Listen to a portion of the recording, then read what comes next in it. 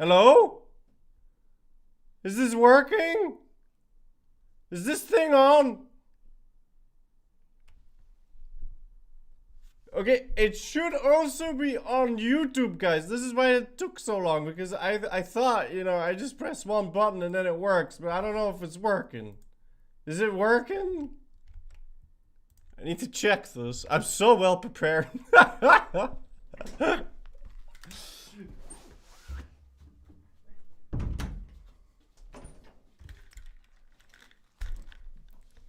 Is it work? It is! It's working. Oh my god, okay. Okay. Jeez, this is why I don't try new things. Ah! It's all falling apart. Also, my shit is broken. If I close this, is it gonna close the stream or not? Shouldn't. Okay, and then close that. Oh, okay. Jeez Louise. Okay, pop out. Working?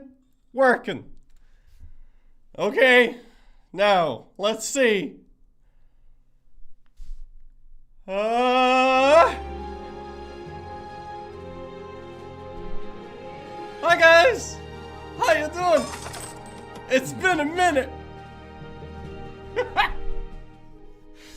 Professional streamer, everybody. Yeah, oh man, I had a morning, let me tell you. Technical difficulties all around. Streaming is like riding a bicycle. Streaming is like riding a bicycle. Well, let's hope so, because it's been far too long. I really should have gone live yesterday just to freaking check if everything was still working. How you guys doing? Wrong shirt. Yeah, definitely the wrong shirt. Also, wrong scene. Hold on. Oh, I'm so excited, guys.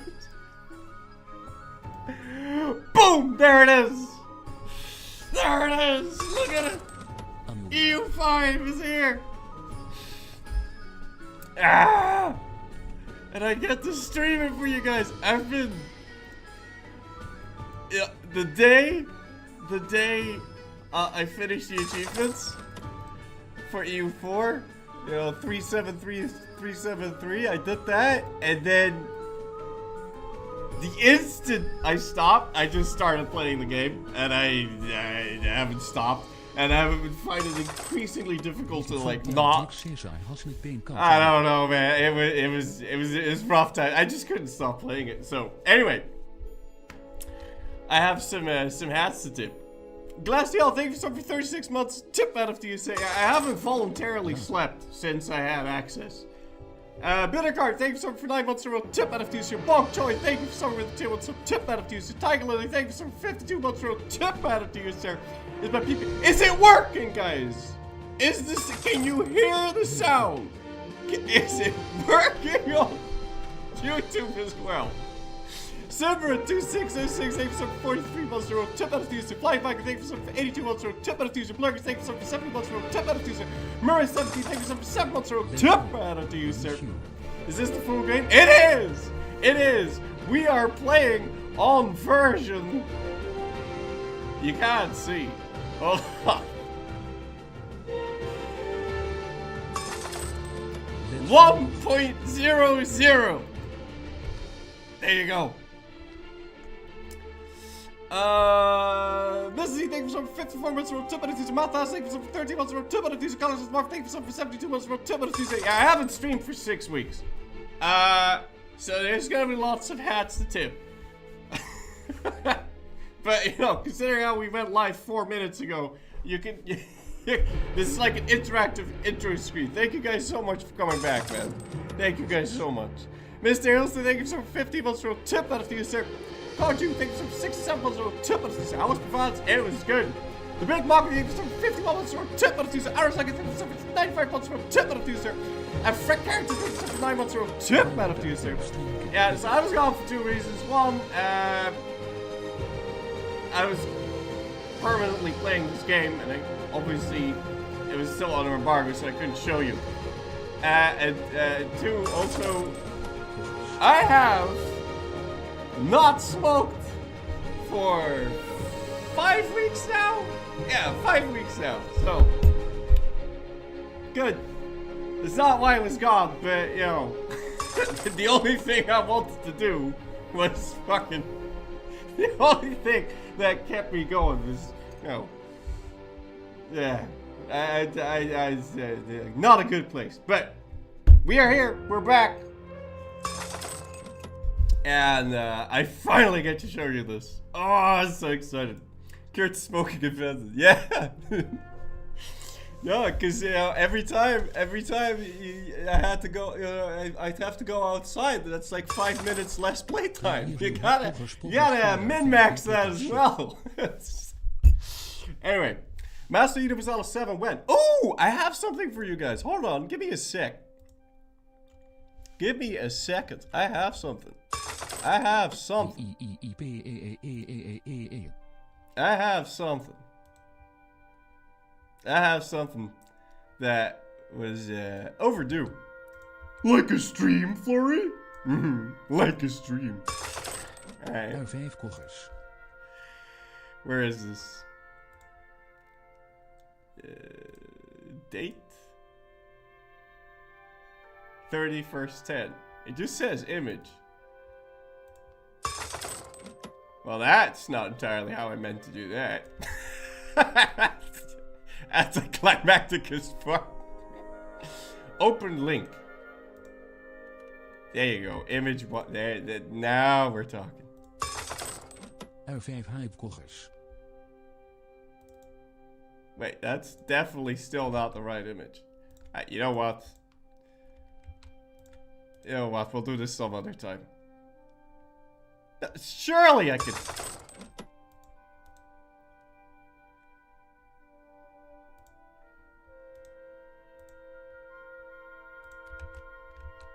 Well, you'll have something to look forward to. I'm not gonna mess around with that now because you know what? No, let's just do it properly, man. Let's just do it properly. Surely I can somehow open this. Nephilim.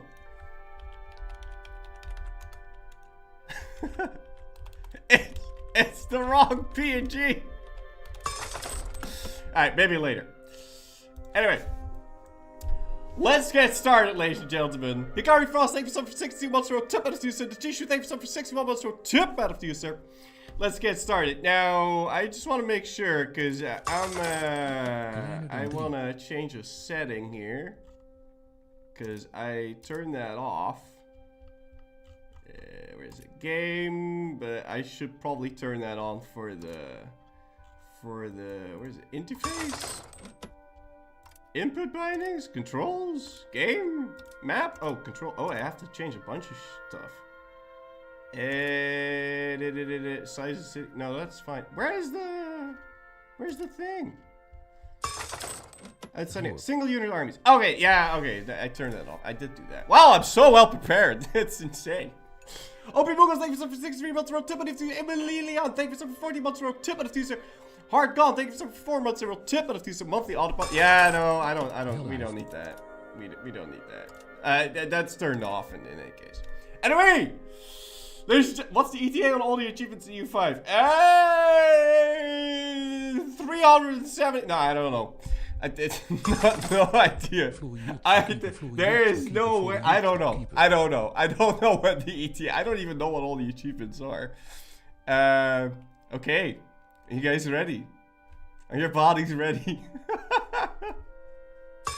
How many hours do I have on EU5? Yeah, so it's a bit hard to tell because there's been different versions for me. So about 1,000 across different versions. Anyway, new game. Is the YouTube live intentional? Yeah, no, that is very intentional.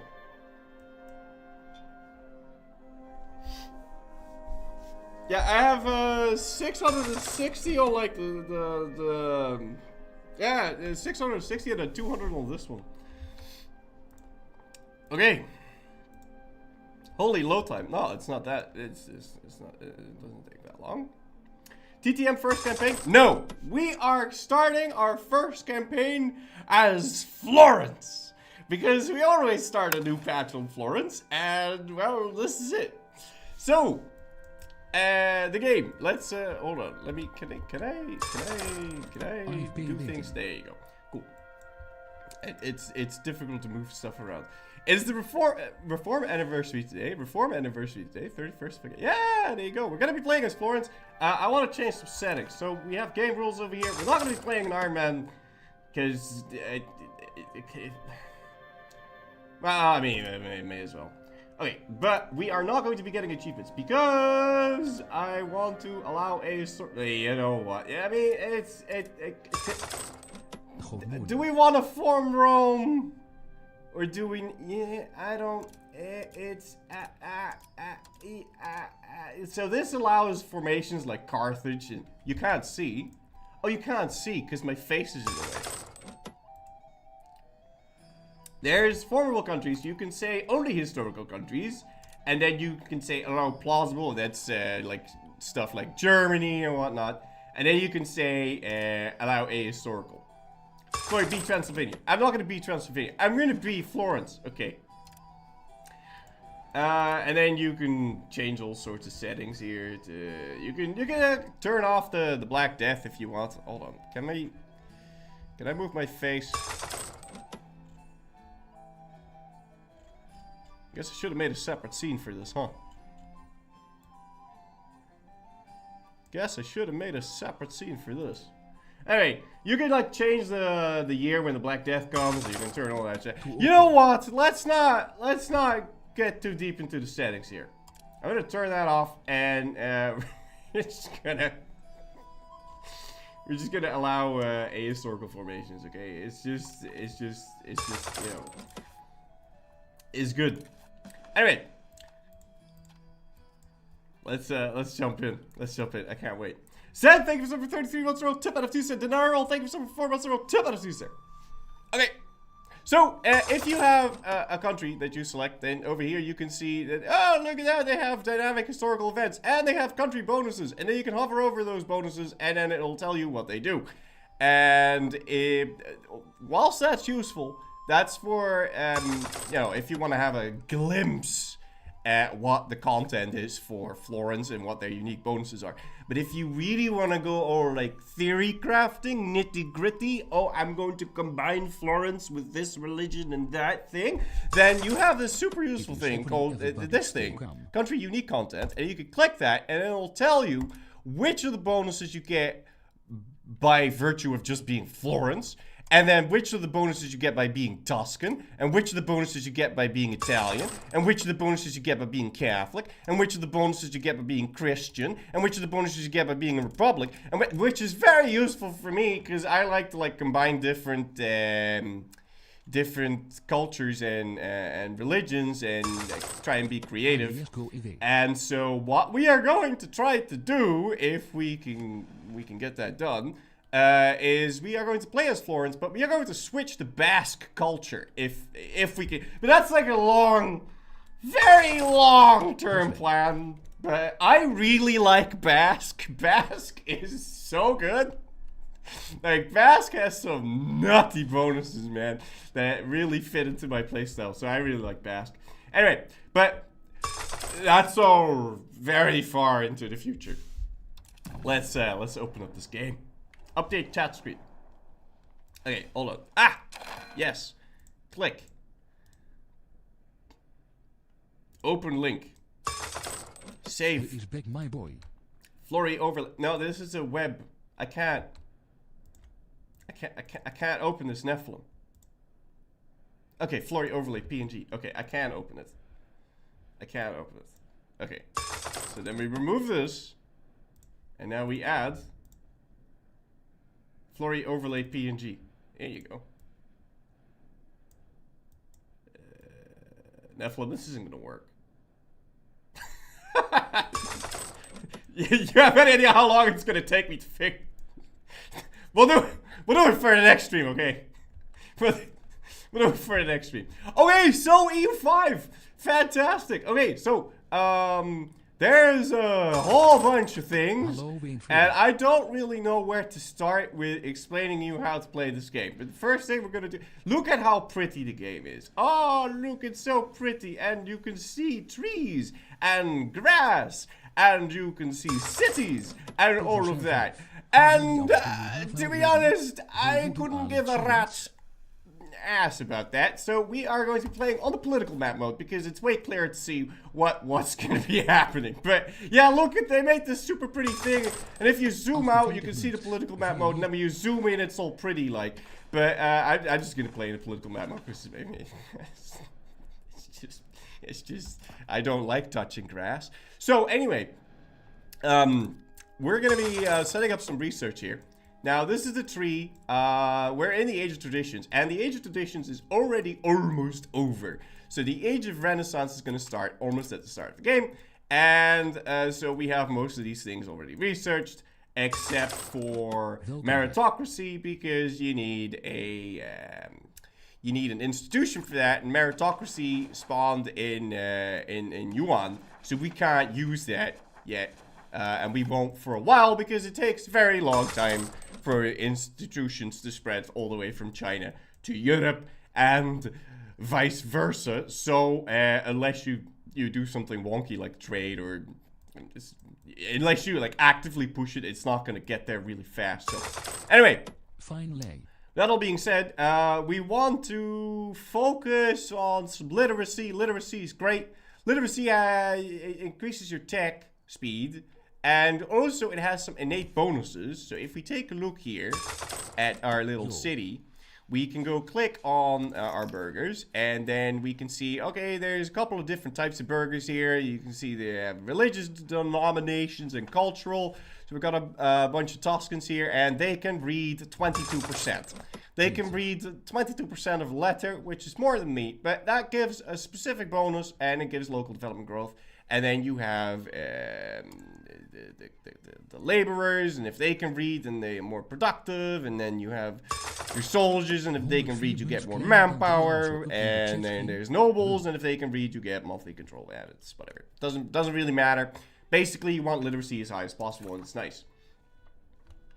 Anyway, if you do get literacy then higher, then they do get more demands, but that's a good thing in my opinion. So I'm not sure why. Oh, yeah. So if they can read, they want more stuff. And then if you don't give them that stuff, then they're going to be mad. And then if they get mad, other bad things happen. So anyway, we have a unique tech here. We can research this because we are currently playing, or were playing Florence. That's the reason why we can have this. Now, this thing we can get because we're Christian. And this thing we can get because we're Catholic. So if you're like planning ahead, and you're planning to flip Protestant, you don't want to get Catholic techs. Well, it's gonna be a while before Martin Luther wakes up. So it's not like the bonus is useless, but you're gonna lose the effect of the tech if you go from Catholic to Protestant for these advances. So anyway, so I typically don't want to grab those. And if you're a republic and you're planning to go monarchy, then the same thing applies. So you can check why you have access to certain things and then get those. So monthly diplomat is actually really useful, so we will be grabbing that. Also be grabbing guilds for more literacy. I want this actually ASAP. Output is nice because it makes your fine cloth more effective. Do you need to research the Protestant version again, or does it get transferred? No. So yes, but there is no Protestant. It's not like there is a Protestant version. It's all like unique. So, yeah, you will need to, if you flip Protestant, you will have access all of a sudden to a bunch of techs that you can research. But the thing is, let's say you go Protestant in the Age of Absolutism. Then you're gonna unlock a bunch of techs in the Age of Reformation, and not sure if you unlock anything in the Age of Discovery. But you get a huge discount for researching techs from an earlier age. So you can really catch up with that stuff really fast. It's not nothing, but you can catch up really fast because you get a huge discount, right? So I want construction speed as well, and I want RGO size in rural. I'm not going to explain why. You'll see in a minute. Okay, so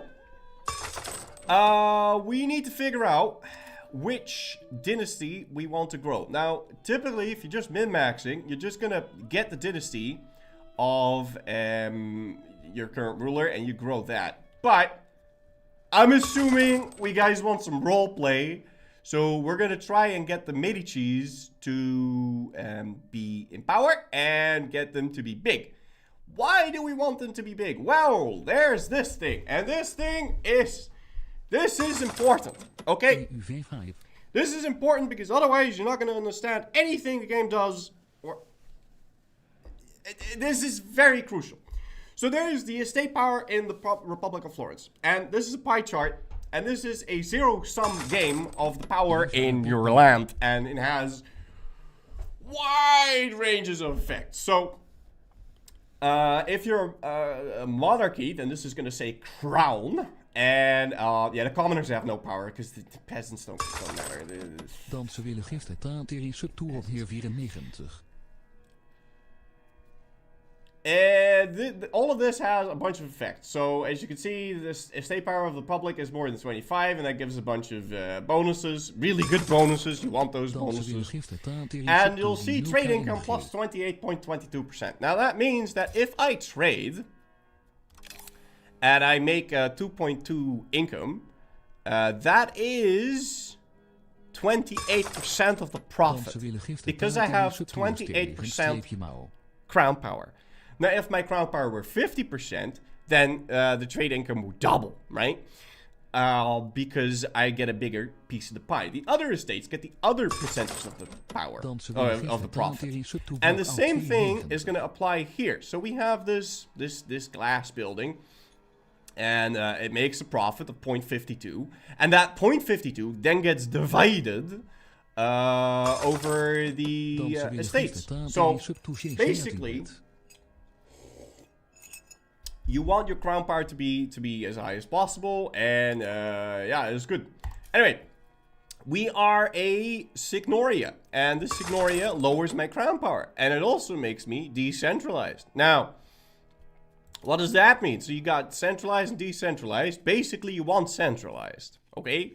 But all the things that are really, really strong, or some of the things that are really useful and strong, give you decentralized value, yeah? So you want to get as much centralized as you can, but you also want to leave some room for some decentralized policies. Anyway, this thing is just not particularly good. Okay, so we're gonna change that. Actually, we're gonna change that. We're gonna change this to something else, and we are going to go for. So I'm always a bit in dubio here, because, well, a bunch of things are really good. There's no real clear-cut way to go about doing this, but I think we should. You know what? Let's go a little bit trade heavy. Should we? No. We're going for taxes. Okay. Taxes. So this gives tax efficiency. It's one of the most powerful modifiers in the game. So we're gonna go grab sortition. Boom. Now that was my major reform that I just changed. So now I can pick a new major reform, and we're going to become a merchant republic because merchant republics are nuts. Okay, they're nuts. They're really good at making money. But they're not as good at integrating new land. But we have other ways to deal with that. And it also gives us an extra possible government reform. So we basically get this for free. Hello. And it's going to double my trade income. Because it says plus 25. What that really means is because I only make 28%, it's just going to double my trade income. Which is nuts. I really like it. So we're going to click that. Then we need to... Is dit de nieuwe 4 patch? Clueweles. Am I the only one thinking this is more like Vicky 2 plus March of the Eagles than EU4? No, it is nothing like anything.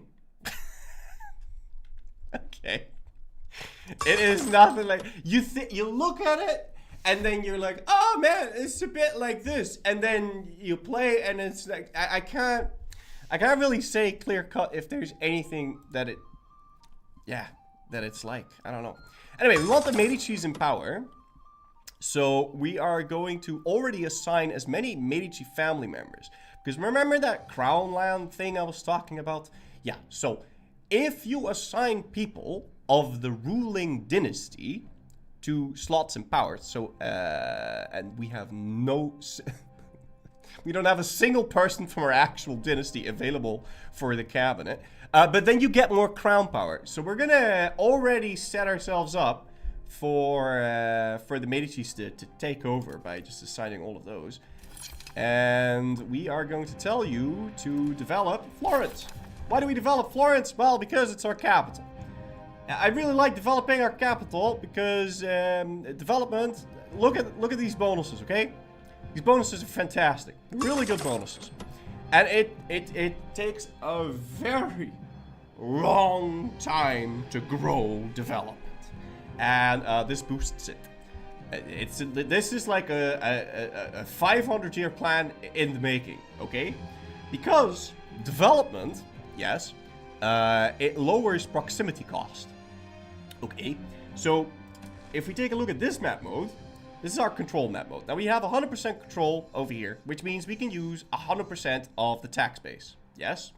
Over here, we only have 58% control. So anything we build and develop here, we're only going to get... It's like autonomy. Okay, it's like autonomy, but even more important. Okay. So what you can do to increase your control is lowering the proximity cost. So it takes a while to walk from Florence to Mangona because there's no road. There's no road, so my guys just have to walk through the jungle, right? So I could build a road here, but it's expensive, so we're not going to be doing that right off the bat. But we could build a road, and then it becomes easier to get control here. And later on into the game, you get better roads, and roads are great. But you know what's better than roads? Water. Because water doesn't have hills in it. And water is fantastic. So what we want to do is, our long-term plan is to get to the water. Because once we can get to the water, then we can exert proximity. Like let's say we own Pisa and we have a good road from Florence to Pisa, then we can exert proximity all over here in a relatively easy way. Well, relatively easy way. We're going to need to build a huge ass navy and all that. So what we want to do is we want to make sure that the road to Pisa is going to take as little proximity as possible. And one of the ways to do that is to build roads, but also to make sure that there's a line of big development provinces leading to the coast, because that's nice. We can also just move our capital to the coast, but I like keeping it in Florence because I don't like moving my capital. Anyway, that was a very long explanation. Really didn't need to be there. Anyway, let's assign more Medicis, and thankfully they're all really young, which is good. That's very, very good. So we need to make sure that the Medici family is going to grow big, because right now there's 5 living members. Now we're going to need people, because we're going to want these guys to take over, right? We're going to need enough people to fill our cabinet members and to be in charge of the military, because we don't want to give the military away to people from outside of our family, because they belong to other estates, and that's going to give the other estates power, but we don't want the other estates to have power. We want us to have power. Yes? So full nepotism, and in order to achieve that, we need this dynasty to grow. So we need more members. Now, how do you get more members? Or you can get these people to get married, because then they, you know, birds and bees.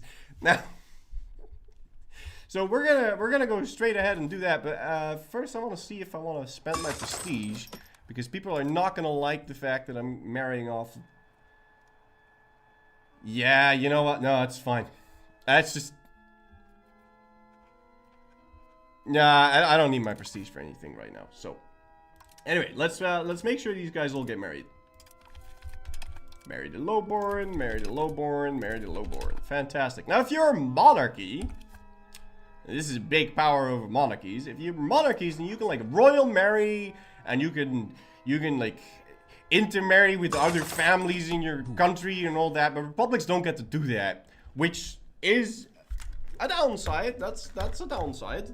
It's a very big downside. But the plus side is that because you're a republic, we're gonna create a family that is so big, it's gonna have 700 members.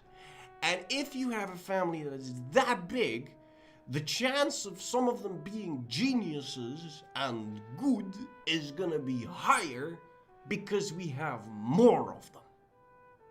Now, so we're gonna make sure that everyone has a wife at all times, and we're gonna create a monster family. Yeah, and because we're a republic, they'll vote for a guy that is also good and clever. So we'll get a good ruler and we'll get good cabinet members. So we need to make tons of babies. The t-shirt is outdated, yes. And you can push this a lot further if you're Sunni or Shia or something, because then you can go Nika and then they can all get like 4 wives or something.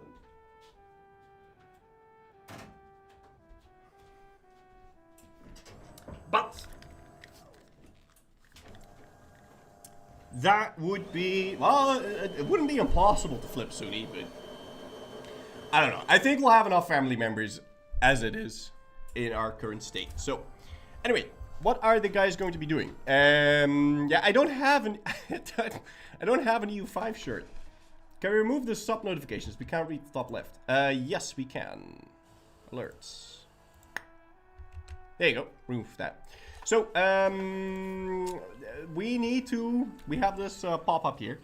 We recently conquered Arezzo. And that means that it is a conquered town. And that's why the control is lower than it should be. Okay, the maximum control is only 42, but it's right next to my capital. So it really should be like 87. So we need to go fix that. Now, we could either release a vassal. And then the vassal will, we can integrate the vassal after 10 years. It works the same way as in EU4. But, you know, this land is majority Tuscan. And that means that if we send a cabinet member to go integrate it, we're going to be able to integrate it super fast because it's our primary culture. So our initial goal is going to be to unite our primary culture. And then our secondary goal will be to unite our culture group, because that's also easier to deal with. Because in order to go from, there's basically 3 stages. There's a conquered town, then there's a territory, and then there's a core. And if you want the land to have as much control, if you want to have as much control over land as possible, then you need it to be a core. Yeah. In order for it to be a core, you need to either accept the culture or have a majority primary culture there. And accepting cultures is very expensive, but it's a little bit cheaper if it's in the same culture group. So we have a certain capacity to accept other cultures. We have a capacity of 1. And if I were to accept this, I probably should have done that with my prestige before marrying off the guys, but I'm a bit of a dum-dum. 14, I mean, lead. Nah, it's fine. We'll get prestige some other way, and then we just accept this. As you can see, if I accept this, it's going to cost me 0.91 points. So that's almost all of my accepted culture. Now, there's a lot of ways that you can lower that, which we'll talk about when we start to min-max that. Anyway, let's start integrating our thing. Now, this guy is way better at integrating because he's got 70 mil points. Before you go all, skill points, it's the same as EU4, and then monarch points back if you get a shitty ruler. It's not that big of a, I mean, it's a big deal because it's one of the 50 things you can min-max. But it's not like if you only have idiots in your cabinet that you can't do anything. It's not like, okay, I have a 000, I just can't conquer land for the foreseeable future. It's nothing like that. It's just one of the things, yeah? But anyway, we're gonna go tell this guy to go integrate that. The other dude, what are you gonna do? What are you gonna do? So if I'm a monarchy, I really want my Republican tradition to be high. Oh, we're gonna increase control. That's very simple. So the increased control is going to increase the max control here all the way up to 100 in Florence, in the province of Florence. So we'll have more control here. It's nice. Okay. One of the following, if all of the following, then none of the following. Why do I have this? Why do I have a maritime law? I don't have a coastline. I don't mind. Okay, so then we want to make sure this is all automated, except for the coloners, because Florence is special, and we want to mint some money. There you go. We also do not want to spend any money. Do I not want to spend any money on dip? I think I do. I think I do want to spend money on dip. Anyway, there's a situation going on in Italy between the Guelphs, and the Ghibellines. Okay? Now, I'm not entirely sure what that means. Because the only thing I've been using this for is I've been looking at people that are in the Guelphs, and then people that aren't in the Guelphs, I can, the Guild. I'm pretty sure that's not how you pronounce that. But anyway, people from the other faction, you can fight. And I'm gonna be part of this, of the Guelphs, I'm gonna be part of this faction, eat the people around me that are part of the other faction, and I'm gonna switch. I'm just gonna switch sides. I'm gonna use this as a way to get CBs on people. Because in EU5, you don't just get CBs for free. You get, you need to have a pretty good reason. You need to, later on into the game, you get different CBs and you get better CBs. Basically, the main reason at first, the main way you get CBs at first is by calling Parliament and then asking them, like, hey, could you fabricate a CB for me? But obviously, you can only do that once every 5 years. And Parliament is kind of important. You can use Parliament to do a whole bunch of very useful things for you. And I'd rather not waste my Parliament sessions on getting CBs. I'd rather use my Parliament to change the values of my country to the thing that I want it to be. So we're going to try and get as many free CBs as possible. Now, it's not like I can just force this guy into the faction. How do I say it? It's not like I have a CB here. I have the potential CB. So I still need to build up a spy network. We're going to be doing that. And we're also going to... I'm going to take a look at this map again. We're also going to be building up a spy network on that guy. And that's going to probably cost me all of my diplomats. I don't want allies, because allies stink. And we're not going to be spending anything on dip. Yeah, that's going to make me lose diplomats. But we have 3, and we have a maximum of 1. So this is just going to slowly tick down, and we won't raise maintenance until that becomes a problem. Allies still stink. No, allies absolutely don't stink, but the thing is, I don't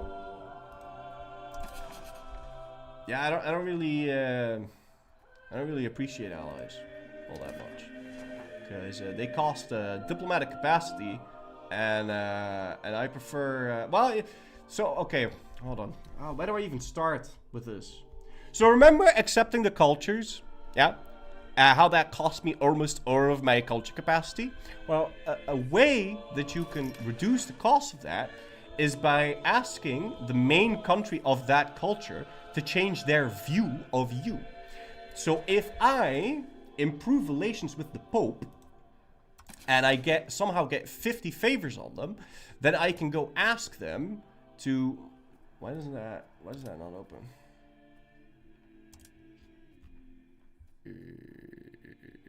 Why is that not there? Maybe I need a month tick. I probably need a month tick. Anyway, the dominant culture of a... Really? Where is that? Where is it? Yeah, I think I need a month tick. I'm pretty sure Ferrara is the dominant of Emilian, and we have some Emilian, so we're going to curry some favors on him. So in the future, we can go ask him for a better view of our culture. Can you turn down the volume of the music? I can. Is it?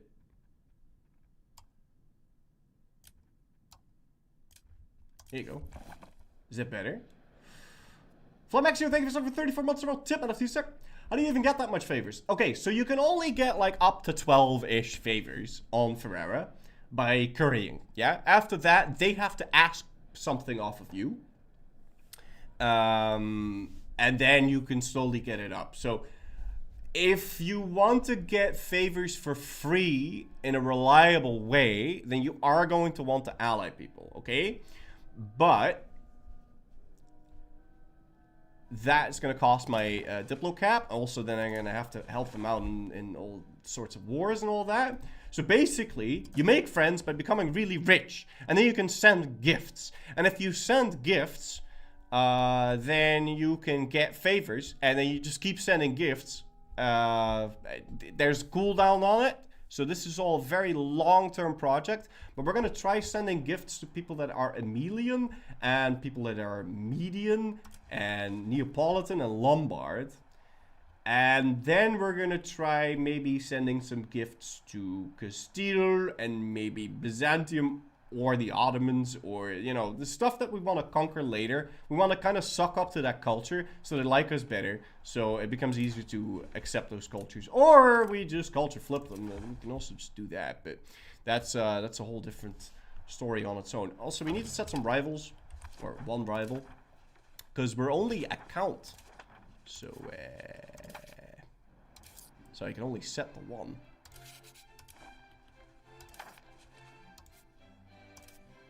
There it is. It took a while to find it there. And we can't become a duchy either, because we're part of the HRE for now. So, yeah, all that. Anyway, is there anything else I needed to be doing? Oh, yes! So, we want to give control of the entire military and all important functions of the state to our family members. In order to do that, we need a standing army. And the way we get a standing army is get manpower. Because right now, our military is full on levies. And we can't exactly raise levies during peacetime. So we want to have a guy, any guy. We want to have any guy on the field just to assign it to our king. Okay. And that all being said, that's on pause. Is there anything else I'm supposed to be doing? No, I don't think so. Oh, there is. I want to curry favors on the Pope. Hey, that's actually going to make this kind of awkward. So I'm going to get my dip spending up a little bit. Just so I have a diplomat at all times to be able to... You know what? There you go. Let's make sure it grows. Anything else? Yeah, we do want to spend money on cost of court for now. And, yeah, let's unpause. So many menus. Yeah, it takes a while to get used to, but... you know... It takes a while, but once you know it, you know it. So if you have any questions, money on stability? No! Okay, that is, okay. Very big noob trap, okay? For the first, I don't know, fucking 300 hours I was playing this game, I was like, okay, let's spend some money on stability. But you don't want to do that, okay? It's insanely expensive to spend money on stability, and you really don't want to do that, okay? It's not worth it. Stability goes up and down and up and down, and the lower your stab is, the faster it will go back up. If your stability is like really, really, really low, then you're gonna want to do something about it, but as long as it's not like deep into the negatives, there's not really a reason to get it. Well, there's playstyles that didn't make that good, but anyway. Oh, I forgot. We wanted to do something with our estates still. Isn't the music way too low volume now? Feels incredibly low volume to me. I can barely hear it.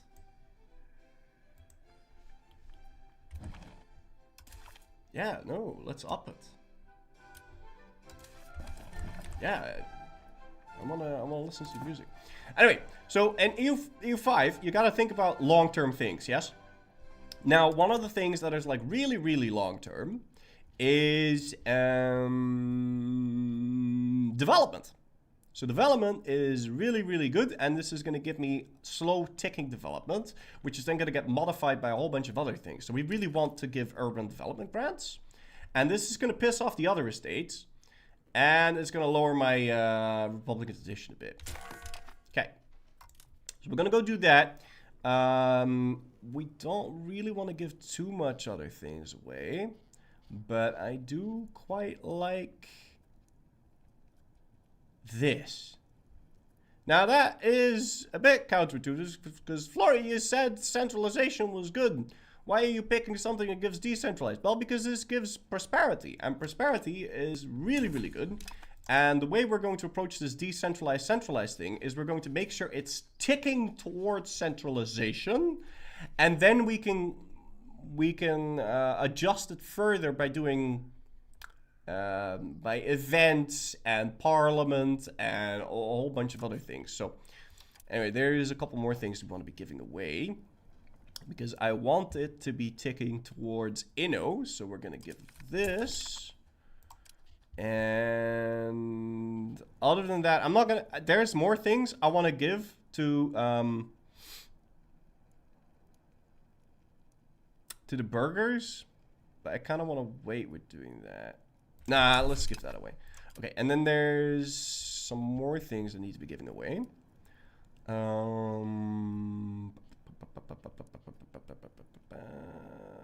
don't want this. This is bad because it gives max control. I want to maintain clerical proceedings. It's going to piss off everyone, but it's going to make my clergy happy. And then I want to do mandatory clerical donations because it gives me more tax efficiency. I'm addicted to tax efficiency. It's really good. Okay. So now my patricians are very, very sad, and they're going to become a rebel because they're very mad. So we're going to have to give them something. Monthly profit, is that going to make them happy? No.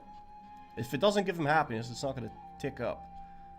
You know, let's humiliate the peasants a bit. I think that's a good idea. At least sort of balance. Now, if you give away a whole bunch of power like this, you're gonna lose crown power, which is sad, but it is what it is. Who needs the peasants? Exactly.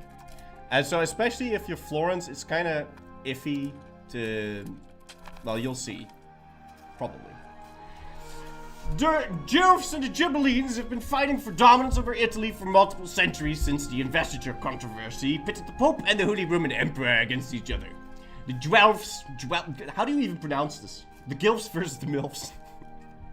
The Guelphs support the papal authority over the peninsula, while the Ghibellines are considered imperial loyalists, holding their allegiance true to the Holy Roman Empire. Spiraling beyond their initial positions, both sides now represent a diversity of interests, so the different countries are no strangers to switching sides for their own benefit, and we're going to be doing that just to get CBs and people. And ideally, we end up with... I always mess this up.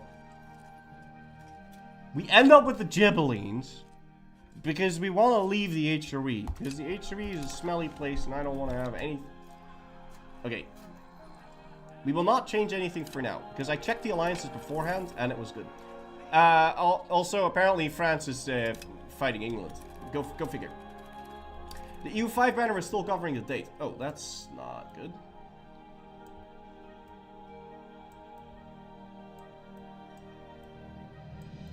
Let's put that there. There you go. Probably not a major one. Probably nothing will come out of it. It's fine. Now, because this place is a city, so there's several ranks.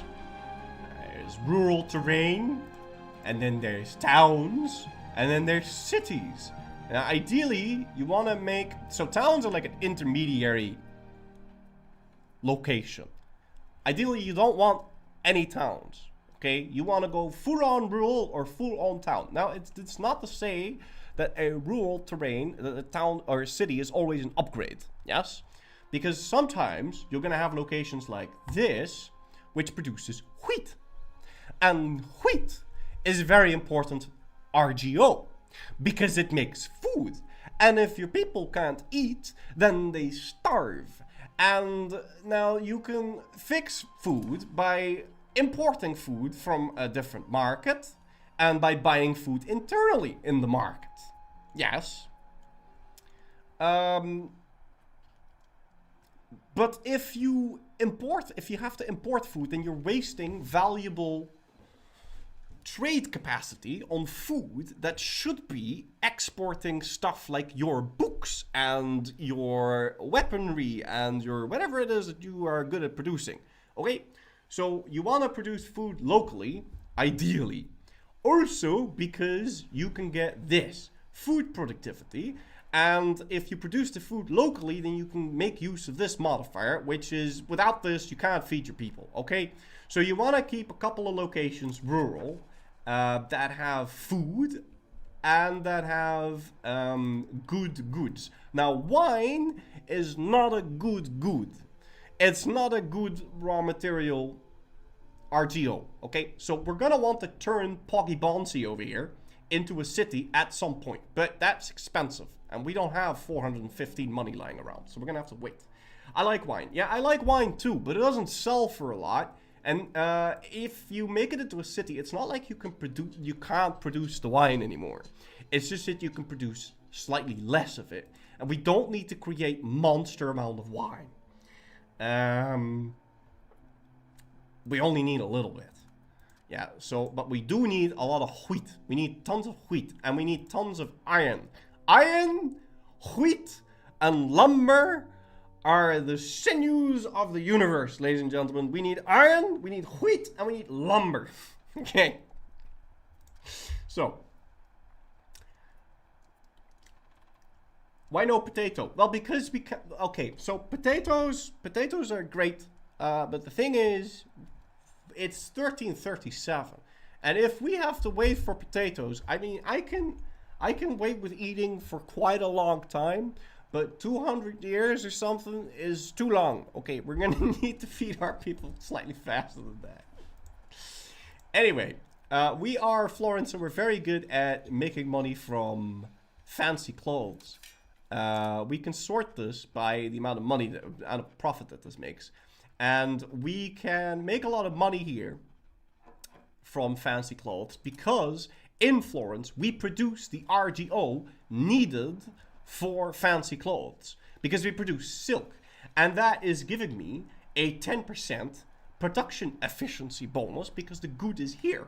So if you have a location like, I don't know, Arresto over here, and if we conquer this whole province, then there's stone right here. So if we then do something with that stone, it's more efficient. Yeah, that's really cool. So you want to make use of the stuff that's close by. So anyway, we're going to be expanding the silk for a bit, and I'm not making a single bit of money, but that's fine. That's all going to sort itself out in the future. I might want to, like, not...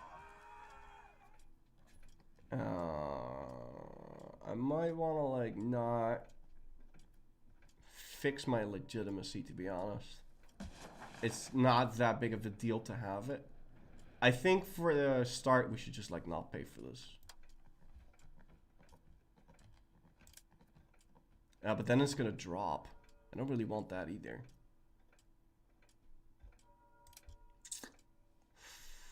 You know what? Let's just pay for it. It's fine. Once it gets up to 100, it'll slow down.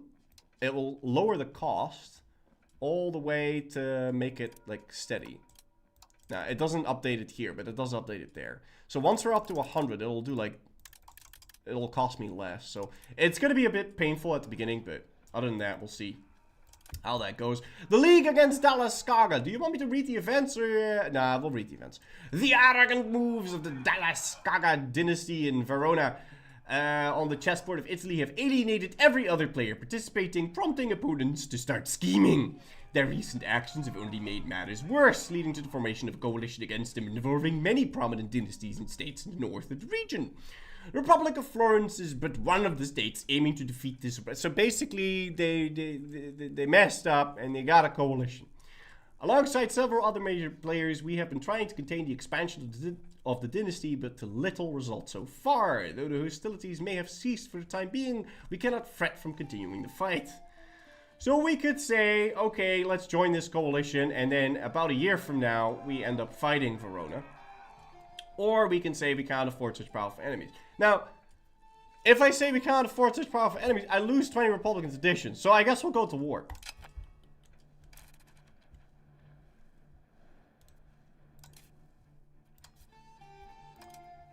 Oh, we have to declare war directly on this guy. But, I'm not the one that's supposed to deck this. I'm pretty sure Milan is supposed to deck this. And if I fight him on my own, then I'm gonna be, well, on my own. And, Verona can muster. First of all, they've got, like, twice the amount of people that we have. But they can... How do you even...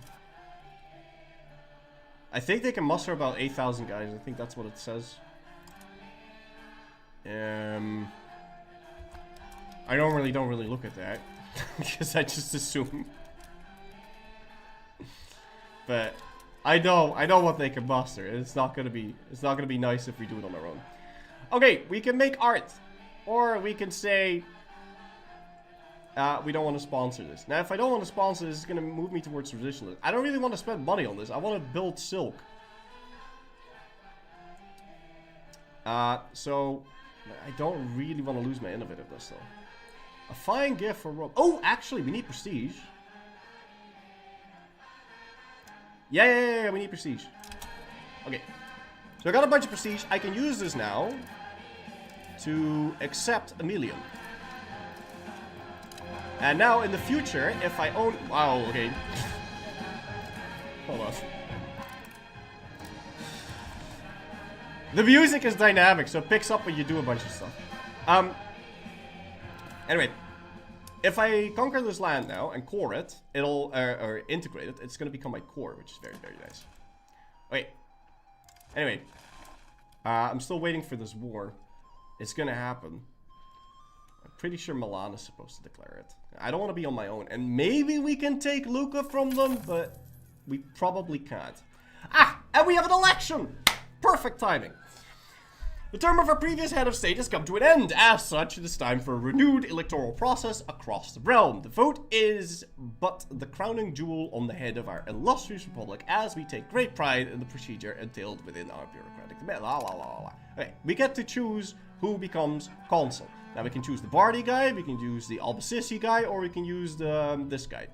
And we are gonna be using this guy. Now take a look at my crown power. My crown power is 23.22%, and we're gonna assign this guy. Which means we need a new guy in our parliament, and we want it. See now, anyone that we assign that's Medici, and I should have assigned this guy, but whatever, is going to increase my crown power. Okay.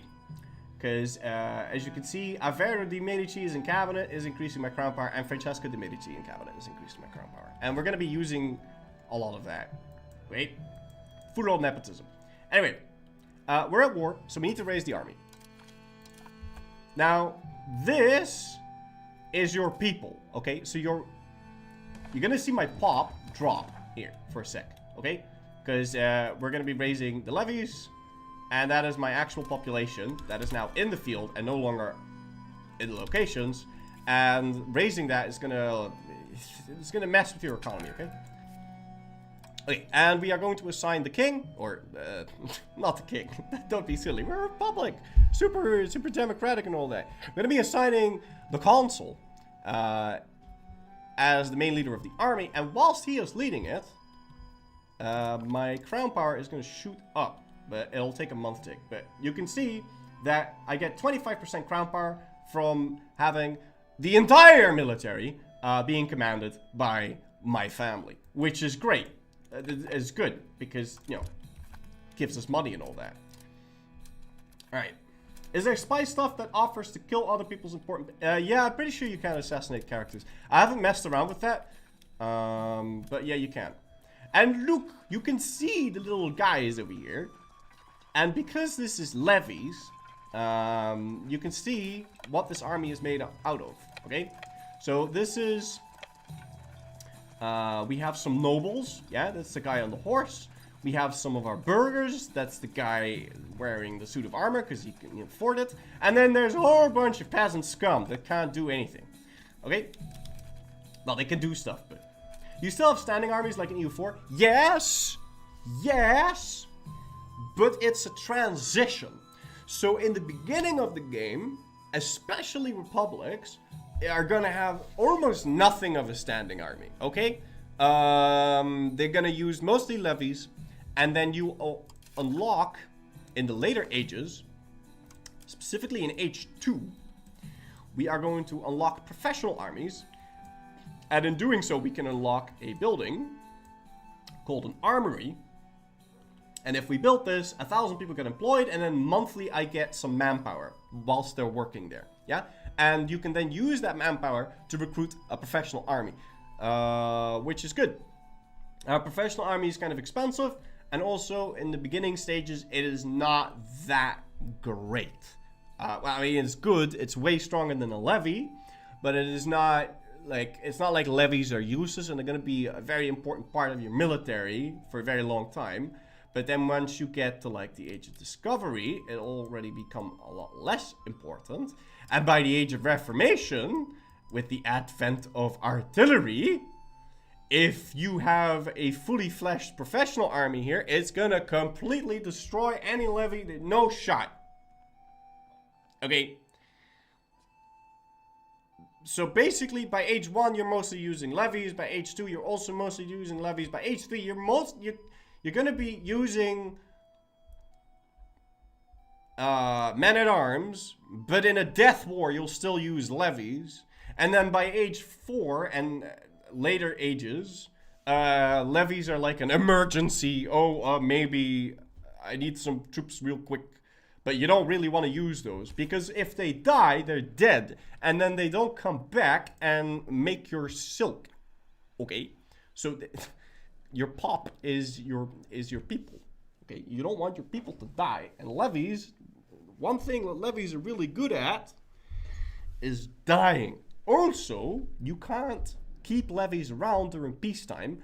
And if you have a strong professional army, then you can position your army at the border before the war starts, declare the war, and then make a move, like go in quick, you know, do a bunch of damage and surprise people. And you can't do that with levies because they take a while to muster. Anyway, let's move on. We can't see, so there's fog of war in this game. So we can't see what's happening in Lucca because there's a fort there, and we certainly can't see what's happening in Maza. So we're gonna walk in and see what's happening with this. Now, hopefully he was not paying for his fort. Okay, he wasn't. But I'm using levies. So you can assault in this game. You know what? I think I am going to assault here. Because this siege would take a very, very long time if I don't. And I'm pretty sure Milan's just going to... He's just going to chicken out. So we need to make sure that we get war score ourselves. 70 versus 6k. Well, they're in a fort. And I'm using peasants. But the Black Death is going to happen, so the peasants are going to die anyway. We may as well have them die on the walls for the glory of the nation, rather than...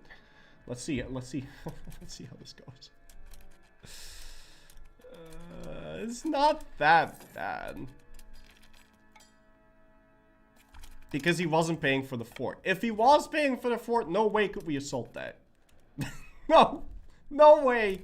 Just to throw that out there. But levies... Generally speaking, can't assault. Yeah, we lost like 1,000 guys there, so it's a bit sad. But you know, hopefully we can take Lucca in this war. But don't get your hopes up, guys, because we're not the war leader. So we're gonna have to separate peace out. We can't do that for like a year. Okay, so if you're fighting a war, there is a couple of locations, like this one, that has a flag on it, and it has a little silver edge. Okay, now if I occupy this province, and there is no other forts in this province, which is this one, see this? Then it's gonna auto-siege the other things. Now he has a fort on Verona that also is lacking men. And he's got an army over there. Now if I walk over here, I lose morale, yes? By walking. Because my guys are sad and they don't know how to walk. They're lazy bums, yes? I've got a bunch of lazy peasant bums. So by the time if I just walk into this, he's probably just going to attack me. But I don't know. We got a lot of reinforcements nearby. So let's see. Okay. Got that sieged. And let's link up with the rest. Now, because half my army now is no longer in control of the Medici, I'm only getting 17% of the crown power, where I was getting 25 before. So we want to merge up this army as soon as possible.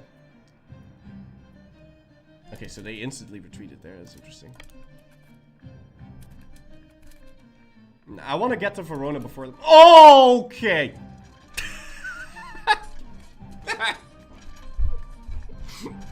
Oops! Yeah, so, fog of war is a thing. And I just totally walked into the Veronese army there. So we're gonna need to retreat out of this, but we can't immediately retreat out of it. We're gonna have to wait. Yeah, thankfully I only lost 28 guys, it's fine. It's not that big of a deal.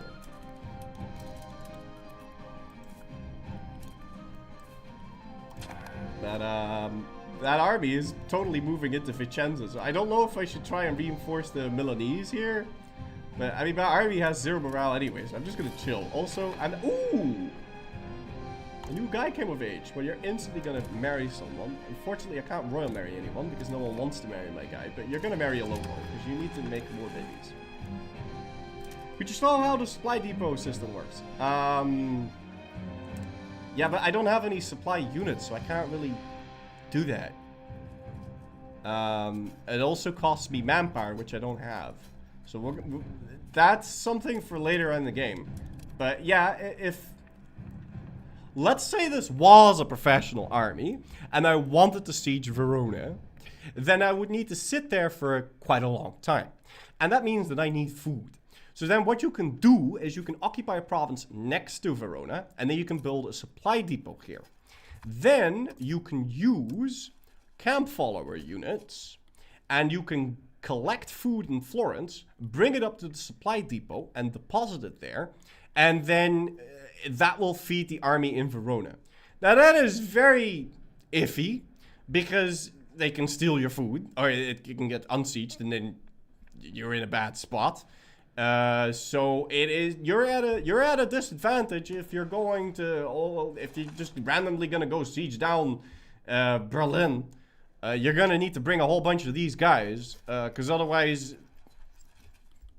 yeah, well, you're gonna run out of food. Now, what you can also do is you can head over here and then quickly rush down a fort, and then you can get food from that location, so you can steal their food for your troops. Yes, but. So that ideally, if you're going really deep, really far away, like if you're naval invading something, you kind of need to get a foothold there quickly. So you just, and you can there's ways around it, like you can use your navy to give food to your troops for like a long siege. But to be honest, just go in, siege down a fort, rush it down because you need a place to store your food. Okay. So they won. My guys are on their way. I still don't know where that big stack is. I'm assuming it's still in Verona. We're gonna want a separate piece out here, man. I don't trust these Milanese. I don't trust their resolve. Can I snooze that ad? There you go. Okay, they're gonna be fighting the battles. That's good. We're gonna be getting the occupations, because, I mean, I like occupations. gives me war score. Because I'm gonna separate piece out of this. Like I'm not joking. I'm separate piecing out of here. Okay, so I took a bunch of loans because guys in my court wanted to make art or something. So we have 45 ducats debt, and it's kind of interesting because it's an 8% interest. Don't worry about that. We're gonna have stuff that reduces the interest later. Okay, so we have a loan of 16 ducats, yes, and we're paying interest on that, but that interest is going to our estates, and they're going to use that. If they like us, they're going to use that to build buildings that are useful. So the clergy like us, and so they want to build a cathedral in Florence once they have the money for it. These guys, they like us, so they want to build a Navy Supplies Guild. Yeah. These guys also want to build a cathedral, and those guys want to build a farmer village. Okay, if they get really mad, then they're gonna start building buildings that hurt you. Wait, so you don't really want that, but apparently they all want to build a cathedral at this point for some reason. Navy landlocked. Yeah, we're gonna want to not be landlocked soon. I want to check who I'm at war with exactly. So I'm at war with Parma. Yeah, and Padua, and all of those are forts, so we can't. I don't think we can really win this war, but I mean we should be able to. But I don't trust these like the Milanese. I don't trust them. Yeah, screw the commanders. We don't care. Okay. I'm gonna try making it so that the fortifications don't recover, because they weren't paying for the forts at the start of the start of the conflict, so I want to keep it that way. So this guy over here ran out of food, and now they're suffering attrition. But once we siege this down, we'll steal the food from Vicenza, and now we're fine. Yes, and now we can grab food from Vicenza because we have the province capital and all that good stuff. And so now we can start the siege of Verona, and we'll get food from this province because we have it occupied. Okay. And it'll like these guys will just get their food. Okay. But they don't have a lot of capacity food. Where's the war in the UI? If you want a peace, you click where? You right click and then you separate peace. Or it's up here. And then you do like this. But we can't yet, because we can't abandon our allies until 12 months have passed. And we're gonna hope that Milan has the stones to keep fighting, but I don't trust him, man. He's not gonna reinforce it. I'm bailing. I'm bailing that siege. I don't trust him.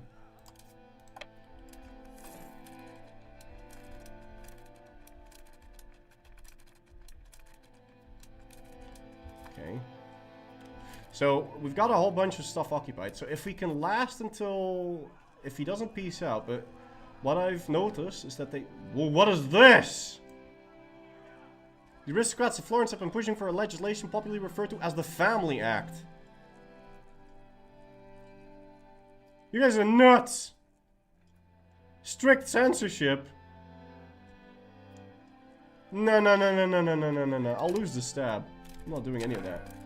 Oh, come on, bro. Huh? Why does he peace out? Because he didn't want any of that land. And I can tell you why. I think that has to do with the fact that Milan starts the game super far overextended. So if Milan declares this war, they don't want to actually take any more land. So they're like, oh, I could get money on humiliation. Yeah, I'll peace out. I think that's why that happens. I'm not entirely sure. But anyway, we're going back home. And we are going to disband the army, unfortunately. Well, we're going to make them go back. And then we'll get our people back. At the month tick. There you go. We got our people back. Very nice. I have a cabinet seat that I still need to assign. And I want to assign Silvestro the Medici for this. Very nice. 1 hour is 1 year. Yeah, for now, but it's because I'm explaining a lot.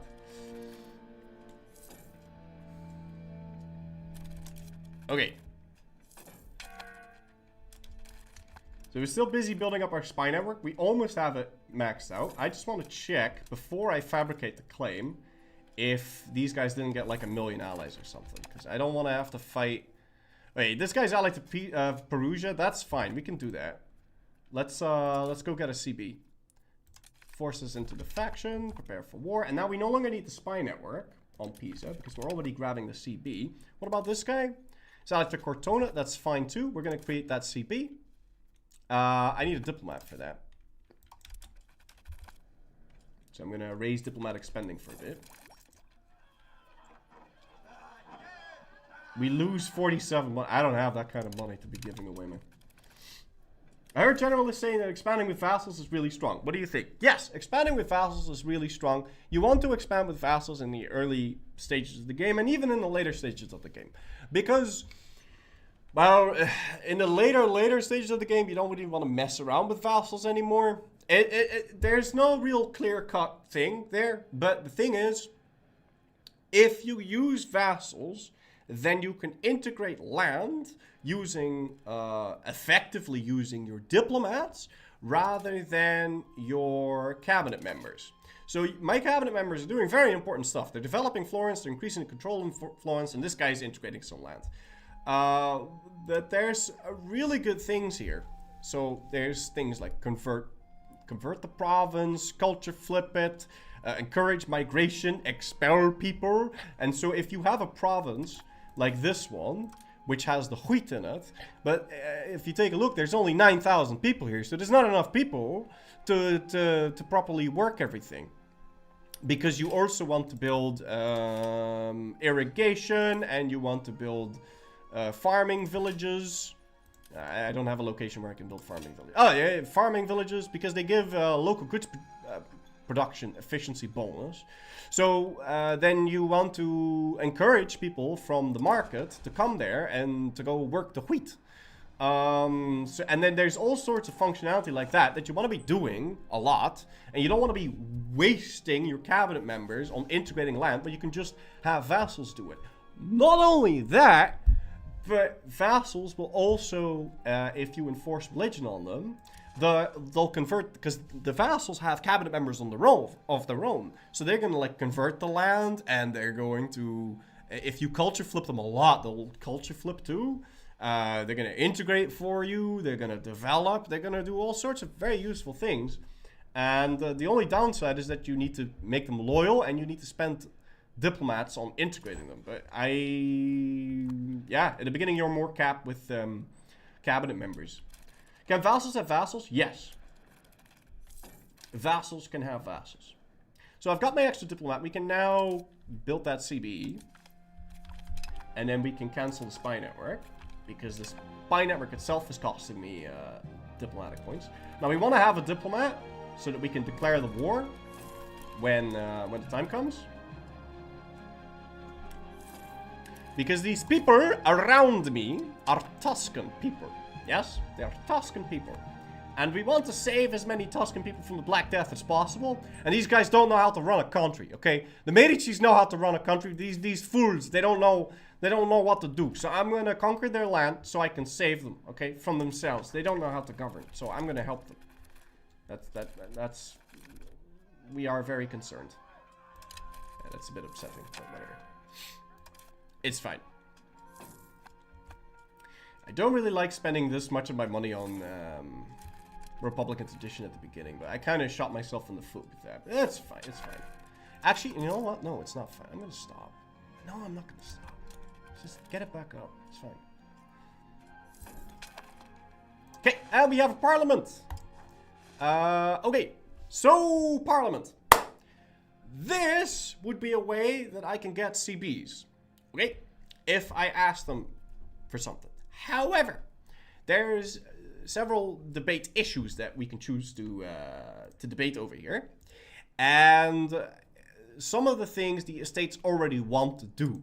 So this is a proposition by the clergy, and they are quite influential in Parliament. So if I click this, I will start Parliament with plus 30% of the Parliament already backing it. So it'll be very easy to pass that reform or to ask for things. Yes? This is something that only the Crown wants to do. Only the Crown wants to bolster the government, and only the Crown wants to support the state. So it'll be very difficult to pass this in Parliament, because then I have to give a bunch of shit over to the estates. Now, all of these things also have an effect. So if I promote a member of the clergy, we get a new guy from the clergy. That's good. If we wanted to get a new cabinet member or whatever, but we go full nepotism, so we don't want that. This is going to get me a cathedral for half price. It's going to give me a modifier that's going to give me more crown power, which would be very nice, but we are thinking about the long term. So we want to change our values, okay? So this thing is going to change my societal value by 10 towards centralization. Now, right now, we're moving towards decentralized, but only by 0.6. So the equilibrium, or rather the way, the point where it would go to if we... It's not really equilibrium. If it were at 0, it would go to 0.06. But if I am at if I am at 100, it's pushing towards decentralized, then it's going to stay at 100. Okay? So you basically want it to be steering in the direction where you want it to go, and then you can use Parliament to like further enhance it. But we can just do this because it's not a waste, considering we are super decentralized. We do want it to be trending towards centralized though, so I want to do something. I want to do something about that. Anyway, focus on land. I like land. We're going to focus on land. I also really like humanism, and so giving them this is further going to move me towards, is also going to change my societal values in the way that I want them to be.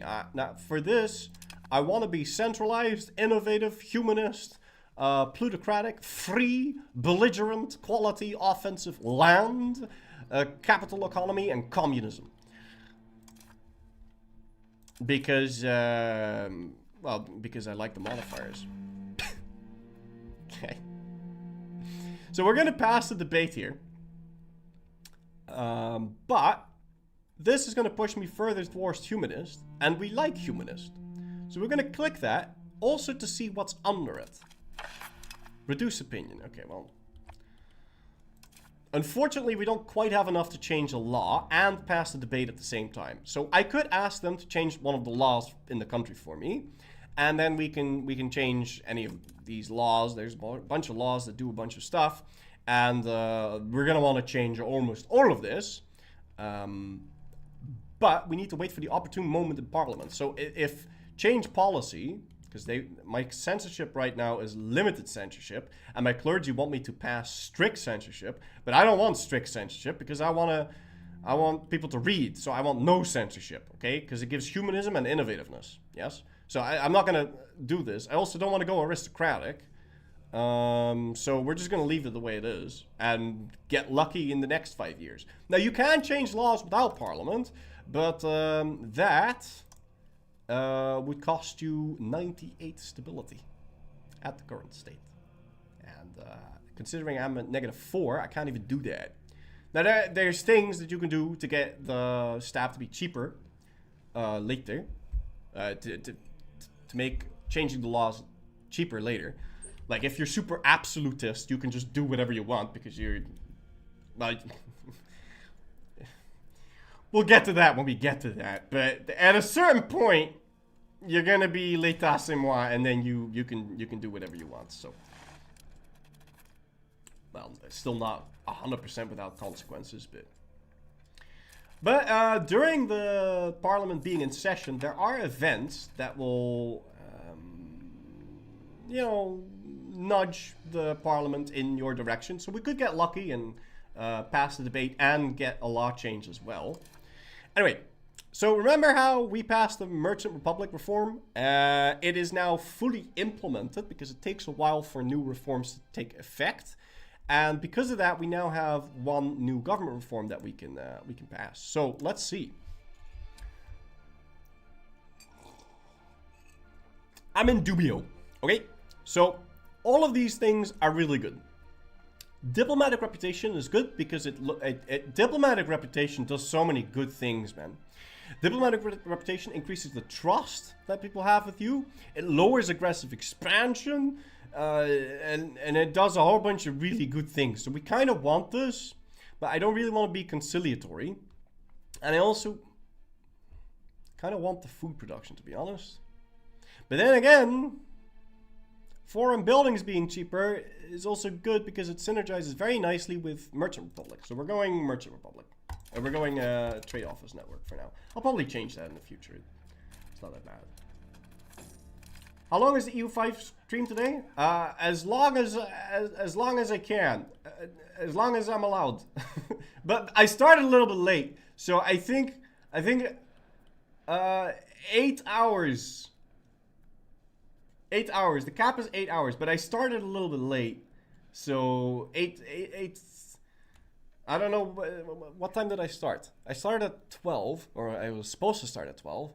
So we'll do 8:30, okay? I think that's legitimate. I have to look at the exact start time because I don't want to. 800, yes, 800. Okay, so we finished scoring a resto. Now this is instantly a core. It skipped the integrated status because it is Tuscan primary culture. And now we can, well, if we can get another. Ah, okay, we got a daughter. I didn't want to sound too disappointed. Because, but, okay. So the thing is, you can't, you're not allowed to let them be part of parliament unless you grant them specific cabinet rights, and that's going to lower your legitimacy. So, if you're a monarchy, daughters are fantastic. But if you're a republic, not so much, unfortunately. Fundu Kiran, thank you so much for Prime Tip out of user. Father Allbear, thank you so much for Prime giving Tip out of user. And we have an ad break. I'm gonna go stand up for a second and stretch my legs. And maybe get a different shirt.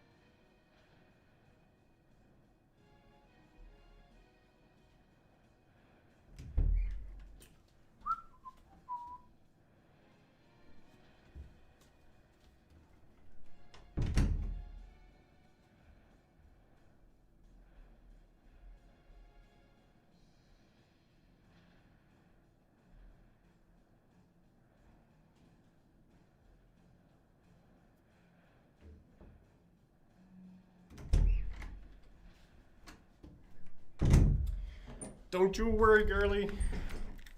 I got a plan for the shirt. It's in the works. Anyway. How long is this gonna take? Another 24-ish months. That's a long time. Will I have enough manpower by that time? Ooh, I do. Okay, so I want to get a camp follower. We don't have the money for it. I really want this camp follower. I'm gonna take some loans to get a camp follower. Okay, it's worth it. It's very much worth it. I could also get something that actually fights. No, I mean, I could get a horse. Horses are expensive. Give me a sec, guys.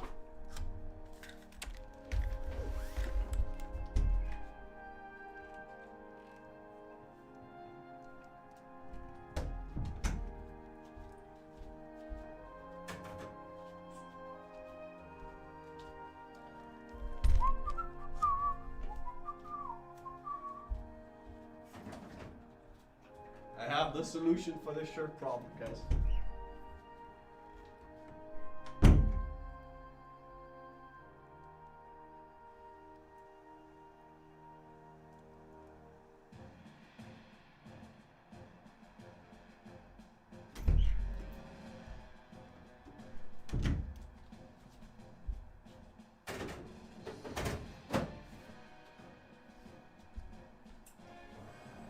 I don't know if this is gonna work.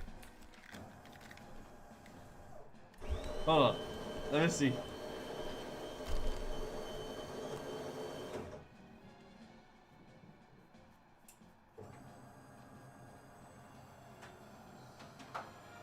Yeah, that's not gonna work, is it?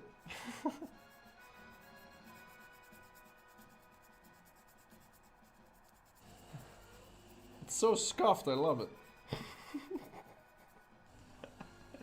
Do you even see that? I mean, maybe I just need more.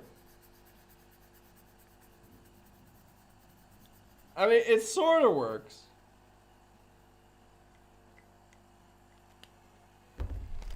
Maybe I have another one that's darker.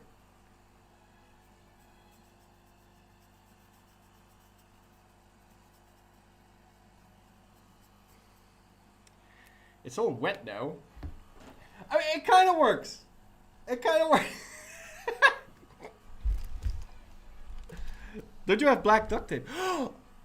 Yeah, but it's all on my webcam, so I can't. That will make it look even more ghetto. Oh well, this is fine. Good enough.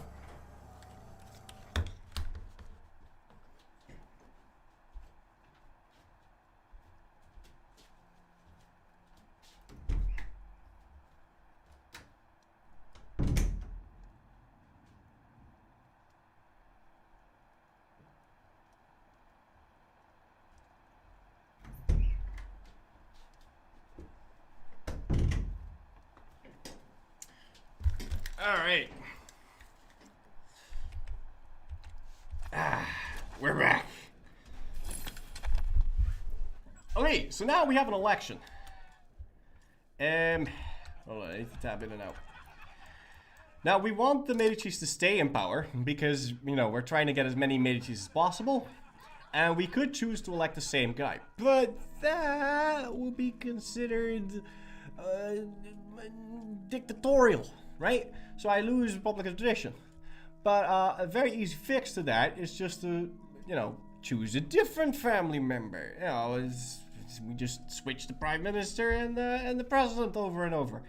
And yeah, it's democracy. Fantastic. Okay, so that does mean that we have to constantly reassign.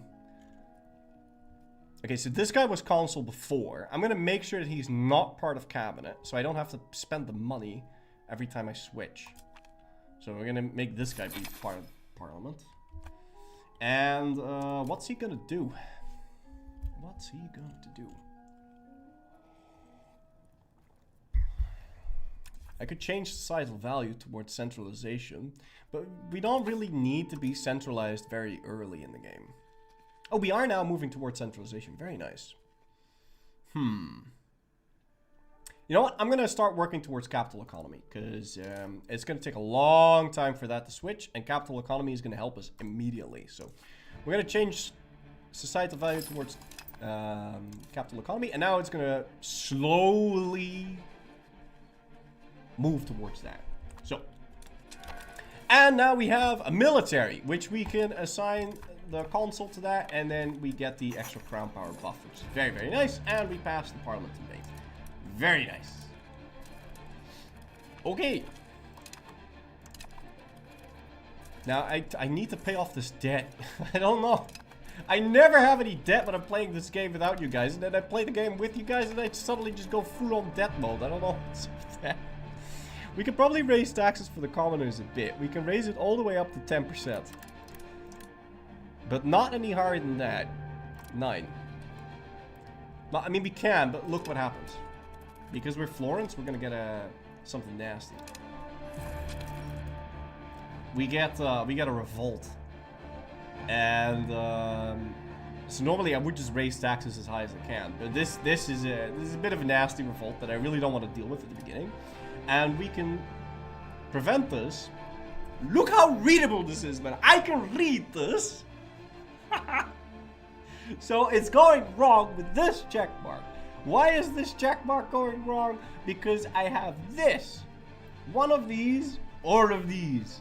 And so I am raising 25% of the maximum tax for the burghers, and I'm raising 25% of the maximum tax for the commoners. Yes?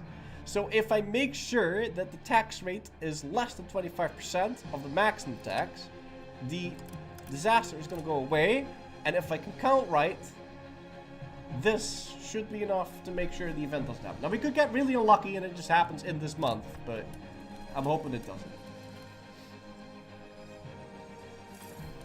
And it's gone. Okay, fantastic. Oh no, this is bad. Oh no, what's going on? Why are you... What are you doing? No, country panel. Diplomacy. No. What are you doing? They're fighting each other. That's unfortunate, because that means they already have their levies raised.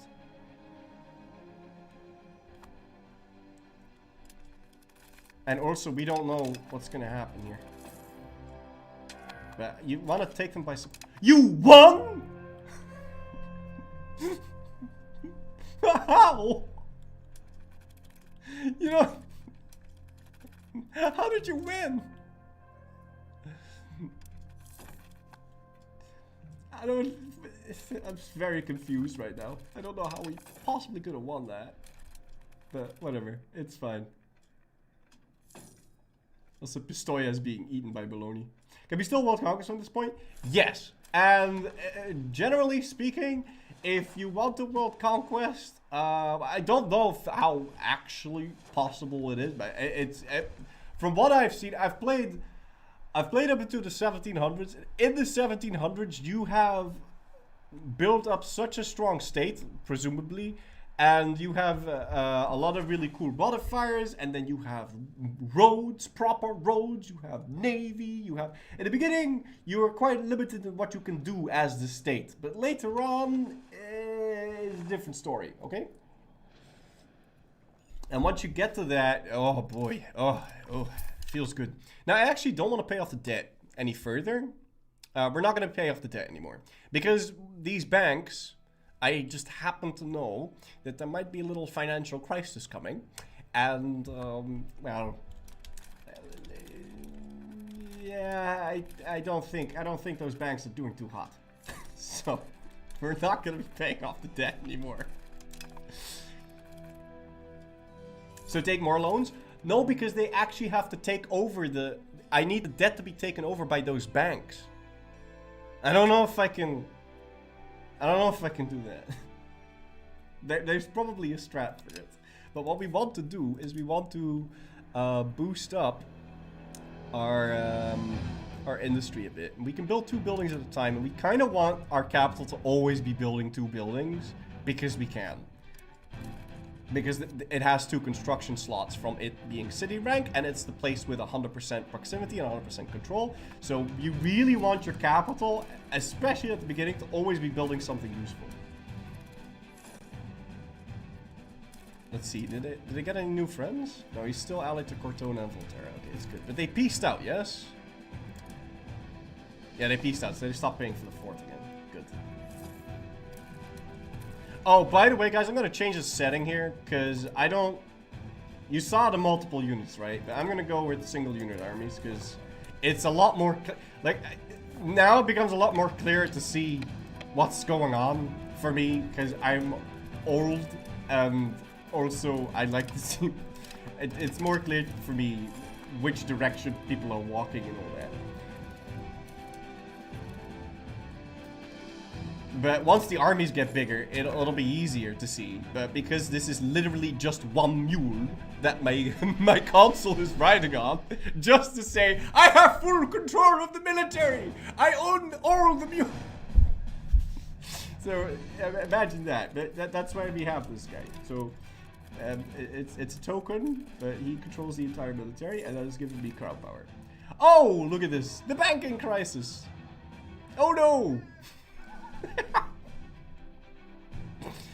So, the lending policies of Perugia and Barney banks in Tuscany have resulted in an economic crisis on our hands. The banks have lent vast amount of money to individuals who clearly should not have been trusted.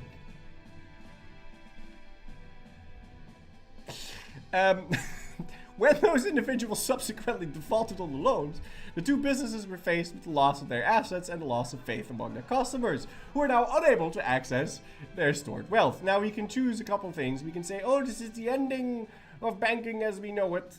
And then we get economic downturn, which hurts our tax efficiency by 10%, but it also lowers our inflation. And what can we do with inflation minuses? Well, it means we can print more money and get away with it. So actually, this isn't that bad. We can also choose to save the banks and then change of ownership. And then we take over the loans that the banks had, and then we make the money on the interest. But we do lose 215 money. I don't really want to do that. Or we can say we nuke them, and then they'll stop existing, and the Medici Bank becomes more powerful. But then we do get ripples of economic downturn for 25 years, which I don't really see as a negative modifier, to be honest.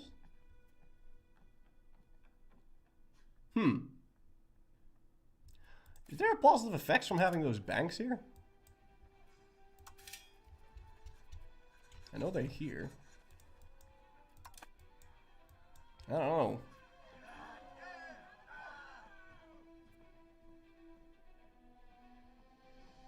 No, we're gonna let them collapse. Yeah, no, their collapse suits our agenda. That's fine. Ha! Our lenders are utterly bankrupt, and those loans are cancelled. So there you go. We no longer have debt.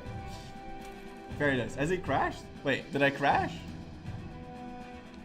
I shouldn't have crashed. The banks crashed, though.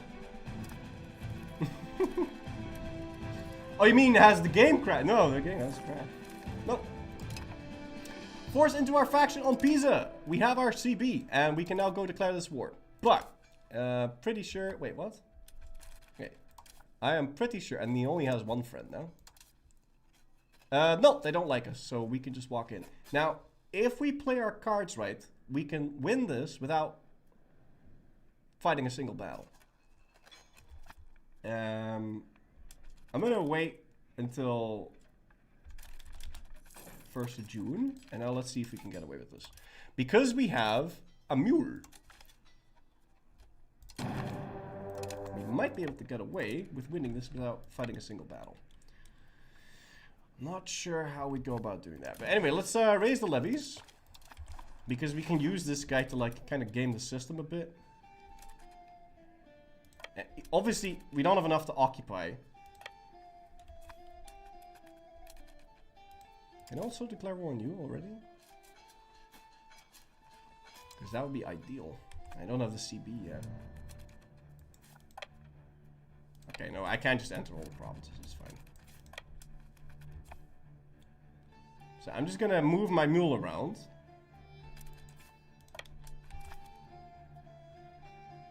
So he can't He doesn't have a location to hire the levies. Okay.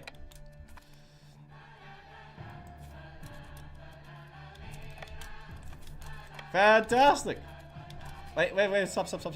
Alright, detach siege. Detach another one. Got him! Yeah, we got him. Alright, sweet. Oh, I was too late. I was 1 day too late. Darn it. It's fine. We'll get a different family member to go deal with that.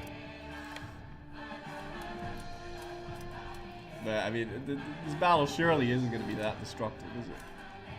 I mean, we outnumber them 2 to 1. Like, what are they going to do here? Let's take a look. Yeah, we're winning.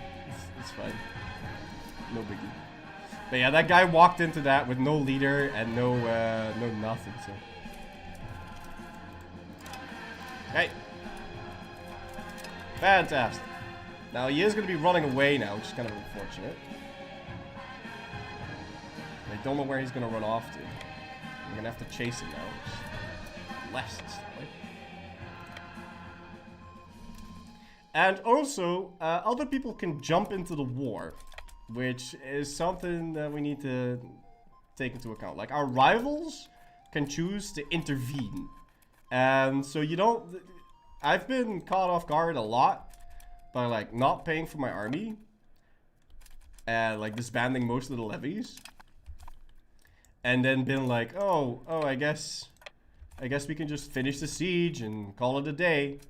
And then someone walks in, stops all the sieges, and stops us. So we're gonna chase this guy. Where is he gonna run? I'm not gonna follow him into the mountain. That would be very stupid. So, okay, you know what? Fine, I'll follow him into the mountain. If you enter the mountains, and it's August right now. If you enter the mountains and you're stuck there during winter, then you can't come back, and you're stuck in a mountain. Okay, you know what? He's never going to be able to... He's walking across the Alps. He's never going to be able to walk back. Well, not until summer, so that's fine. Sounds like a good punishment for going low maintenance. Yeah, it is. And it's also... I mean, we could just assault. But there's not really a need. Nah, there's not really a need to assault. We want to keep building up Florence. I want more silk. So another thing that's really good about building the same building is that it increases the production efficiency if you have a lot of the same one, because you get economics of scale. So the more buildings you have, the better it becomes. So you want to have like specialized cities and build a whole bunch of the same thing. Now Florence is good with silk, so I want to make the silk all the way up into the max building level. Yes? No sub notifications? There should be sub notifications. I mean, I can turn them back on. Time voor de content. Maybe I can move it. Haven Utilitor en Itachi multiplayer voor R5 kleiner dan 3. Have you tried or any thoughts on multiplayer for EU5? I've not tried it. So, no, I don't have any thoughts on that. I've just been trying to figure out the game. 5. Wait, 5. so we have another 5. election? And, 5. okay. 5. 5. 5. 5. So much for the sub notifications. It says our names are for 7 months ago. Different out of the user. So we have a problem here, ladies and gentlemen. Because apparently, we can't elect the same person because we have other families that have more qualitative dudes. And this is why we want all the Medicis to constantly make as many babies as possible, so that we always have a Medici to choose from. Right now, we just have to take the hit, and we're going to take the Republican tradition hit, because I want to... The other scrubs... No. Full Medici, okay? And I want to make sure that all my family members are married. So we're going to go over to people here, and then we're going to have some filters. We're going to do crown. We're going to do not married. We're gonna do adult, and we're gonna do male, and everyone has a wife. How is the new generation coming along?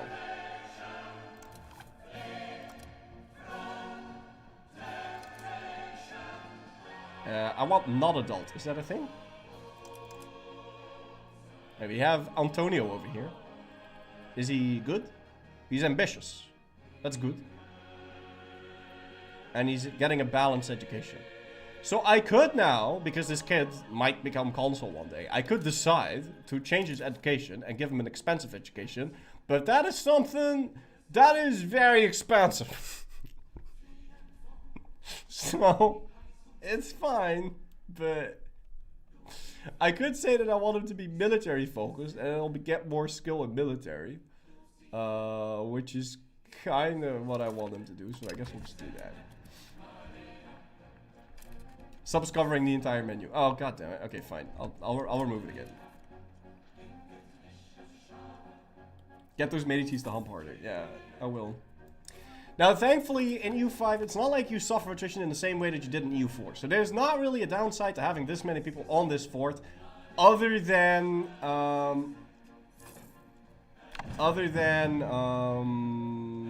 well, I mean, there's not really a downside unless you're fighting countries that have actual attrition modifiers in them. As long as they have food, they'll be fine.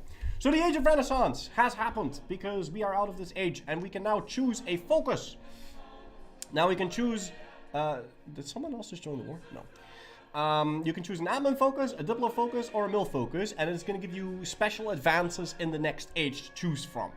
So if we go admin, we get literacy, we get legislative efficiency, which also lowers aggressive expansion, and determines how quickly you can implement new laws. You get expected cost of court, minus 1%. That doesn't sound like a lot, but that is actually huge, because we are paying, it's 10% base. So if you get a -1 modifier, -1%, it's basically 10% discount on this slider, which is a very expensive slider. Then we can get cheaper loans, we can get cheaper mercs, we can get proximity cost, which is really good. We can get church attendance duty, which is very, very nice. We can get Deus Vult, which is going to give us religious war CB, and we can get anti-piracy leagues. Now over here, I think we're going to go admin, but there is something special in this age that is quite unique in that it has 5% more score cost reduction. It's not a lot, but it's a very rare modifier. So, difficult to say. Is military ever worth it? Oh yes, totally. Because military is not just military. Military is also, it has tolerance ideas over here. So that's +1. That's also very, it's quite unique. So that could totally work.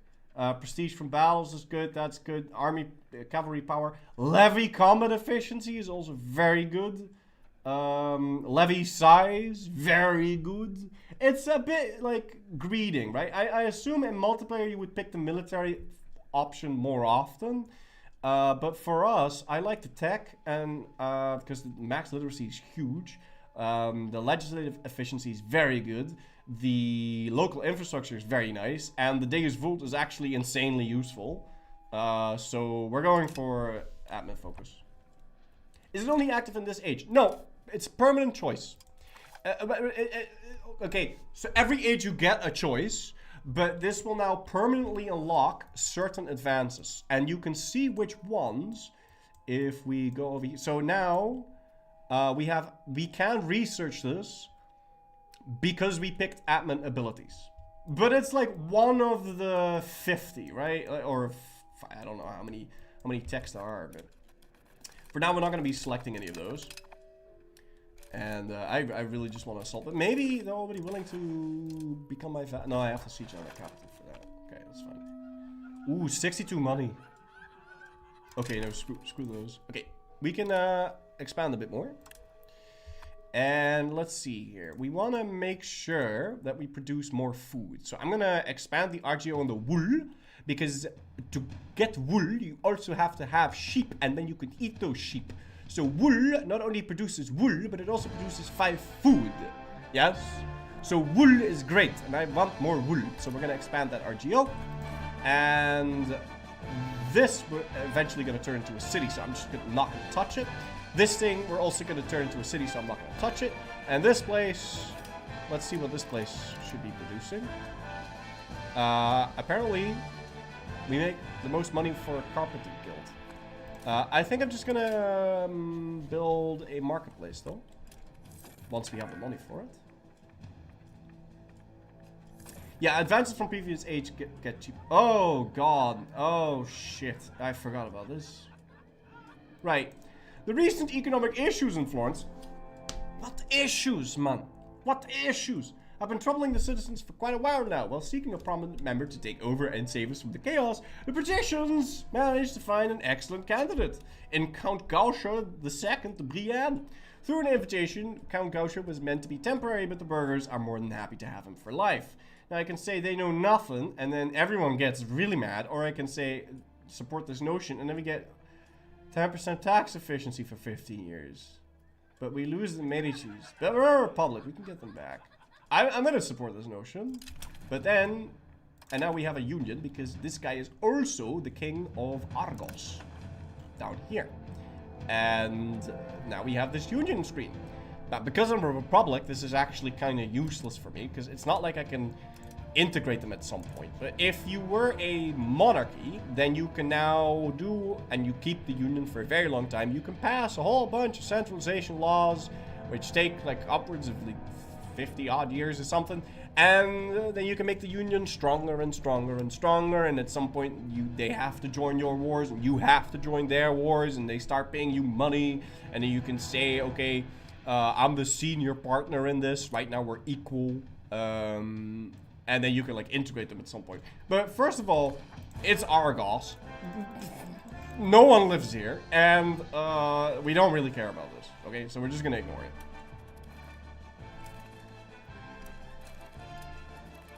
Unions can be very, very useful. Like if you play your cards right and you're Castile and you union France, then and you keep it for a long time, then you can make France join all of your wars all the time.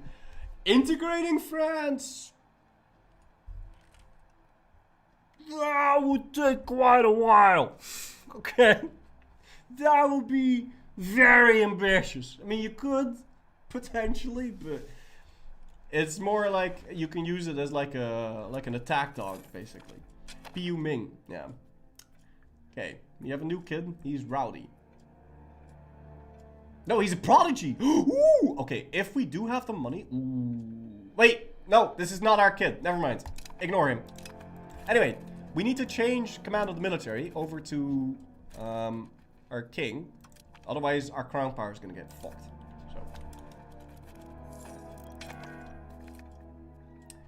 Oh yeah, and now the people get mad because he's a bad boy. I'm gonna take the stab at it. I really want this Republican position to be fixed at some point.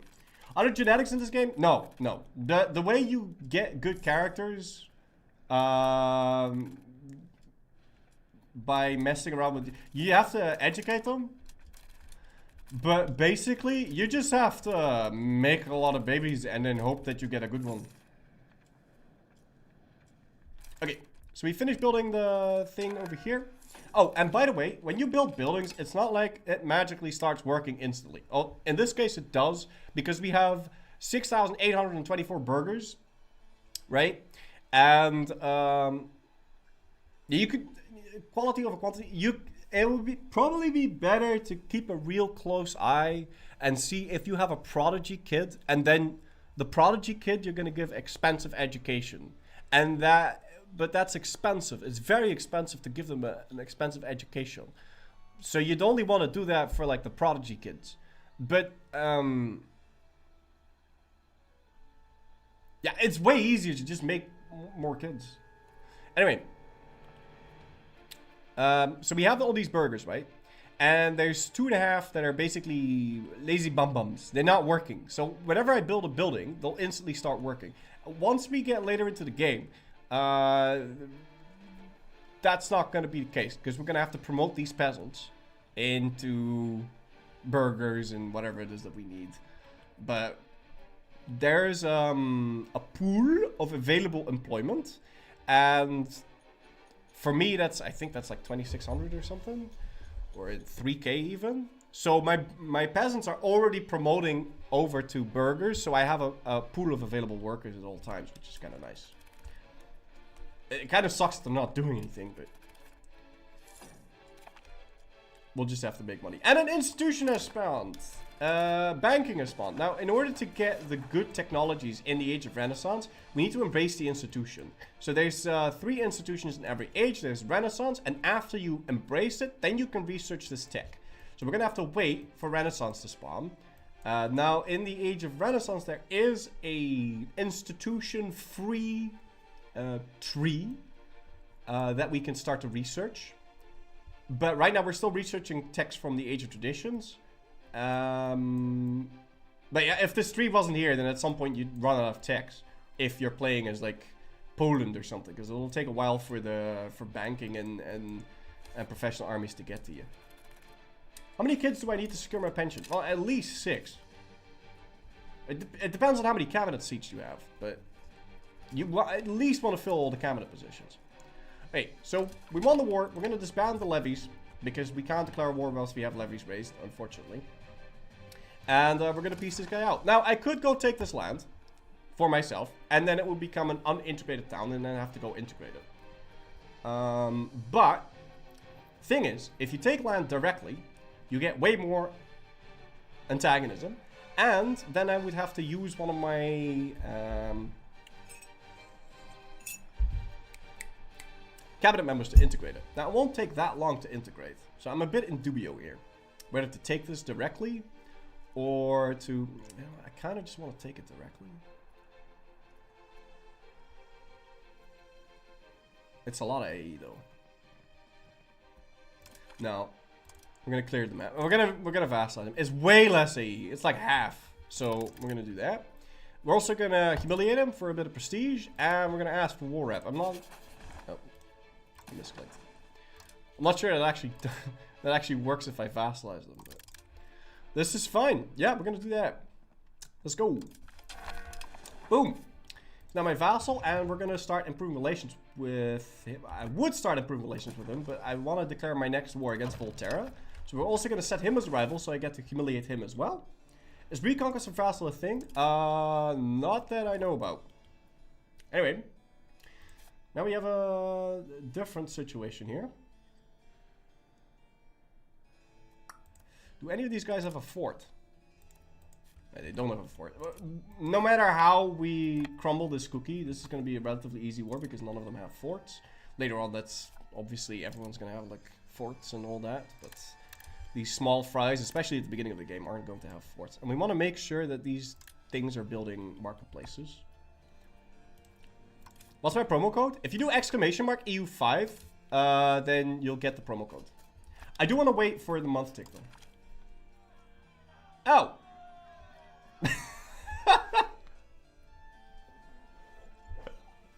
Wait a minute, hold on, wait. I can already lynch him. Well, why? The rule of Council Gaucher de Brienne has turned out to be autocratic yet effective. Nobody can dispute the success of his economic policies, but it must be acknowledged that their implementation has taken many freedoms and privileges away from the burghers, something that cannot stand in a republic. As such, the citizens of Florence have started a conspiracy to get rid of him. And so you can see here, this is the historical option. This is what Florence did, IRL. It's up to you guys, but that's a lot of money, man. Do we lynch him? Eat him? And more centralization. I think this is more optimal.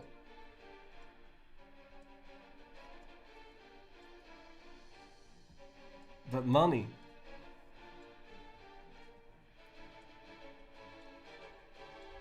You guys are bloodthirsty. We'll kill him. But now we need a new election. Hey, look who's back! The boys are back in town. Wait, hold on. Wait just a minute.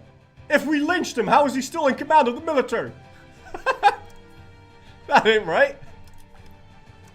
How did that happen?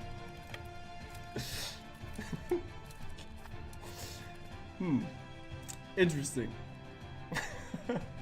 He got better. Dead man on a horse. Maybe he just fled. Let's say that. He fled. Okay.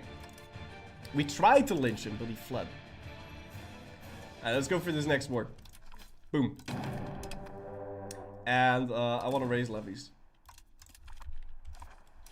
And we're instantly going to walk into Volterra. Now, this time, let's hope we can actually... Wait, no. Go to Cortana instead. And you guys go down here. I think this isn't actually blocking them from hiring the levy. We'll see. We'll see. And hopefully, like, Sienna isn't going to intervene, because I'm pretty sure they might rival. Let's take a look at this map, though. Okay, so... If we stay as part of the Ghibellines, or the Gilfs, then we can still fight Urbino and this guy. But I don't know. I like to Imola. I think we should try that. So I'm not going to switch sides yet. I'm going to wait till I've eaten the other guys. I need more diplomats, though, because we have to fabricate claims and all that.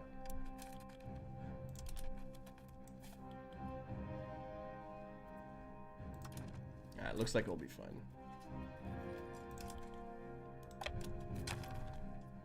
Ooh, okay, this is interesting.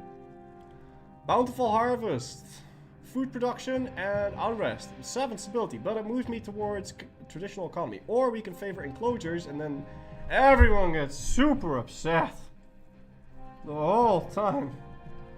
But we got agricultural boom for 15 years. But it's only 2, though. I think we're going to uphold the commons for now. We'll figure out some other way to flip them. Oh, no. Oh, no. Oh. Darn it. I'm getting hit by the flu. That's no good. But the flu is not that bad. Oh, God. The flu is not that bad. 6,000 deaths in a day. God damn. It's just the flu. Can't you guys wash your hands or something? My God. But it's good though. Okay, so you get okay. So you guys think, isn't that your levy? Oh, that might just be my levy actually. Yeah, it's just my levy. Yeah, the flu is not that bad. So you can start the game, and then 1 month in, you can get hit by the measles or something, right? Now. That could be there, and then you might just be like, okay, well, I'm just gonna restart because this was random and I got shafted and I lost like 20,000 pops.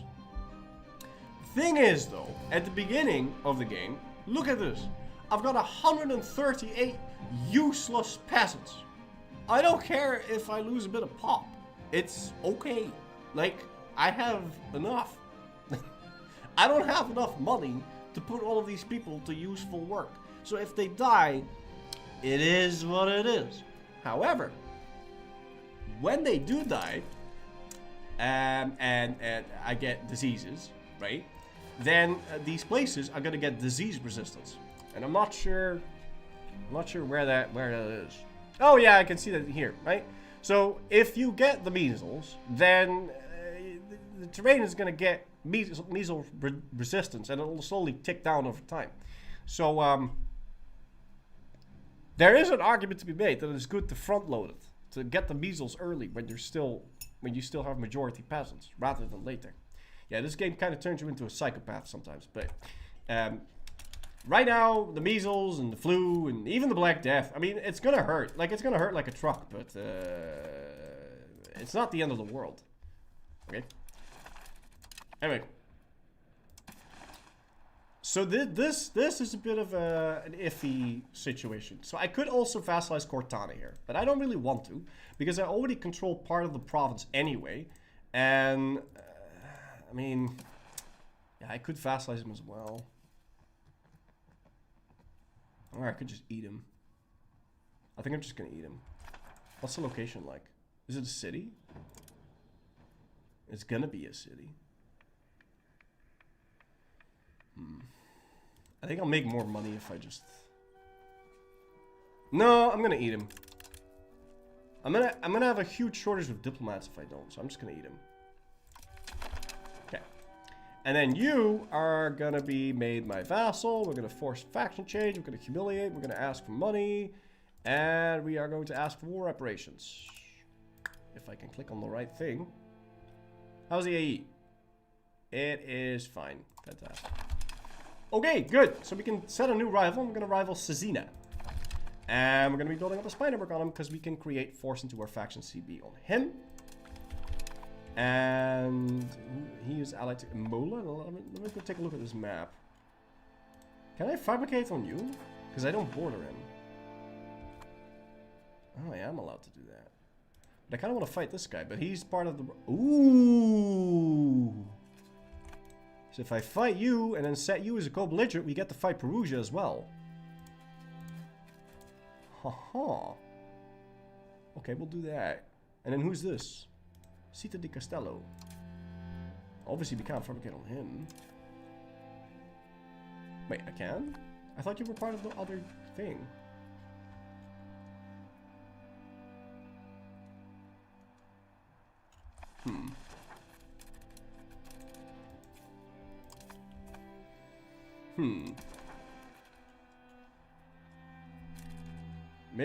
Maybe I'm using that map mode wrong. Yeah, I don't know.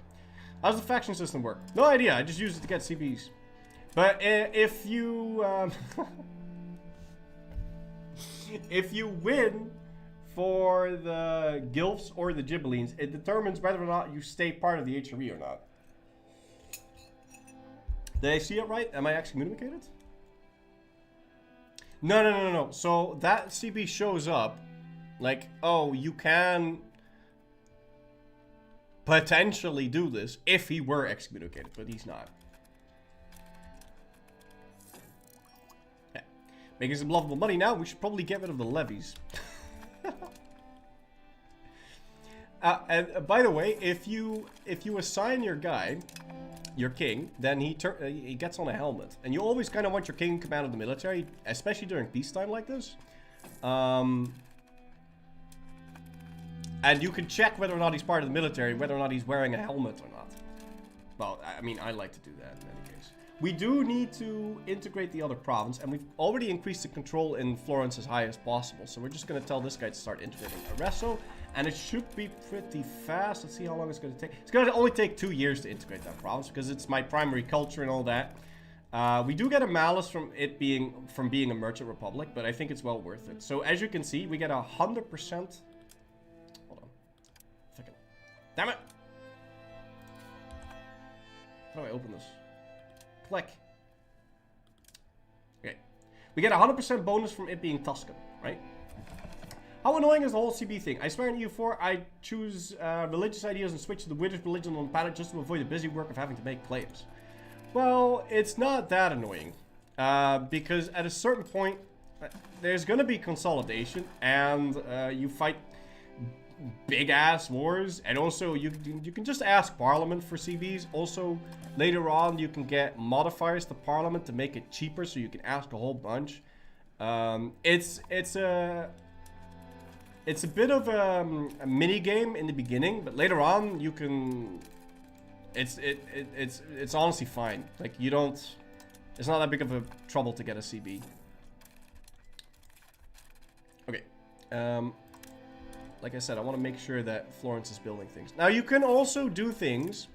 So if I was a very powerful nation and I had a huge control of my market, then I could be doing things like, oh, I'm going to build a ginormous amount of masons, and that's going to drop the price of masonry in my market, and then it's going to become cheaper to build the other buildings. But we're tiny. Like we are, well, we're not tiny, but we're a speck in the grand scheme of things.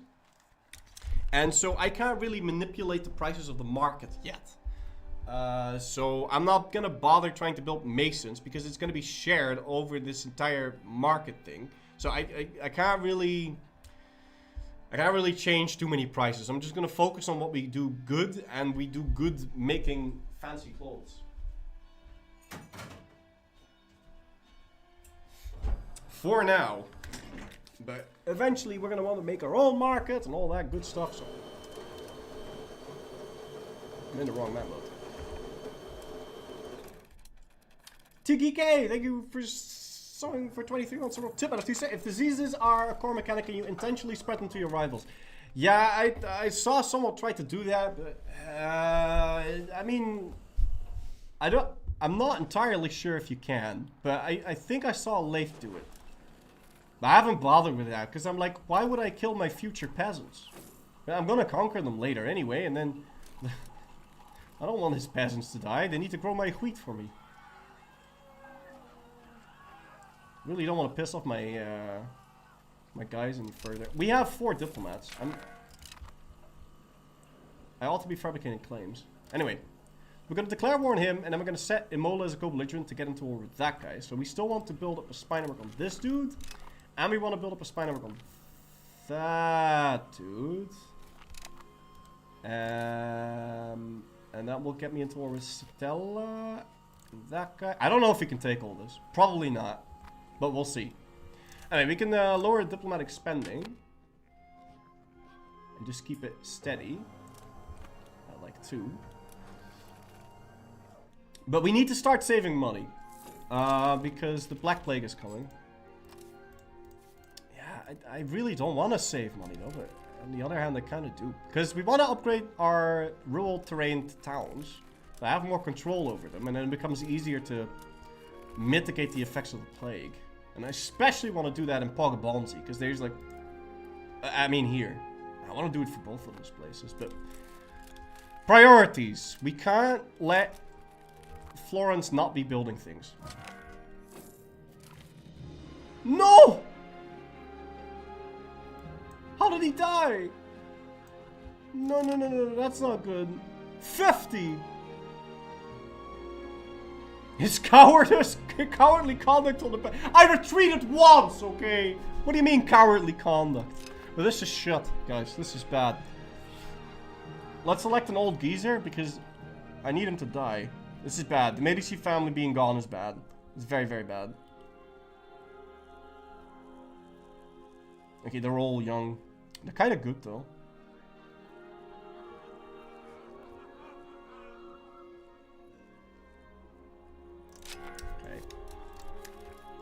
Fine. I'll make sure to at least assign him to the military so my crown power doesn't get scuffed.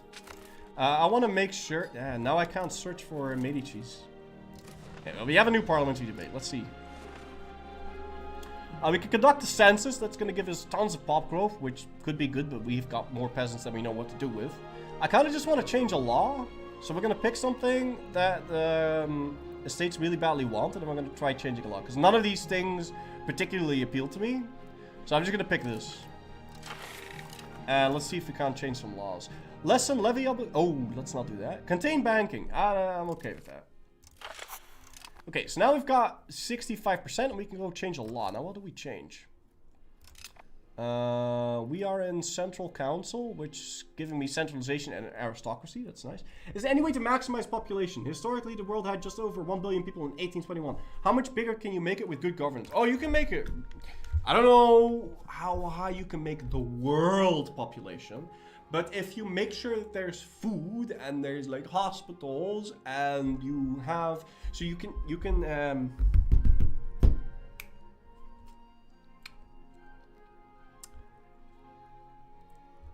build granaries. Build granaries. You make sure that there's enough food and that there's prosperity. And that everything is nice, and you don't fight death wars and all that stuff. You can totally make your population really big or really small, depending on how you're playing.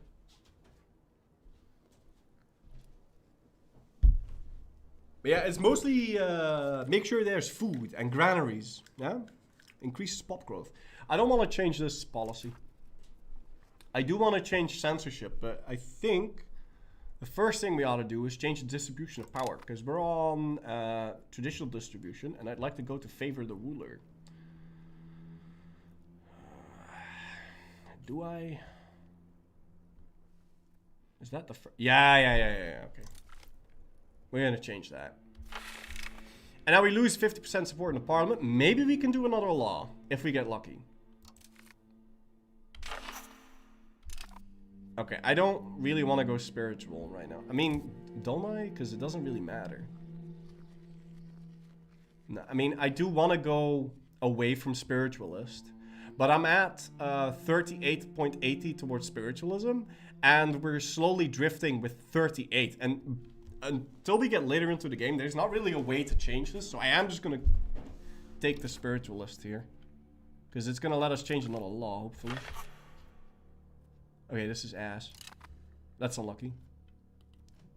I have to grant expansion. You know what? I do want to give them that. So it's fine. Okay, let's see if we can change another law. We have civil society or martial society. Civil society is going to give me higher maximum tax for the peasants, which you kind of need because we're Florence. So I don't really want to lose that. Honestly, just a censorship, but I'm looking, maybe there's something else. Foundation of the Republic.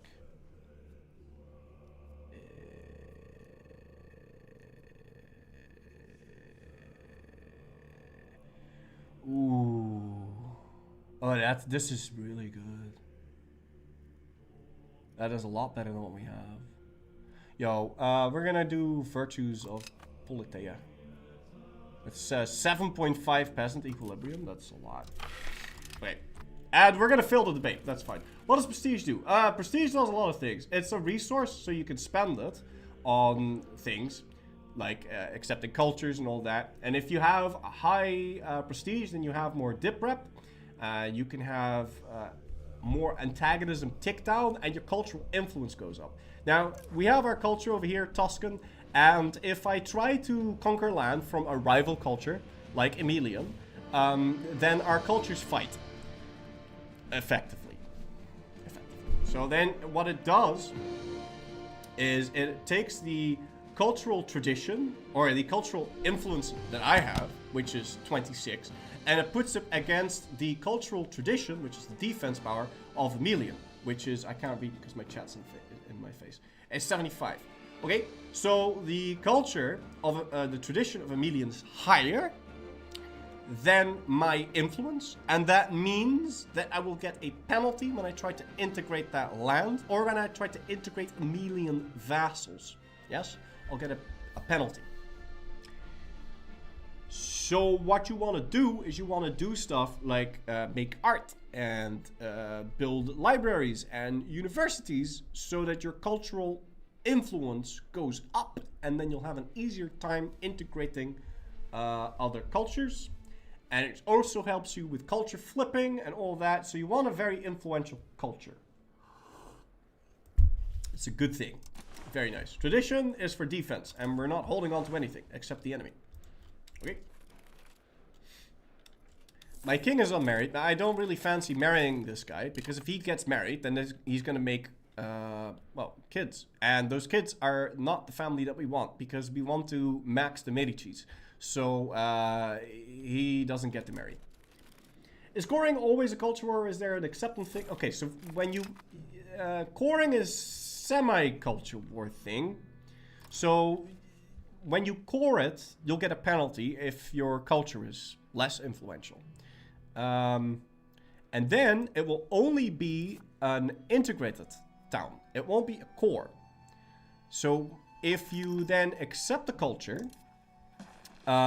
then it will turn into a core, and then you can build manpower out of those. You can't build manpower out of non-accepted culture people. Okay? So if I, like, annexed all of Castile, then I wouldn't be able to accept Castilian. Well, I mean, I would, but it would make me go way over the accepted culture cap. But if before doing that, I made the Castilians like the Tuscans a lot, using the ask to improve opinion thing, and then I would totally be able to get them to accept me. Okay? And it wouldn't take up all my gov cap. We're gonna have rebels soon, and I really don't want that. I'm gonna try avoiding this somehow.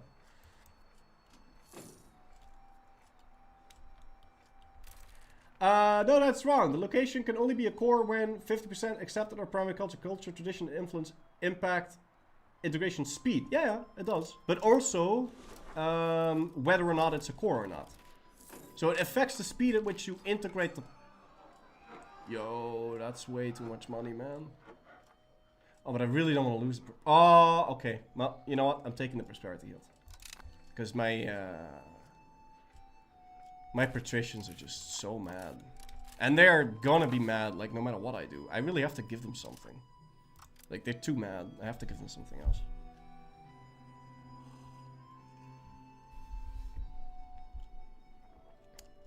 Let's see.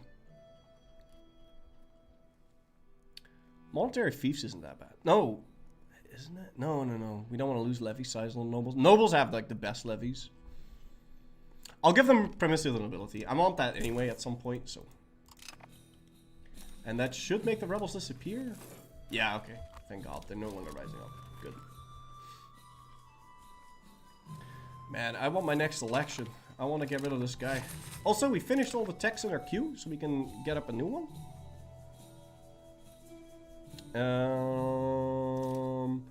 We're not going to be getting any more techs in the Age of Traditions. Like, I'm kind of done here. There's a couple things that would be kind of nice. Like this, but that's because we're Catholic, and eventually I'm going to switch that. I don't need Diplo capacity for right now, so we're going for Scholarly Treatises, and then I want something. Peasant levies. Yes, not only do we get peasant levies, which is going to upgrade our levies to a new type, the type from H2, but also we get the unique levy, Florentine Citizen Militia, which is better. It has more initiative, I'm pretty sure. Strength damage, it takes less strength damage, there you go. So we want those, but we have some ads, so I'm going to get myself some food. Do all the techs cost less than newer techs?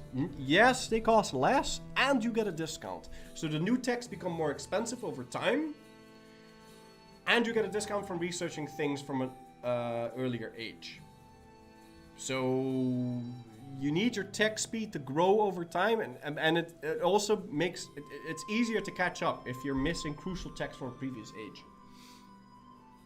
Answering during ads. I mean, what do you mean? Can you check Discord message real quickly whilst ads? Okay, again. Oh no!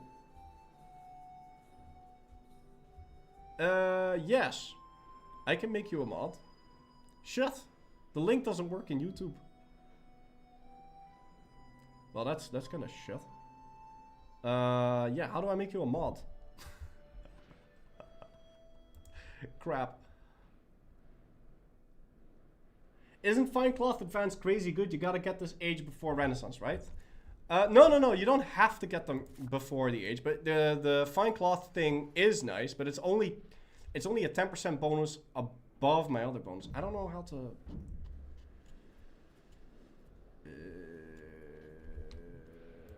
fuck.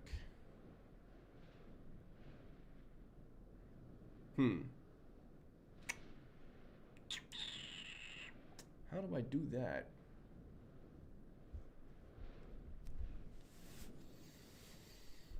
How do I do that? Check my channel. Live. How do I mod people? /mod crucify. Does that work? How does that work? How does that not work? Oh, toevoegen mod. Ah, there you go. Yes. Yes. Okay, Crucify, you are now my mod. You are now the only mod. You have 100% crown power in my chat. Pro streamer. I've never streamed on YouTube before, man. Like, I don't know how that works. It's the first time I went live on YouTube. I don't know how that... But it should have worked. Times of mod abuse. There you go. You are a mod. You can do whatever you want now. Yeah, I had no idea how to YouTube stream. I had issues this morning. I can tell you that. Remember how I said we didn't need the Diplo cap? Well, we're over the cap and we're about to get a whole bunch more vassals. So we are actually going to want that tech. So I'm going to cancel this queue. And we're going to research the extra Diplo capacity because I'm going to need it. I could also spend more money on Diplo spending. But I see that as a bit of a waste. I don't really want to do that. Okay, but we'll do it for now. But I'm gonna have to remember to turn that off later. Okay, and we might want to... shoot, it's up, going up again. Huh.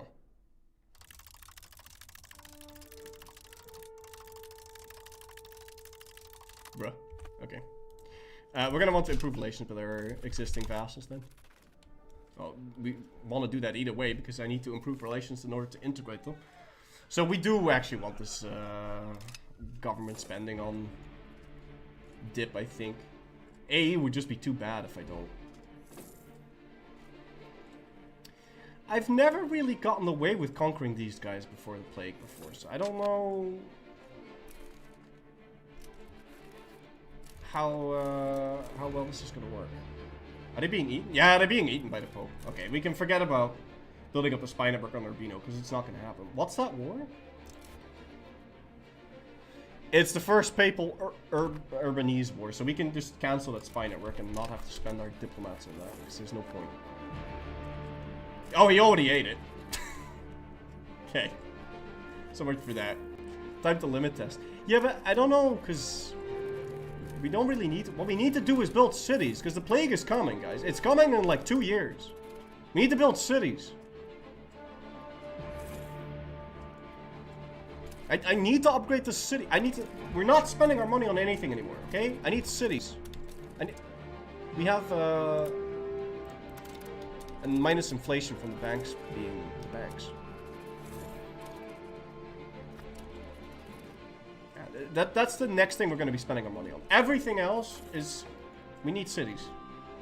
Which is kind of counterintuitive, because you're thinking, okay, so cities should be places that are like bad against the plague, but no. If you play your cards right, cities are really good against the plague. You have really good plague resistance. Ooh, we can buy a city!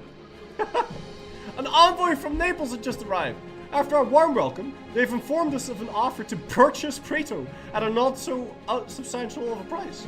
To receive a prospering neighboring republic at a small price tag is an excellent opportunity to expand our influence. Sure, let's buy it. Very nice. Does it become a core? Yeah, it'll become a core.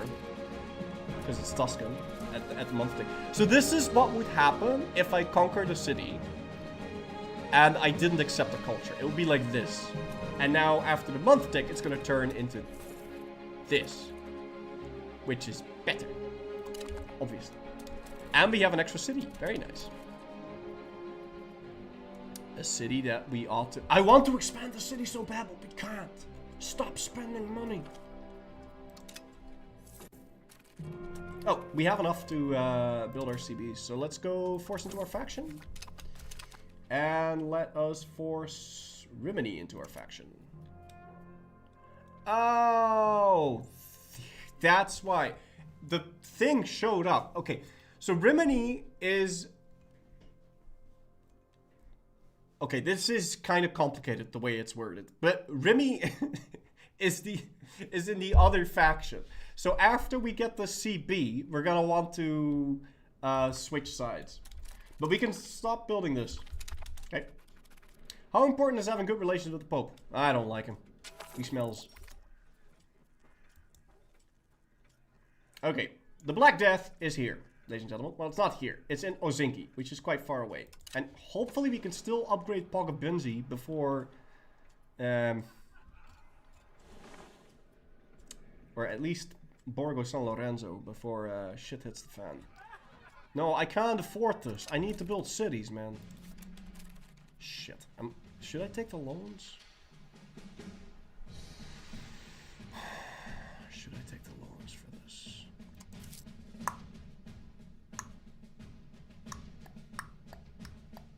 I think I should take the loans.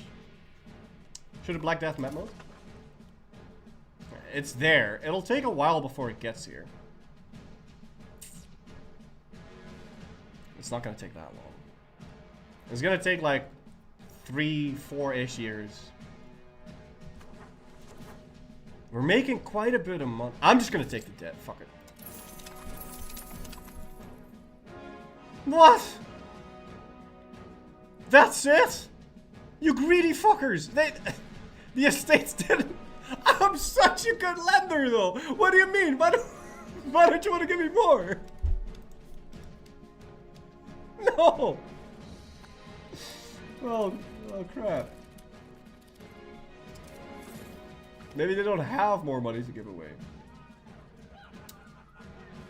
Shoot. And we don't have a Medici to give away. I need to make sure the Medicis keep making babies. And we switch the leader again. How are my Medicis doing? I want them to come back. Can I sort by Medici? Okay, yeah. Okay, yeah, Medici and then male, adult. Okay, when is the next kid coming of age? 7, 6? Oh, look at this generation!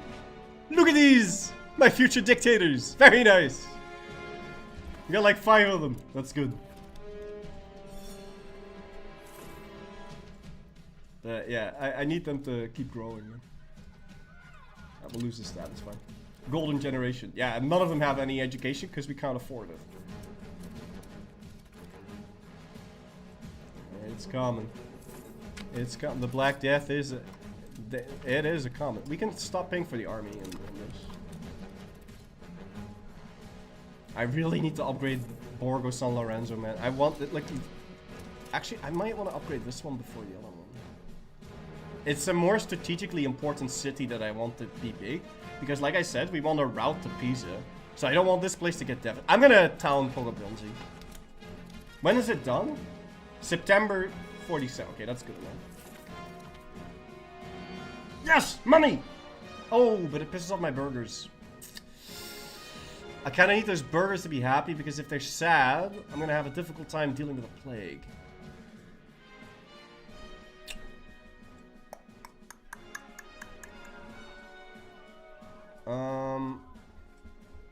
Wait, I don't get this money. The clergy get the fuck that. It's not for me, it's for my clergy. I need to learn how to read.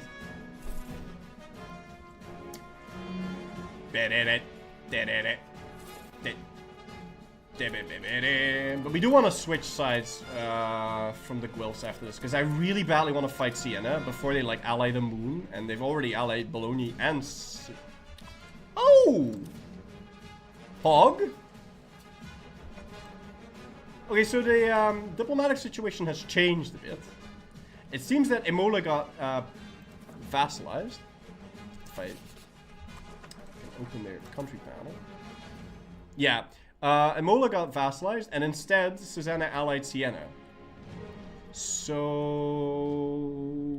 we can probably maybe take out Siena as a non-co-belligerent. It'll be expensive, but I'm gonna do it anyway. And I think I'm just gonna take this for myself because we have, if we can, AE-wise. Do the estates build stuff on their own? Yes, but it takes them a while to do that. Okay. Let's go do a couple of new technologies. I don't want to queue up like 1,000,000 techs because there is we're gonna get these 5 and then we'll see. I want to get Renaissance embraced as soon as possible. Seems there's a war. Is Siena building a fort? No, Siena has a fort. So Siena is going to be a problem. Yeah.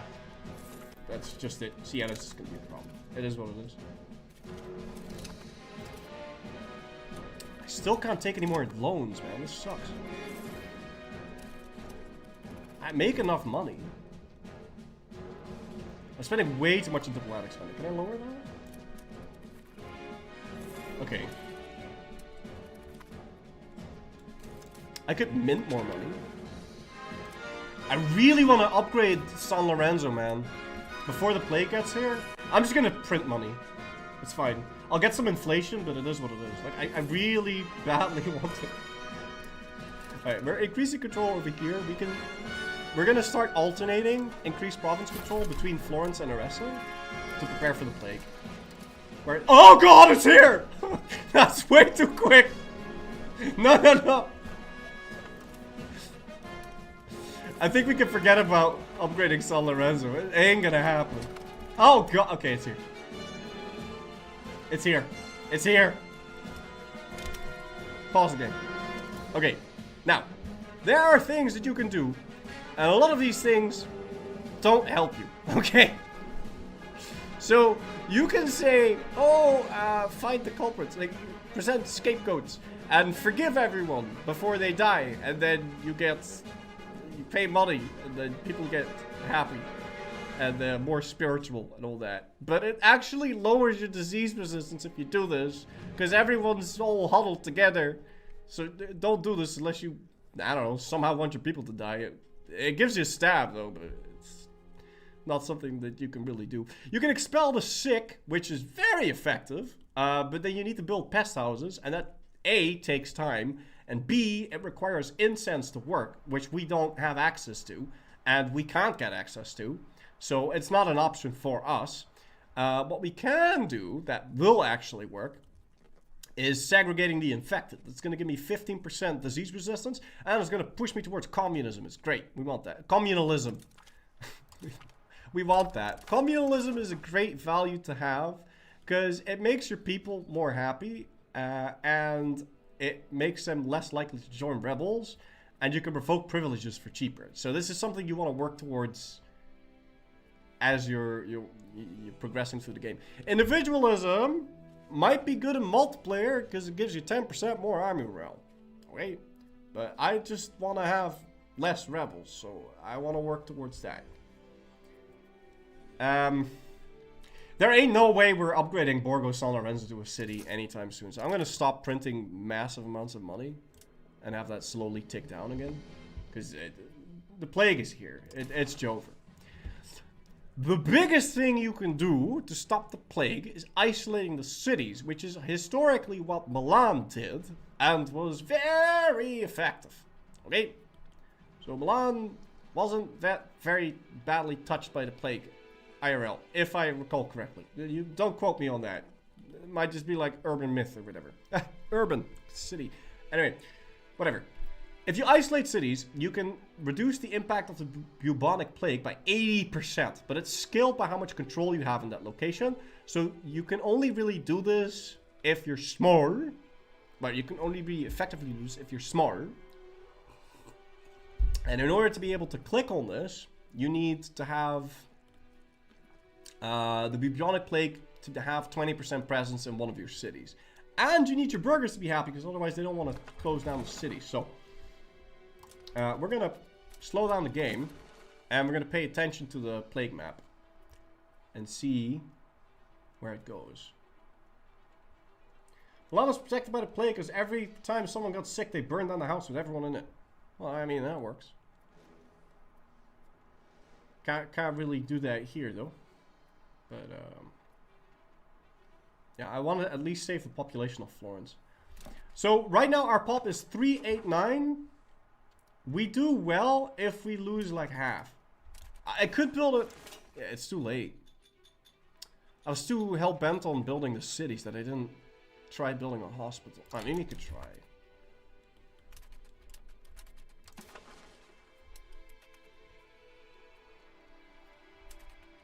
592 people died. Anyway, if we can make sure that we keep 250k people, I think we did a decent job. Okay. We have enough urban locations, or enough spread of the plague to get to isolate the cities. So now we need to give a privilege over to the burghers, or we have to give them money. But I still wanted to give them a privilege because I want to give them road rights. Is there anything else I want to give them? Yeah, there's more stuff I want to give them. Where's the taxes thing? Not that one. I already gave the other one away. Also, this stuff is good. Like, we want to give this away. This is usually when I give most of the privileges over to the burghers, because, you know, they're gonna be mad, or you need them to be happy at this point. And yeah. Other than the road rights, I don't want to give them anything else. It's fine. Anyway, we can isolate the cities. Okay. So let's see. Let's see how many people die. Also, now we can start to pay off the debt, because it's not like... I mean, we could try and build another hospital in Arezzo, I guess. I don't even know if I have enough books to work that, but whatever. It's fine now.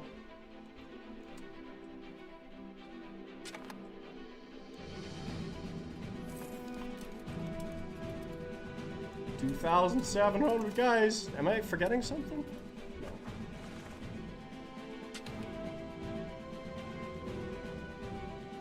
No. This is not to say I'm not going to fight that war, by the way. I am just going to fight that war. Like, totally. Ain't no way I'm not fighting that war.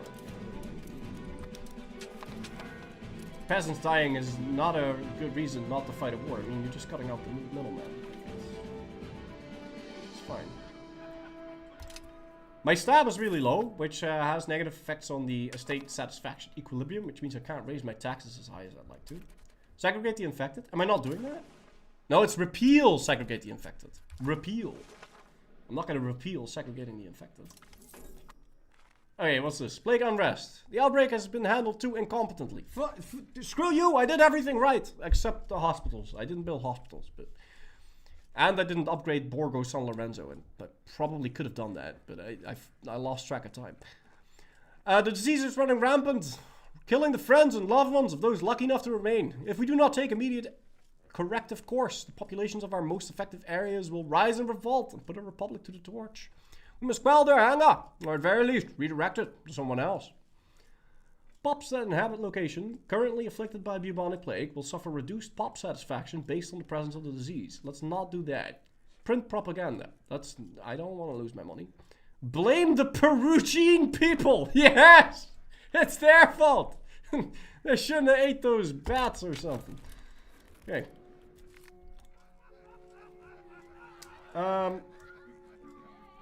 What's this? Our patricians gain satisfaction. My patricians are upset, so yeah, please.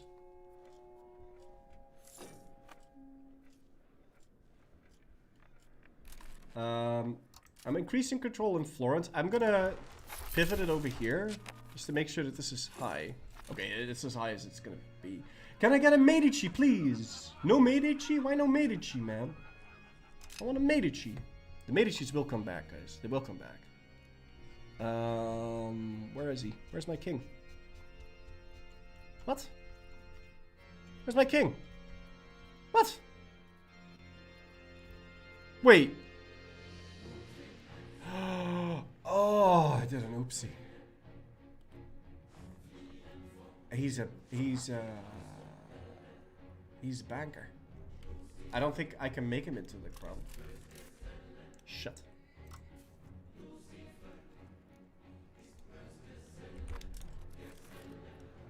Unless he changes now, but he's yeah, he's lowborn. Oh no.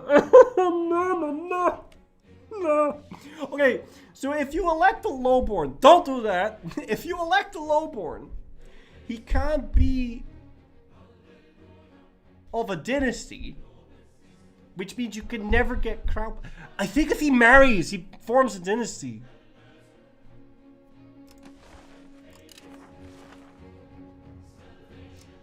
I hope. Because the kids have to be something. Form a dynasty? No. Adapt to local culture. Become a dynasty. Bank a party. Come on, flip Tuscan. I don't know, do anything. Make a dynasty, man. Get a kid. I don't know, dude. Shit. I shouldn't have done that. Maybe he dies with the plague. Maybe he dies with the plague. That'd be nice. Come on, just die to the plague. Okay, we're gonna switch this back. It's not that bad. We're doing quite well. So far.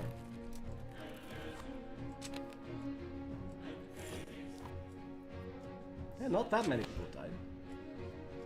And somehow Borgo San Lorenzo got kind of spared from all this nonsense. So it's good. Alright, I need to take a leak. Only 50 guys died. Yeah, no, it's not over yet. And we can get a second win too. Which, that's really bad. So I've had runs where the plague enters my land. And then I'm like, okay, plague entered. Great, fantastic. And then it leaves, as is the case right now. And then you reopen the cities and you stop segregating the infected. And what happens there is that you stop segregating the infected. That lowers your disease resistance. Disease resistance in Florence is now, where do I see this? Where do I see this? I want my disease resistance. Hello? My local disease resistance. My disease resistance in Florence is, I got really lucky here. I don't know. This is not normal. Okay, I got really lucky. But anyway, disease resistance is 100%. A part of that is because the people have immunity. And the other part of that is because I've segregated the infected and I'm doing all those things. If I now stop segregating the infected, my disease resistance will go down and then I can get a second win of the fucking plague. And then it's terrible. So you don't go lax on the modifiers until it's gone. Like, gone. Because then you can get hit twice. And if you get hit twice, you can lose like more. Oh god. Okay. So Borgo San Lorenzo only has 47% disease resistance. So it could definitely get hit a second time. And that would be very bad. Because I want this place to be... I should have just taken the loans. But I can't. I don't know. There's no way I make it into a town before he gets hit. I need to take a leak.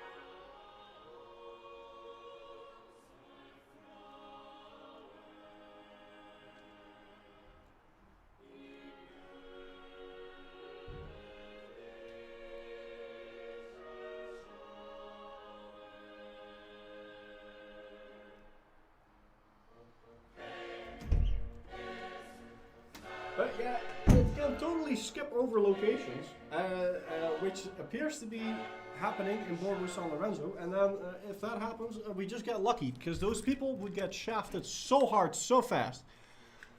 Like, rural terrain gets demolished, man, because they don't have, you can't build hospitals there or anything like that. So it gets nothingified. Yeah, okay. You know what? We'll try. We'll try building a city there. But, I mean, I still wanted to declare this war. Priorities. I think declaring a war would be bad.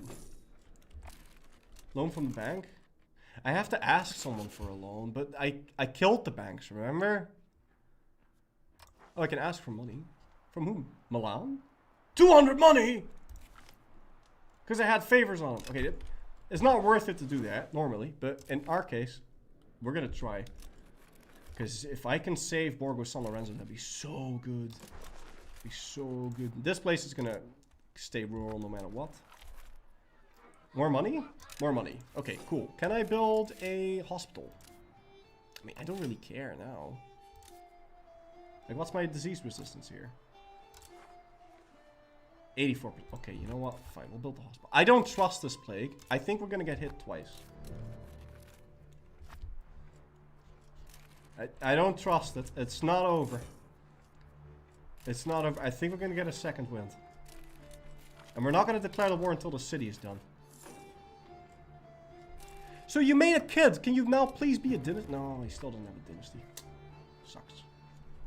Shouldn't have elected a lowborn peasant scum, man. That's terrible. Never do that. Mr. President, a second plague has hit the tower.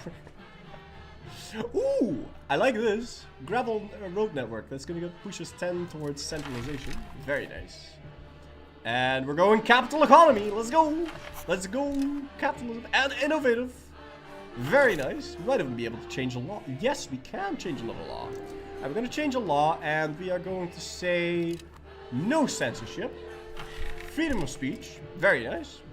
It's not really the same thing, but whatever. And we are going to contain banking, so it actually passes the debate. Very nice. Someone said there's a noble button. Yeah, but I can't do that because I don't have the noble elite government reform,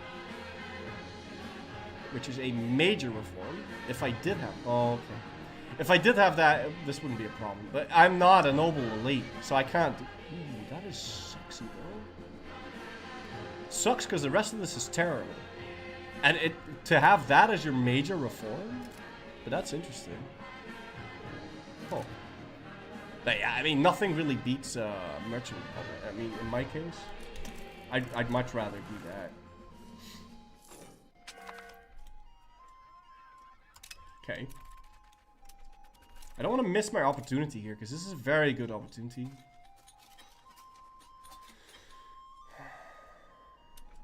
Yeah, we only lost 80k. That's nothing, man. I still don't trust this plague. Is it actually gone? We might actually get really lucky. It just like, it sneaked past us, man. That is good news. Oh! France took a tumble down the cliff. They appear to be having a little bit of a civil war going on. So, what this means, before you think France is gone here, it's not gone. The nobles will probably win here, looking at this. Yeah, the nobles are probably going to win this. But then they just become France, right? Nothing really changes except, like, leadership. What's the stuff inside Aragon? Aragonese Union... Aragonese Union rebels? What's that? What the hell? Yeah, a lot of people are having rebellions because plague is to be expected. I'm getting the best RNG here. What is this? This is nuts. Can you show the buttons you have to form Tuscany, Italy? Sure, but I don't think I want to form Tuscany for a while. But here, I need to have 18 locations in the highlighted area, and then I can form Tuscany. If I have 224 locations in Italy and Milan and Naples, then I can form Italy. And forming Tuscany is going to give me access to new advances in H4. Portofranco, which is going to give me some trade efficiency. This, which is going to give me literacy. That gives me an extra possible government reform. Very powerful. More life expectancy and some crown power. And then when I form Italy, you get this is really good. There are certain bonuses that if you see them, you're like, I really want to get that. Some things like what did this say? Hold on. Portofranco is like, oh yeah, trade efficiency. Okay, it's okay, right? But if you see possible government reforms, that's a very big one. And max literacy is basically 5% research speed increase. That's how you and production efficiency increase and development growth and a whole bunch. There's a whole bunch of really good stuff associated with max literacy, and it applies to every part of the country. So it's like that's like really good, and so is proximity cost. It's nice. What if you were Castile Dow France? Do they have to fight the nobles too? No. But you can fight them, yeah. No, you don't have to, you don't have to fight the nobles too. What I like to do is I like to wait though for if I see the other guy is winning. You can intervene in the civil war and let the nobles win, but or help France. But what I like to do is wait for the rebellion to win and then fight the new country, because they're not going to have allies.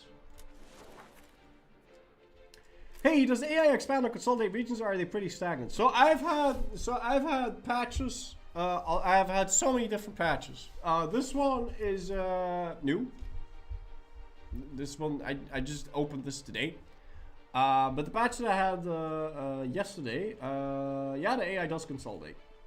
In the patch I had yesterday, it was good, and it seems, and like this is not gonna. I saw a whole bunch of people be like, oh no, because they saw the time lapse video, and I think that was the most passive I've seen the AI in like 6 months. So yeah, but no, I can show you a save later from yesterday. To see what it looks like. Okay, so Byzantium starts with like a whole bunch of debt and all that, right? So what I do is I intentionally get into a civil war, and then I lose to the rebels, and then it clears your debt, and it clears a bunch of stuff. It doesn't clear all of the negative modifiers, but it definitely clears you of a whole bunch of shit, which is kind of exploity. But I mean, it works. Okay, so if the plague does come back, we will at least have citified the cities, and we have... That's bullshit. This is bullshit. I got lucky on the Black Death and now the smallpox comes? Are you kidding? This is bullshit, man. Bullshit here. What? No. Oh, that's gonna suck. I'm gonna lose more. I disagree. Raise the levy. We're going to war before all my people are dead and I can't raise them anymore. Alright, hold on. If I send you as a co-belligerent, it brings in Bologna. I don't want that. So we're gonna deck this. Siena doesn't want to join because they're in debt.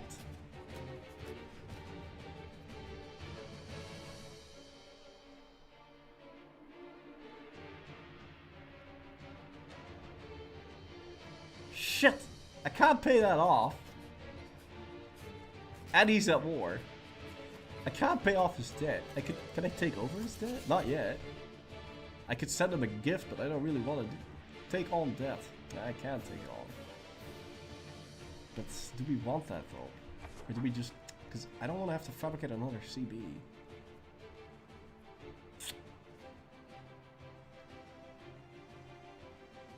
Even if I pay off the debt, would they join? How many reasons is this? Negative 25. It wouldn't be enough.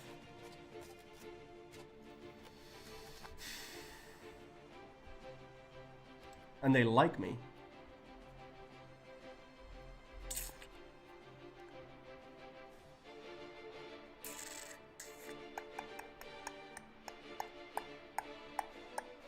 I'm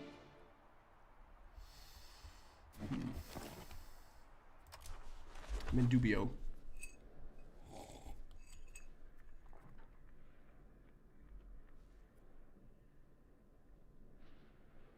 It's fine. The Siena War is going to be kind of complicated because they have more troops and then we have to fight. You know what? We'll just go for this. It's fine.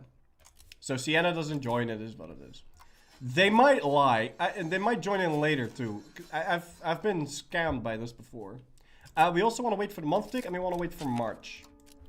Let's pay for the army, pay for this, and get ready.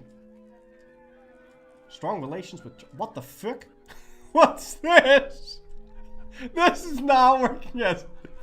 This is not... This this is a little bug here, I think.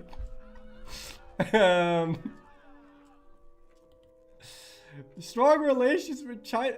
Monthly progress to synthesized.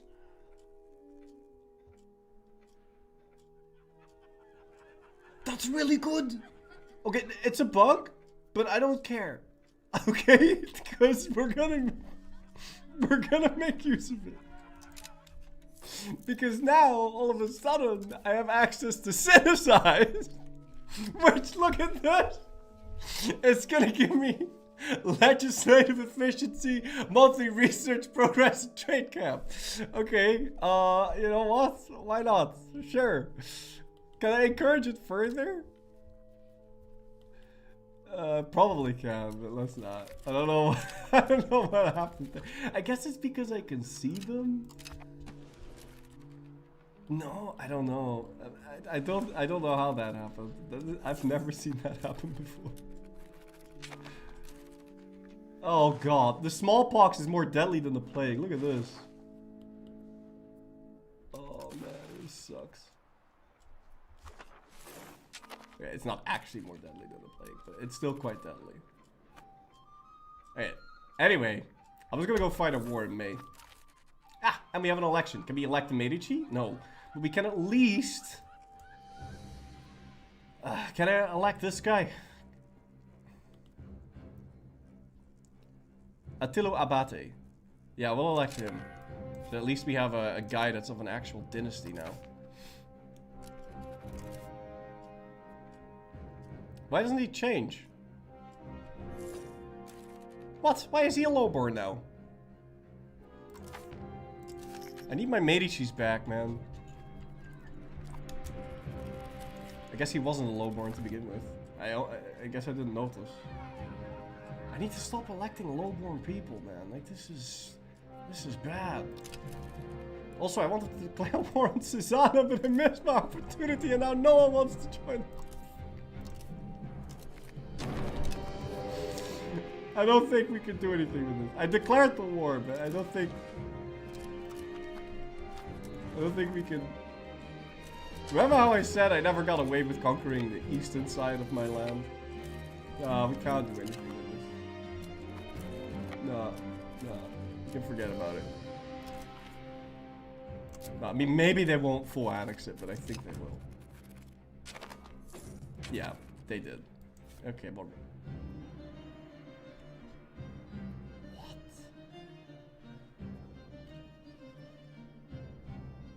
What did you do?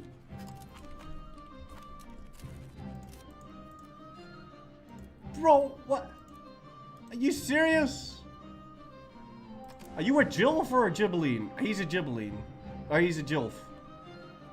Yeah, we're gonna switch sides. I'm sick of this. Yeah, I'm gonna leave.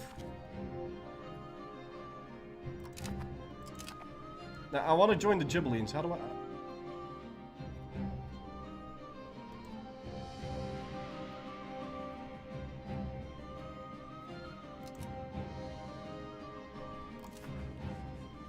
Okay. Oh, I'm using the wrong map mode. I'm supposed to be using this one. Alright, and I want to join the Pope. No, not the Pope. I want to join Milan.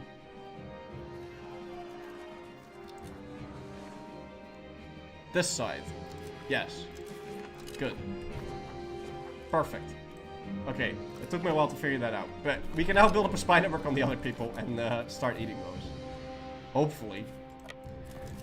But yeah, we're gonna have to wait for that so we can stop paying for all this stuff. Maybe we can now pay off the debt and start upgrading our nation. As we should. And I also want to build some books. Temples. Temples are great because they add max control. And these are new cities, so I am going to need to upgrade these. I would also like to start building some farming villages in Mangona. Because Mangona is feeding my entire country right now, so... Like, you integrate the vassals. After 10 years, which is... when? Next year, we can integrate Pisa.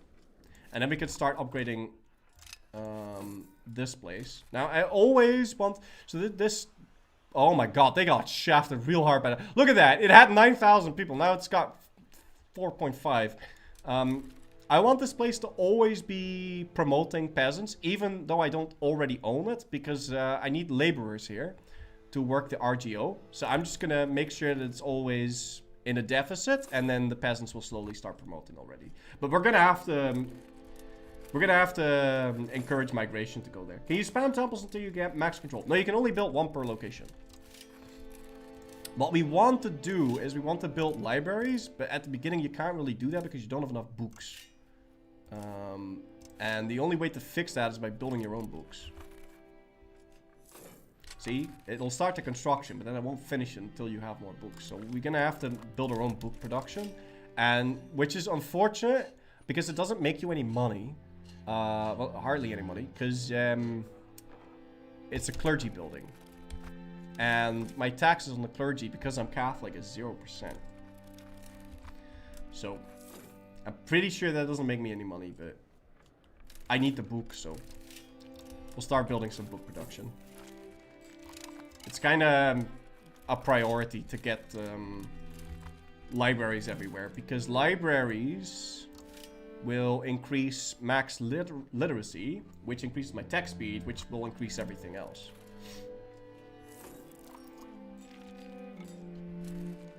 Wait, so let me go take a look at the Ghibelline faction. So this is the Ghibelline faction. We want to also build up a spy network on Ferrera, because that can't stand. Like, they ate everything. Like, that... No. But I don't have a diplomat, and we're not making enough diplomats to... I have to spend more diplo spending. So as soon as we can fabricate a claim on Siena, we need to start building up a spy network on Ferrara. I'm not having any of that. But I want my Medicis back, man. Where is my Medicis?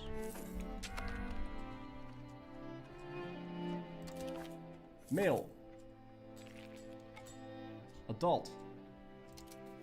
Ah! Speak of the devil. Very nice. Okay, I'm gonna hold that event. Unmarried. Oh, no one. Okay. How old are you? 3 years? 4 years? 5 years? 4 years? 5 years. Well, let's just hope they're good then. And, yeah, no, I'll take the money. Thank you. It's possible to switch to Jewish religion when you need like 40% to switch. Is there any other way? Yeah, you can, you can, there's a, okay. So there is a setting in at the game start where you can choose to allow any religion switching, and you can literally just switch to any religion in the game, so you can play as Shinto France, but you have to change into that setting, and you can just day one switch to Shinto. But it's a setting, and it breaks Iron Man. But you can switch to anything. It's great if you want to like experiment. Like, oh, what if I somehow go Shinto as France? What's that gonna play like? It's broken. But yeah, it's a setting you can choose. Okay. I want to keep expanding my trade cap because we make a lot of money from trade, and I also want to keep building these books. We might want to focus on building a road to Mangona. I mean, this place doesn't... I don't need this place for the money. I need this place to make me food. Can read the pop-up for the tech unlocked since it's new. Yeah, sure. I can read the pop-up for the tech unlocked. Sure. Alright, let's get a CB. I don't have a diplomat. Damn it.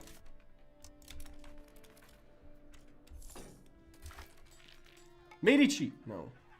Okay, but seriously though, let me pick someone that has a dynasty. Are you a lowborn? Why is everyone lowborn?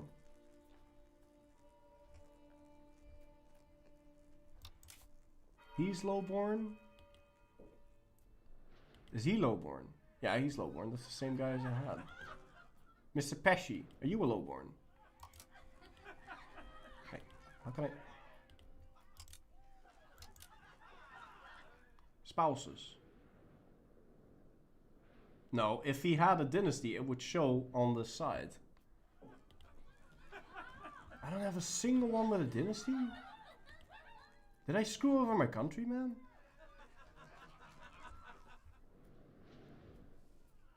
I think I messed up my country.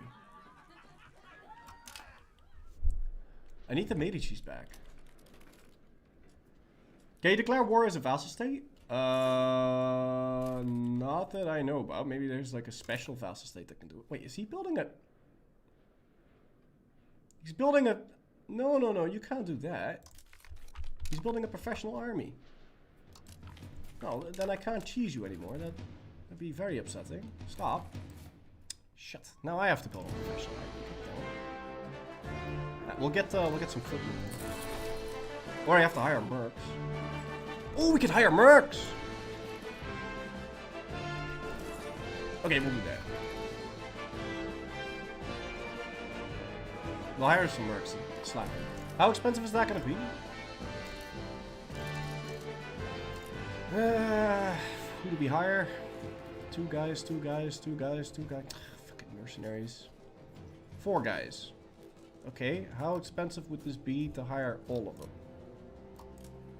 326 money. Well, that will slap him silly, so we are gonna save up that money before declaring the actual war.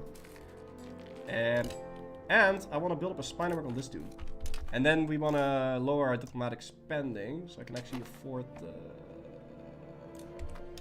mercs. You change the foundations of the Republic? That's probably why all of their are lowborn. No, because look, these are still the Medici's.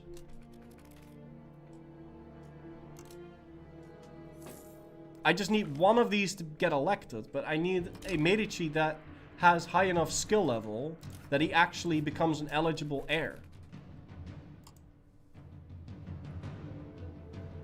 And none of these, none of my actual heirs are good enough. None of my characters are good enough, so I need one of these kids that become smart. But I did have that prodigy kid, so hopefully that's gonna work out. Can you be elected if you're in the cabinet? Yeah, sure. Totally. All the time. It's totally a thing that happens. Don't know if I want to spend all this time not expanding, but I really do want to have the extra troops, I think, if I'm gonna fight Siena.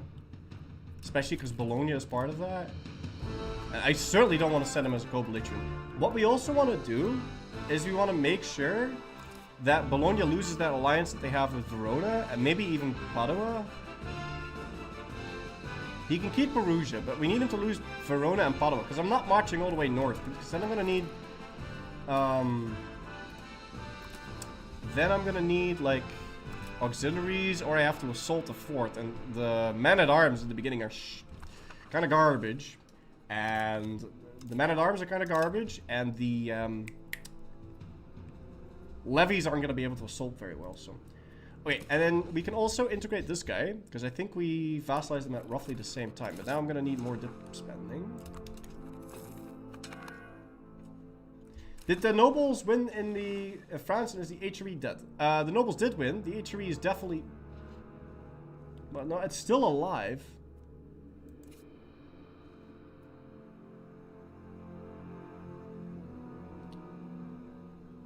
It's still alive. It says Peasant Empire. That might change at some point. Oh, there you go. Okay, so the peasants won in Byzantium, but definitely the nobles won. But they're still France. Like, they just become France when that happens. You can see, because they don't have a capet. I'm pretty sure.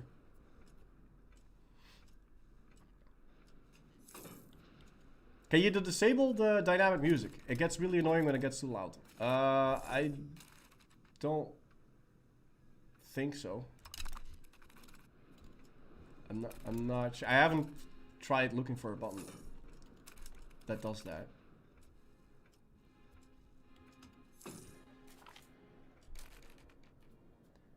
Am I really gonna need to elect this guy? Wait, hold on. I do have a family. Can I? Yeah, but none of those are crown characters. Can I get... Do I have a single crown character?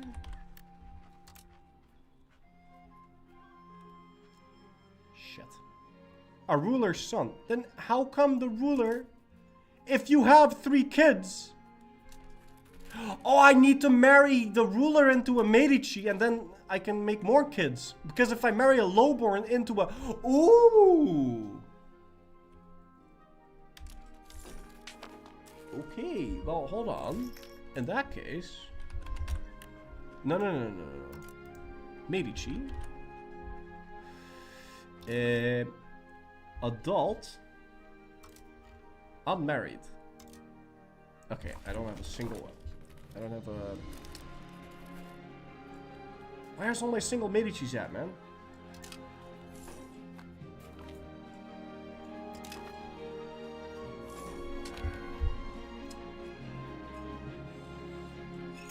It's fine. It's fine. At some point, we'll get a genius Medici and we'll come back. But it sucks because my crown power should be way higher than it currently is. Medici? Savelli. Yeah, he's not gonna... Oh! He has a dynasty! He has a dynasty! He has a dynasty! He has a dynasty. Okay, cool. Papali? He also has a dynasty. Okay, we're back in business, guys. Yeah, we're back in business. What about you? You suck. We're gonna elect Mr. Papaldi over here. Yes! Instantly! Command the military. Let's go! Very nice. And now... My crown power is gonna... Like, it's 25.37. And look how fast it's gonna go up now. Look at that. Ooh, very nice. Okay, we need new tech. And we still can't embrace any institutions. So we are going to go down here.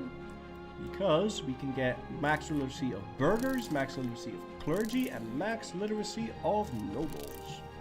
And some diplomatic annexation cost reduction, I guess. Now, I want to see how quickly I'm integrating this guy. Tuscan as the dominant culture is plus 100. That means I'm integrating Pisa with a speed of 2 each month. Now, I can integrate the second guy at the same time, but that's going to give me a 50% penalty. However... 50% means I'm now going to integrate him by 1.5, which means I'm integrating 3 every month now.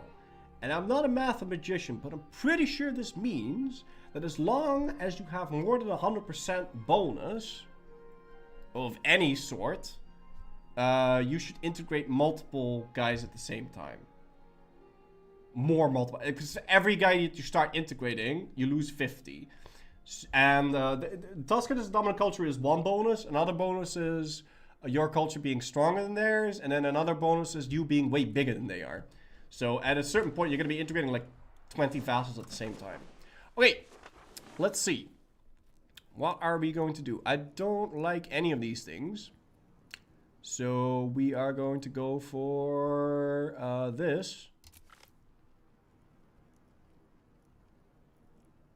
Don't I like balls to the government?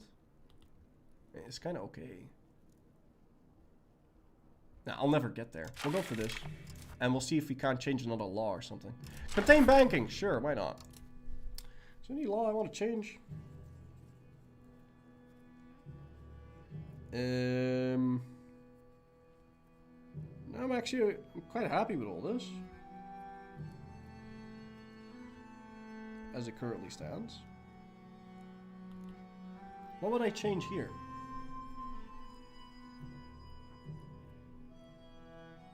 It's already on Central Council.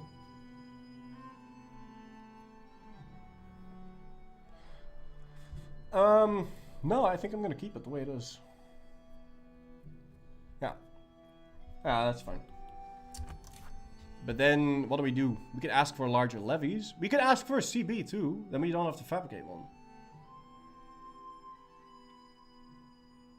I'm going to hold off on that for now. We're going to hire those mercs. Not yet. It's too early. But we need to save, keep 300 like saved. Using Parliament to change laws is kind of OP, not going to lie. Well, you can only do it once every 5 years, and you have to give them a bunch of stuff to be able to do it. We can embrace professional armies, and we're gonna immediately do that. But I'm not gonna queue up any of the techs, and I still want to have all of this finished before we do anything else.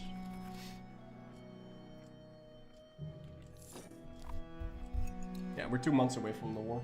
Black Death is still not over. It's still lingering around. Oh. Hey, I only lost 72k. That's really good. It's a really good score. Unfortunately, we got the smallpox immediately afterwards, so my pop still just kind of died.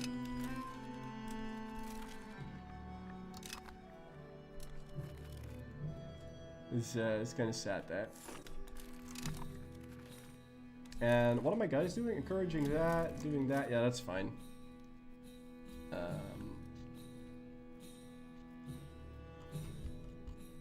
Let me periodically switch this over to Arreso. That's fine. Yeah. Could have asked for more taxes. I probably should have asked for more taxes instead of letting it time out. But I mean, we passed the reform. We still got a bonus. I don't know which one though, because I didn't like it. Why are you so mad? Negative stab, free mobility from the common people, mandatory. I have to give them more stuff. Oh wait, I can give them the cheaper merc thing. Let me get that with a discount. Can you do the 3 mountains in one sitting? I can. Yes. I can. And I will. Confirmed.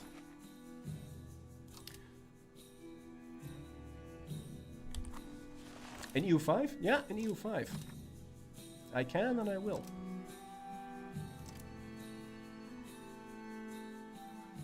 Shoot. I can't do that. No, we have ads. Do I have my CB? I do.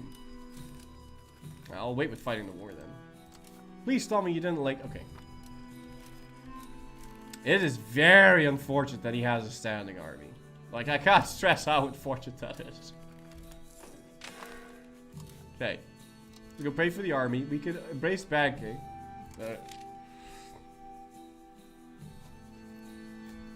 Do you have a standing army? Or not? No, he doesn't. It's only Sienna. Okay. Well, we have to try blitzkrieging this. Ad's done. It still says 2 minutes.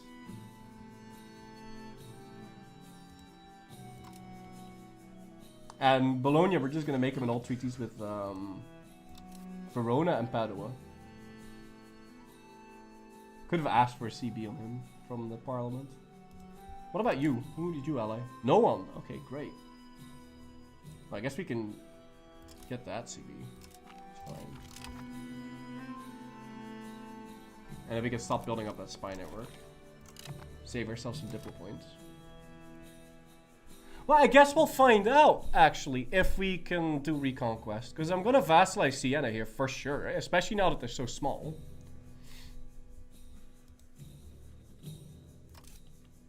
Okay.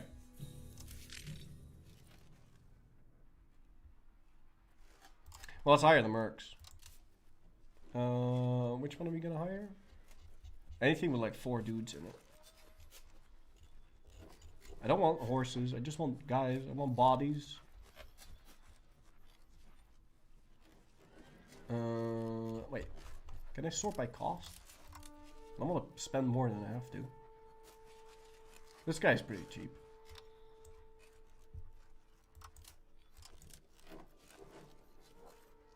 Okay. Let me extend the period a bit. I don't know how long this war is gonna be, but it's not gonna be that long. Okay, that's one. And I think we can hire another one. I want to try at least preventing Bologna from building any units back. I don't know if we can.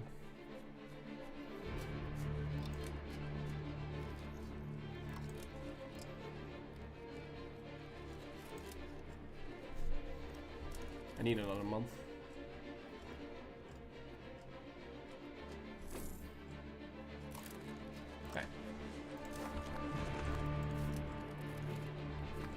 Can you haggle with the mercs? No, you can't haggle with them, but you can choose. Oh yeah, you can choose which ones you hire now. You don't have to hire the entire freaking company. And you can choose what you want to hire as well. You don't have to hire 7,000 horses when you only want 4 infantry. No, yeah, you can haggle with them. You can tell them exactly what you want. But mercenaries are a bit awkward because if they die, they don't like recover. So you can use them as like a supplement. They're like shock and awe, right? You use them for a bit, but it's not for like protected wars and everything. And I'm pretty sure in multiplayer you can also like bribe other people's mercs, and it's nasty. But for this situation, it's going to be very, very useful to have one guy down here. Oh wait, no, I don't need that. Okay. Well, first, if maybe go for this.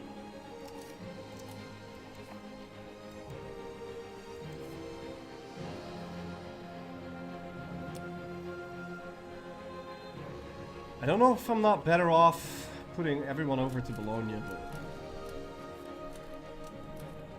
maybe some of them?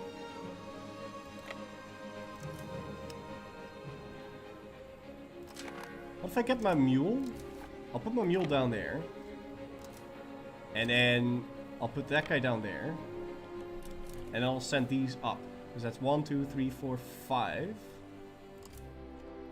I mean, it's 3 against 3. So I'm gonna move one of these north as well.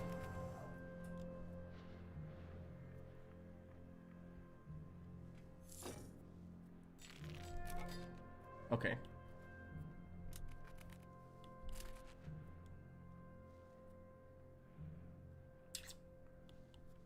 Alright, let's go. And I'm not going to set Bologna as a co-belligerent, because that would suck. He would also take over as war leader if I did that, so... Okay. Let's go. Right. The mule is going there, you guys are going there, you guys are going there. You guys are going over there. But I'd like to split it. I want to try getting them to...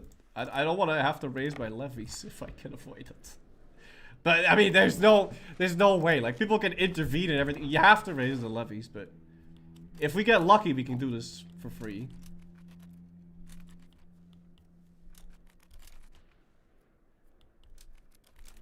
Okay, so far so good. I don't think they're going to be able to hire their troops now.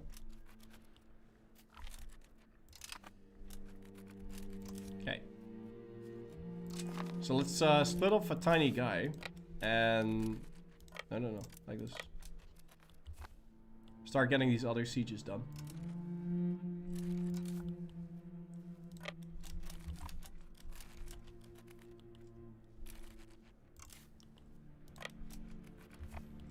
Like the minor ones. I don't have enough guys, man. Okay. Let's just go split this. Yeah, OPMs or small countries like this, they have problems, man. Like it's very easy to just make them not be able to hire their levies, but this won't work for stuff like the Papal State or even Ferrara, because as soon as they have like 1/4 or something, you can't do it like this. Are there mercs? Yeah, I just hired some. And it also won't work on like Milan and anything bigger than like 2 provinces. But if you can enter every single province like this, it's kind of unavoidable that you're able to rush them down. But I think, unless someone intervenes, we should be good. I'm gonna instantly embrace banking. Oh, the reason I instantly embrace the institution, by the way, is because if you do that, you get tech speed increase, even if you're not using it. Like for every institution you've embraced, you get a tech speed increase, and it costs stab, but it's well worth it, I think. Yeah, looks like I didn't really need to hire the mercs. Obviously, when they get standing armies, you also can't do this and all that. But this is neat in the beginning to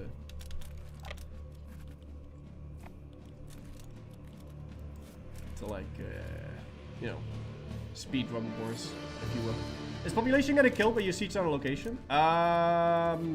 It loses prosperity, which directly affects population growth. I don't know if population actually dies.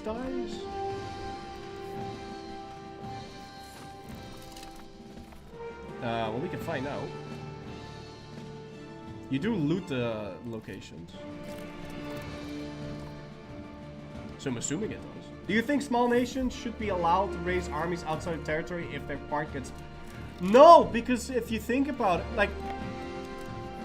I think if you don't have enough to start the siege... I think they should be allowed to raise levies the moment someone gets a CB on them, and then they should just raise the levies, but...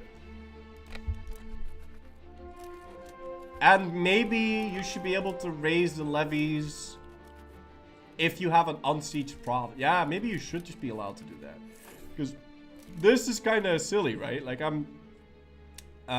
Siena should totally be able to muster the city's population in this situation.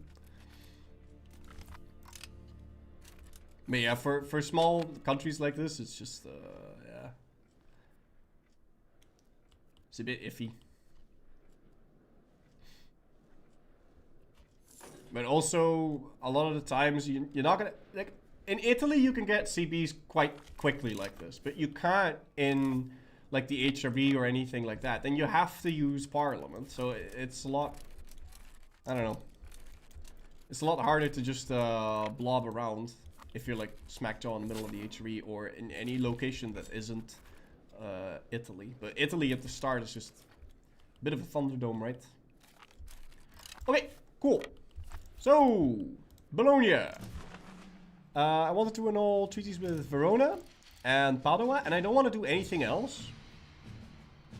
I could also just eat him, but... Actually, I do.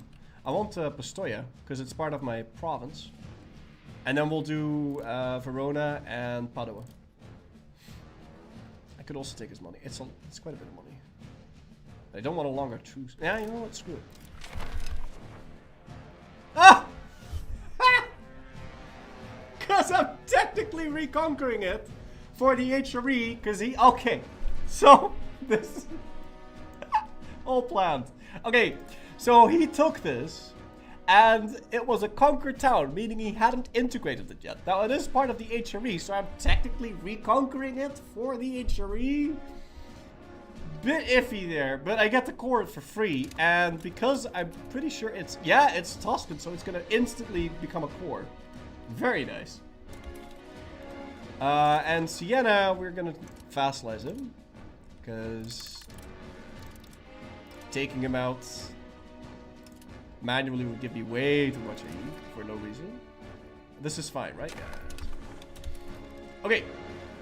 So can I now get like a Reconquest CB on this guy? I don't think I can.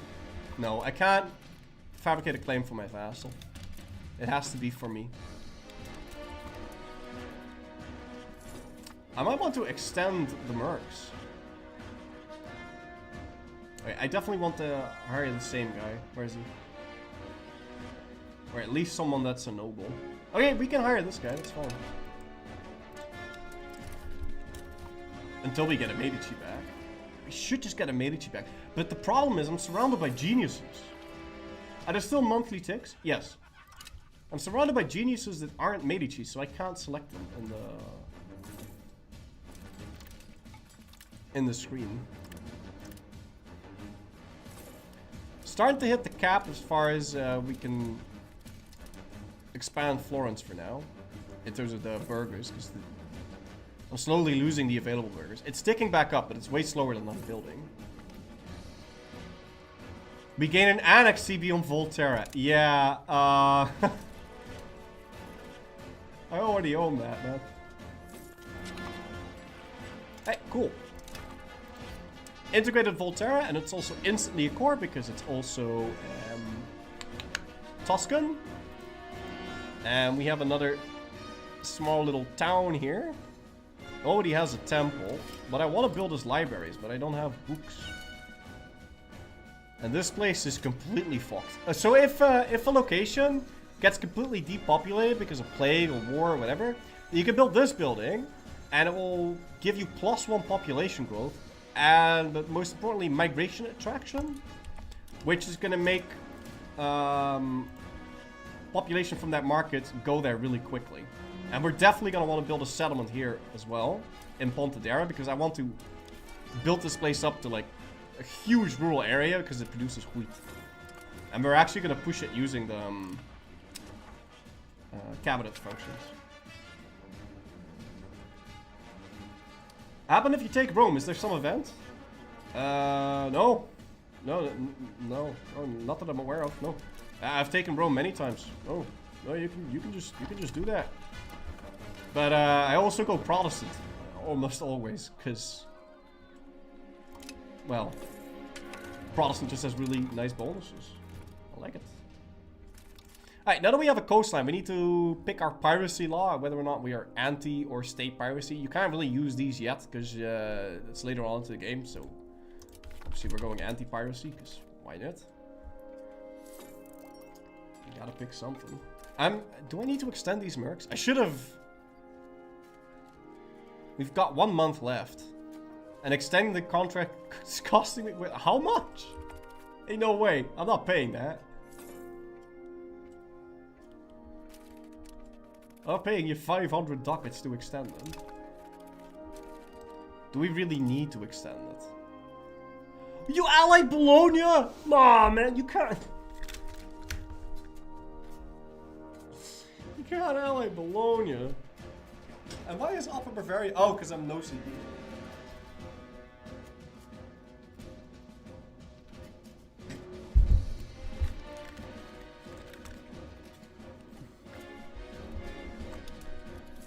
Wait, is that the reason they're joining?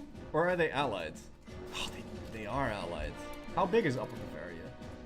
Well, they're definitely not joining. The war against Ferrara is going to be a long one, I think, because they've got forts and everything, and I can't rush them down. It sucks that they allied Bologna, though. That's bullshit. It's a bunch of baloney. Which Christian faith is the best? I really like Lutheran. It's just so good. Okay. So we integrated this. We're gonna build more wheat. I always want wheat, and we want to build farming villages as well. And we are going to stop increasing control in Arezzo, and instead we're going to encourage migration here. So I really want food. And we should also consider fighting Genoa. Soon. Ish. So I can take over the market. But I don't know... He doesn't have that many spooky allies. I don't suppose I can fabricate a claim on him.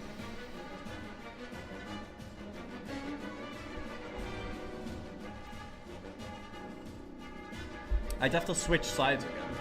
And I don't think I can do that. There's a cooldown on it.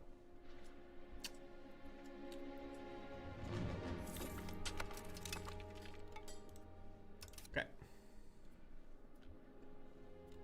Yeah, this is kind of nuts, man. But at least Upper Bavaria doesn't join.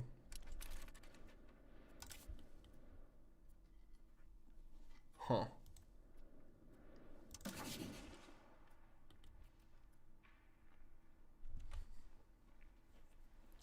Well, we'll outnumber him, sure, but if you get into a protracted war, things can get very nasty. We'll be fine.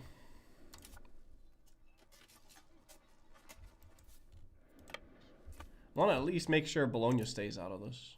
He's not paying for the fort. We're gonna rush Bologna down. And he doesn't have any forts down here, yeah? No. In fact, we might even rush both of them down. It's gonna hurt, but... And this fort is very, very empty. We could probably get away with both of these. But we should do Bologna first. Okay. We're gonna get our mule. guy. Put him down there.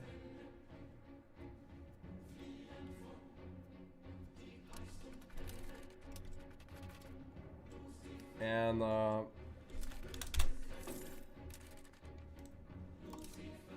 Upper Bavaria still doesn't want to join. If they do join in, nah, it's fine. Okay, let's go.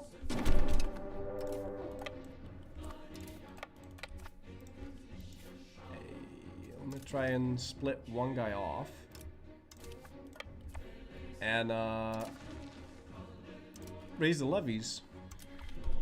We got a bunch more now because we integrated Pisa and the other guy.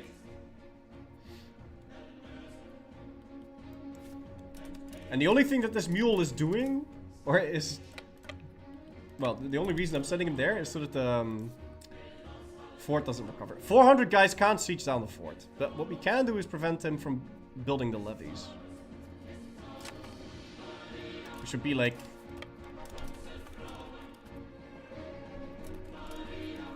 4,000 guys that aren't going to be participating.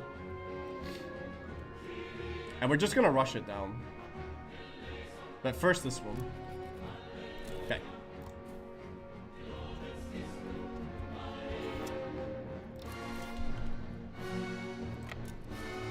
Got another crown character that we can assign the levies to.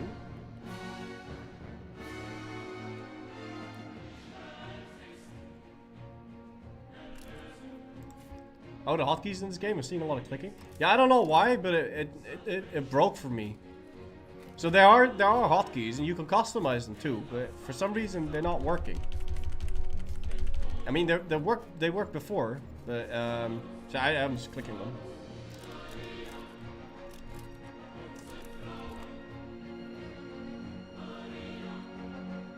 But it's only the hotkeys in the military screen for some reason.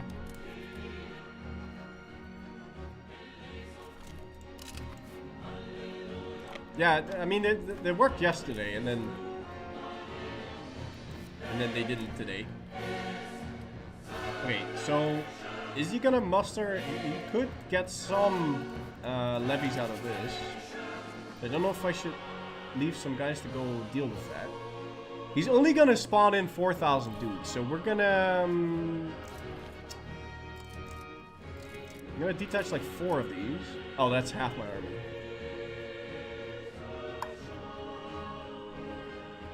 Okay, you know what? We'll do half. And then tell the other half to go over to Ferrara as well.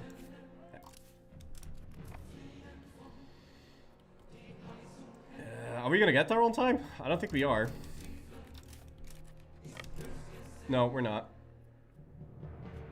And if we do get there, then my guys are gonna have 0 morale. And that would suck. He is gonna... Okay. He only hired 27 levies here because he's got 0 control. So he can't hire a lot.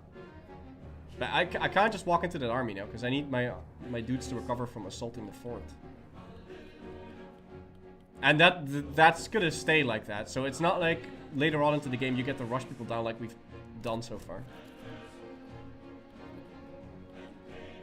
But this is good though. I get to fight Ferrara. Way earlier than I normally would. Okay. Oh, I forgot to balance my army. This might be bad. I think I'll be fine. Will I though? I don't think I will. No, it's fine. It's fine. No, I won't be fine. Or will I? Battle's a bit weird. Okay. So I mean, I could siege this down normally, but I think I'm just gonna solo it. I've got enough people, right? I'll be fine. Gonna show the Ottomans? Sure. So the Ottomans look like this, but I'm pretty sure that, yeah, so this is the Ottomans, but they have that guy as a vassal, and they have that guy as a vassal, and I believe they have this guy as a vassal, and they have that guy as a vassal. Yeah. So he's, when you see Ottomans like this, that's the Ottomans, but he's got a bunch of vassals. Yeah, what else is happening?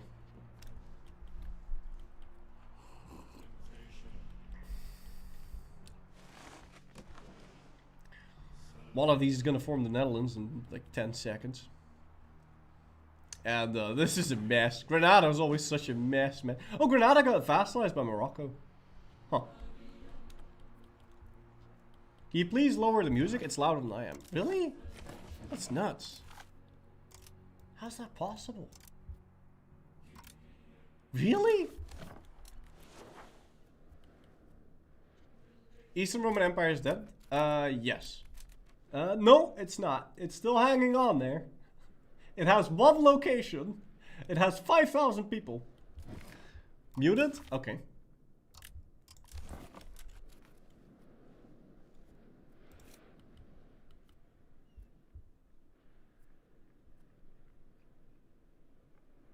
I think I'm gonna run out of morale before I finish assaulting it.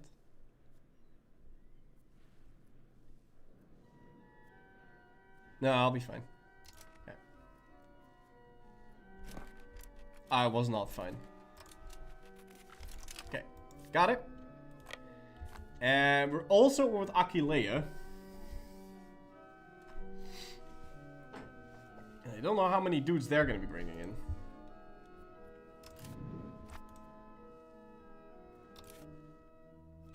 Also like 4,000. Do I have the Florentine guys yet? I think I do. Yeah, I have the citizen militia. So my levies are slightly stronger than our enemies. I really need to remember to click the balance button. Okay.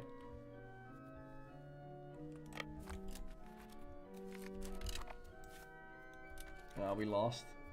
I ran out of morale. Okay, click the balance button. Because I messed up the way the army is supposed to be working by splitting it and then not rebalancing it.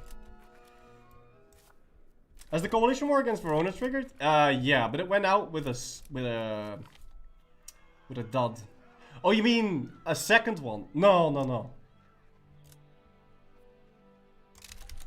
I want to keep building some more marketplaces. How much of my money is from trade? Yeah, like a third.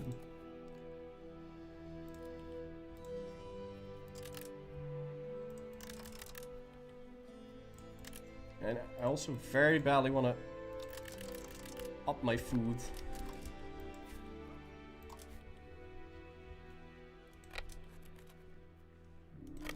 Do I assault Bologna? Yeah, I think I do. 'Cause I don't know when Aquileia decides to show up, so... Okay.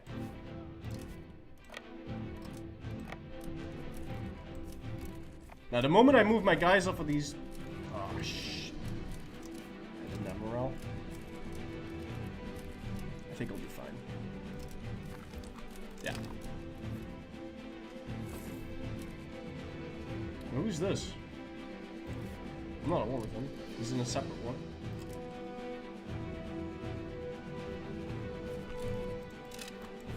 Knowing that every levy that dies is actually terrifying. Yeah, but I mean, especially at the beginning, when... Because I don't really mind it. The thing is, you're mostly letting your peasants die, and peasants are kind of useless. They can become useful later, but in the beginning, I don't really mind them dying too much. It's that you definitely don't want like super long protected wars though.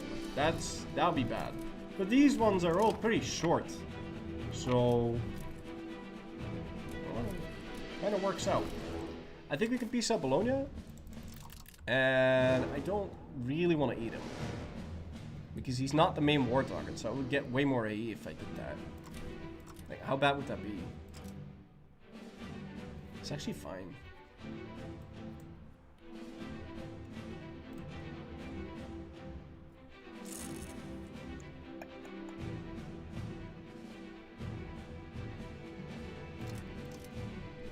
Yeah, I'm just gonna eat him.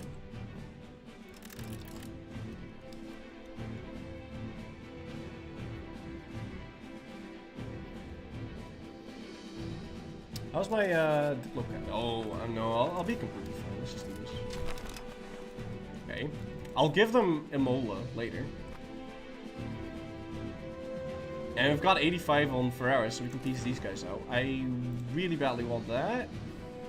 And we're just gonna core that ourselves. And other than that... Ooh, I could just straight up vassal. I wouldn't want to do that. He's too big.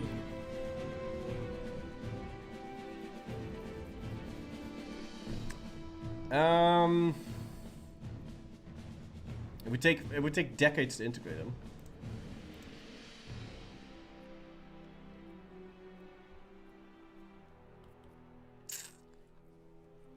It's fine, .jpg. It actually could be fine, but if we do this, we have to spend the next 50 years improving relations with everyone around us. Because AE, you can, I'm not doing this. I want this, for sure.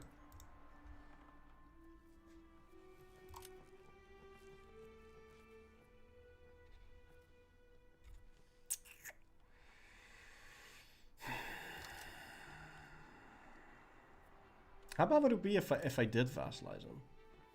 Yeah, that'd still be pretty bad, and it would take forever to integrate him. I really don't want to do that.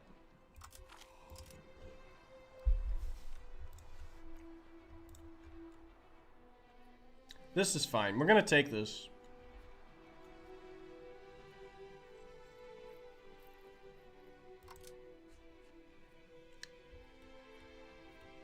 And I don't want him to spit out the other countries. I do want the war rep though, and I wanted the nominal treaty with Upper... crap. I misclicked. Upper Bavaria and Aquileia, and I want you to give me money, and I want you to give me war rep, and then I think... I'm gonna leave it the way it is. They removed the worst... Yeah, I know! I want to see my KDA.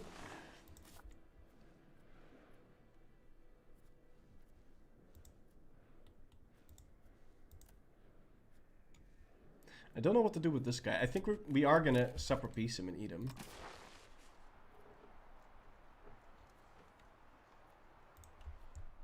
Yeah, that's fine. Oh, he's a subject. Wait, of whom? What? Oh, okay. Fine. So we need to kind of improve relations with Mantua, Lucca, and... Nah, we'll be fine. We don't have to... Yeah, I mean, we're still going to improve relations.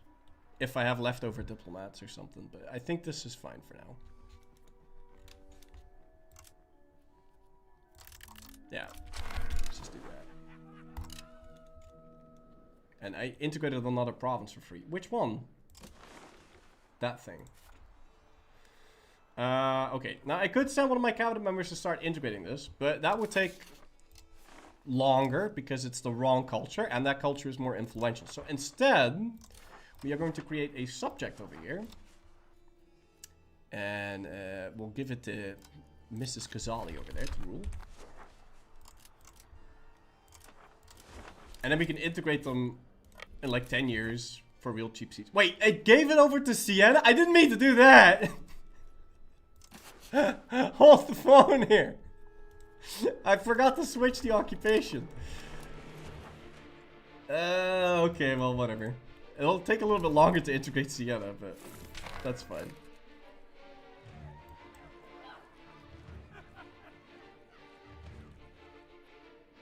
No, you're a lowborn? We can elect this guy, that's fine. And let's disband the levies.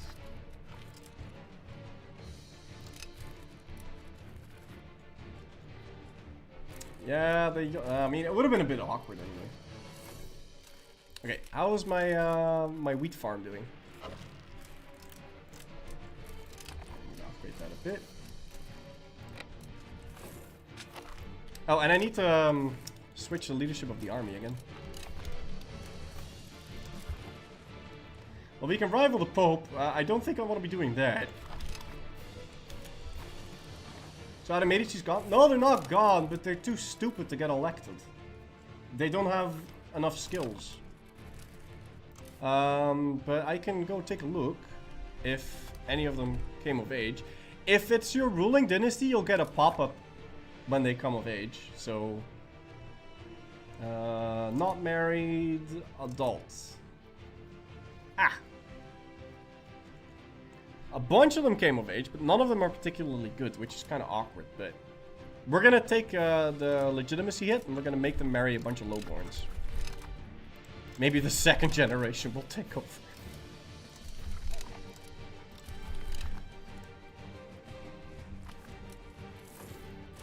But did I read that right? So if the women also marry a lowborn, the kids become Medici?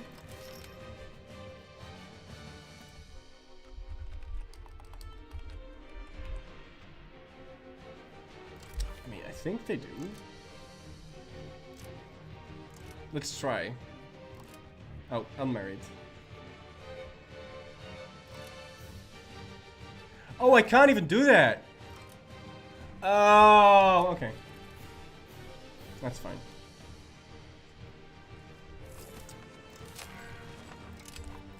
Okay, very nice. Improving relations with Sienna. I also want to improve relations with this guy. And I want to take a look at the antagonism map mode. So we have a whole bunch of antagonism here. And we want to improve relations with the countries that are like colored in. Because improving relations in EU5 actually lowers the antagonism. So you can actively do something to make the AE go down. Yes?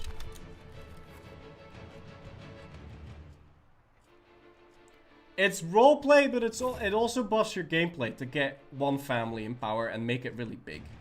Okay? So I want the Medicis because I want the Medicis. But I also want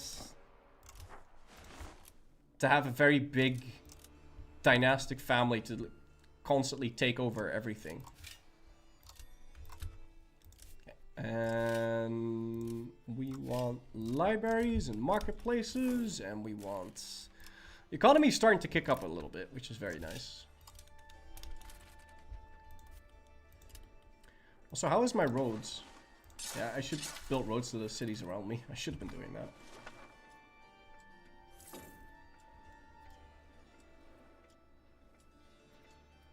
Okay, good.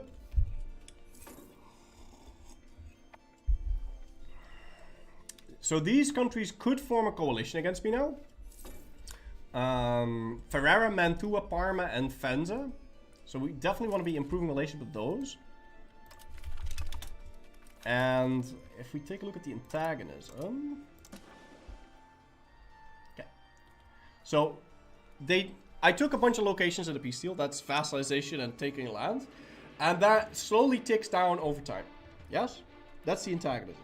Then you can also improve relations, which not only improves the relations, but that actively lowers the antagonism. It's a bit complicated, but basically you can improve relations. It like counts double, right? And so you can do something very, very nasty, but you won't have a coalition for like 700,000 years if you can improve relations. But it only goes up to a certain point, right? So I can only improve up to 110 relations, and then there's things that you can do to increase that even further. There's like modifiers for improved relations that increase the maximum amount. Alright, let me get some more centralization. And I actually want this to finish.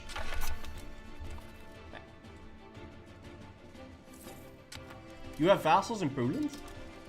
I have vassals in Poland? Oh, there's... Wait, no. No, these are definitely Polish vassals. But Poland does have vassals, yes. Does it help with the late gamer countries with 200 AE that just constantly form and disband coalitions? What does it help it? Oh, no, so if you... The HRE, you can't realistically improve relations with the entire HRE, right? There's too many small little tags. Although later on, it is going to consolidate, so they'll kind of disappear. What was I going to say?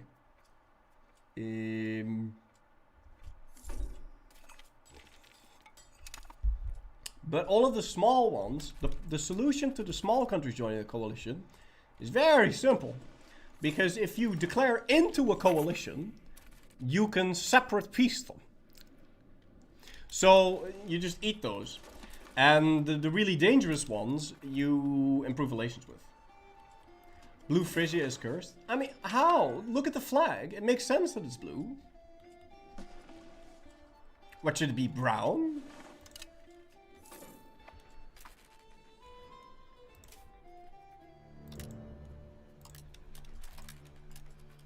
Okay, I'm really starting to hit the cap here in terms of what we can build in Florence. Also, I want to build a chancery. A chancery is like a special building that you can only build on your capital. And it gives you a little bit of countrywide bonuses. But now that we have our economy somewhat sorted, it's time to start population growth maxing. I do want to have that silk upgraded. So we're going to start building granaries everywhere and make sure that we get this large food storage in province and get that a lot higher. It sucks, but the other families are just too small. Should never have lost the Medicis, but I mean, he fell off a horse. It's kind of unfortunate. Okay, we can also stop spending, dip spending a whole bunch. And I want to make sure, I want to curry favors over here. With nipples, but we have to improve relations. Speaking of improving relations, we want to improve relations with a whole bunch of people because we can build, and I'm really good at this, but now that we have a coastline, if we improve relations, we can build trade offices in foreign countries. And this building gives me trade cap, which is going to increase my trade income. Right? But right now, I'm just leaving trade on automated because, well, I mean, it does a decent enough job, and I just want it to make me money. So I just need to build more books. Need more books.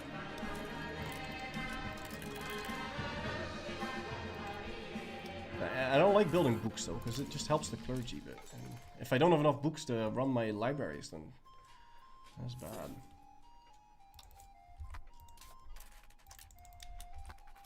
Okay. Could you turn the music volume down or my voice up? Okay, you know what? I'm gonna turn my voice up. But I can't turn the music down. We tried that.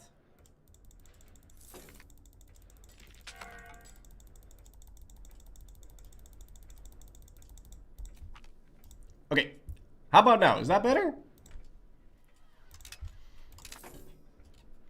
Don't listen to the one guy. I mean, I didn't turn the thing down. I just turned the music up. I didn't turn the music down. I turned my volume, my mic up. Turn the music up. Further? I think you might be trolling me.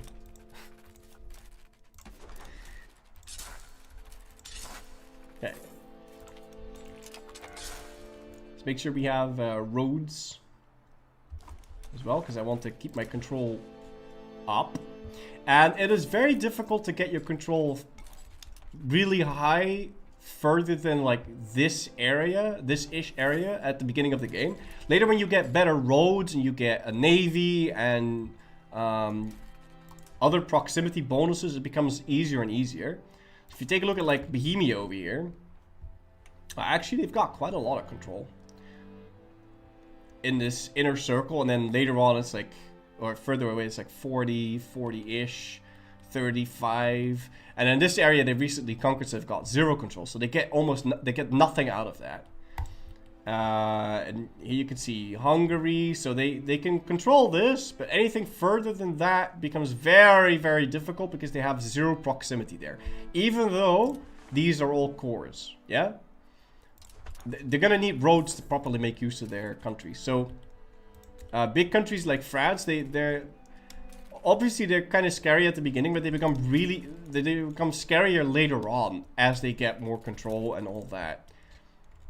Obviously, because France is a different story, because they also have like 50 vassals, and they all have their own control, and they still help out in the wars. So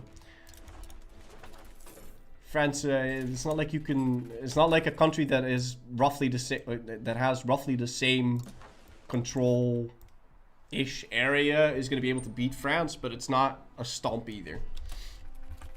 How many hours in EU5 so far? 1,000. give or take.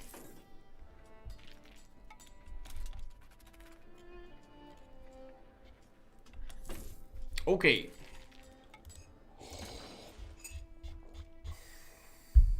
Why can I annex you? Okay, 5 years from now. I want my Medicis back, man. Where's my Medicis?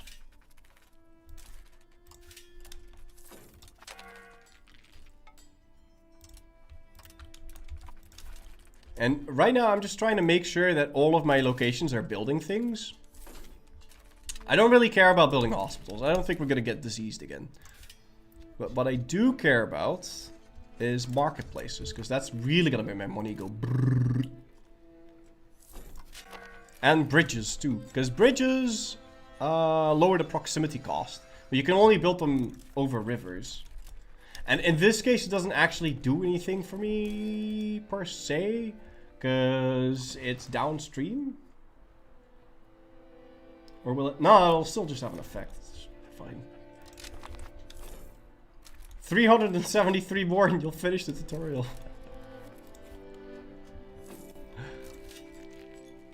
Okay, hold on.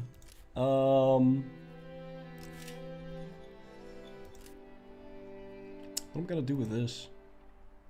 Oh, I definitely want to town this one. Yeah, I want to town almost everything except for the stuff that builds food. And lead. Well, lead is special. Lead is quite rare, so I don't want to town that. But I do want to town this. Make sure we've got libraries everywhere. Yeah, we do. God damn it. It sucks that I messed up the Medicis, man. That's really sad. I would just keep alternating.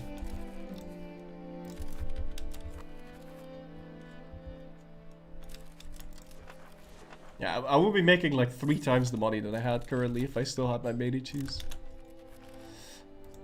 Okay.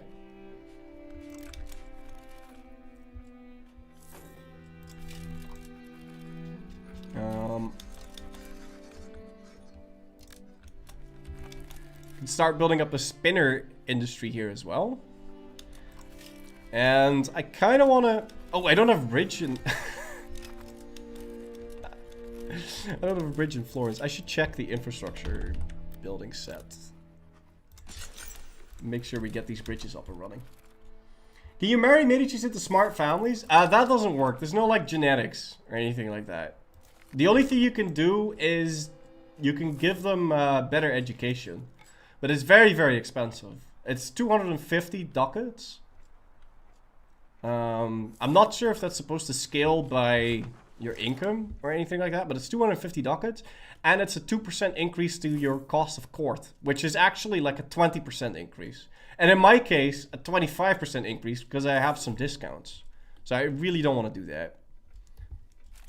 We can probably raise the taxes on the commoners a bit, though. What's 4 times 14? 13 times 4 is 14. We can keep it at 12%. No inbreds? No! And I played a game of Navarra, and so I built this huge family of like of one dynasty. I don't know which dynasty it was. I think it's Capet. I had this huge family. I kept marrying off anyone.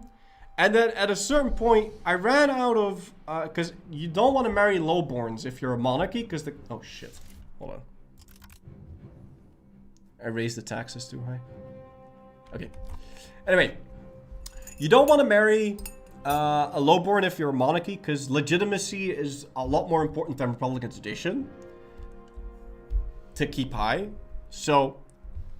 But you can marry nobles, and it doesn't cost you legitimacy if you do that. But I ran out of other nobles' family members to marry. So then I started to create an alternate branch and married off all the women to that side.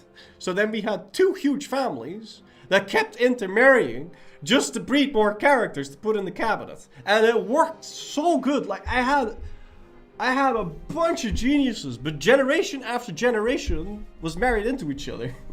Huh? But it worked really well.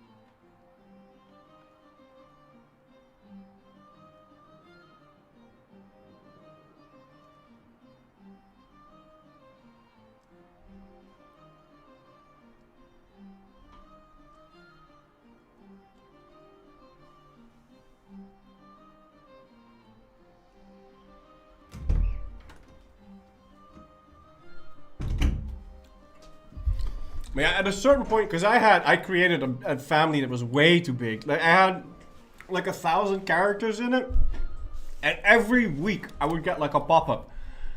Timmy has come of age. He's 16 now, and I'd have to find a suitable marriage partner for him. And I don't think I'm gonna constantly be dynasty maxing, because you also don't really need to do that.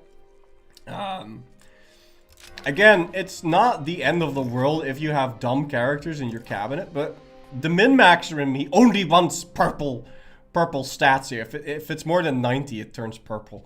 So I really wanted full purple, because it's a bit of a stat boost, or a bit of a stat boost, but it's not like you need to do that or anything. Poland is blobbing hard. Yeah, they did. You're getting pretty deep into the HRE. Okay.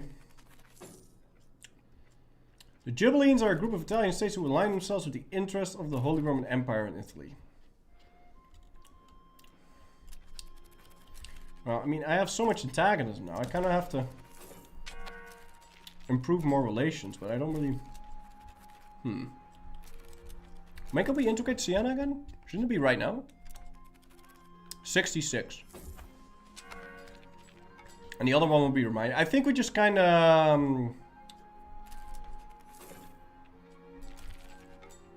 no, we just kind of develop ourselves economically. Okay. So I've got 100 relations with Aragon, and that means that I can now build a building. Trade. Office. Aha! And it is really, really, really cheap. The base cost of this building is like, what, 50? But we are a merchant republic. Which gives us negative 50% foreign building costs. And then I also have trade office network. So now we can build these things.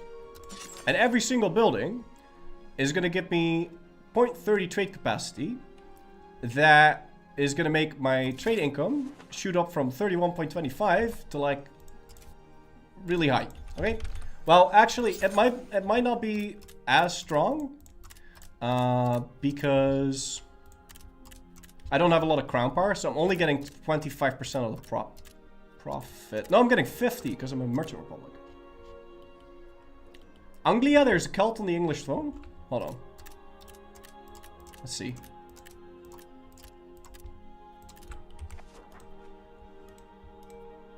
Oh, there's also the foreign or overseas building that I can build.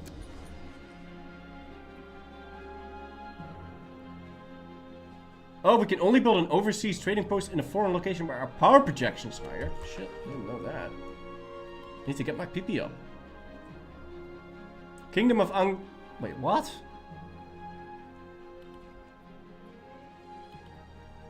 Why is it called the Kingdom of Anglia?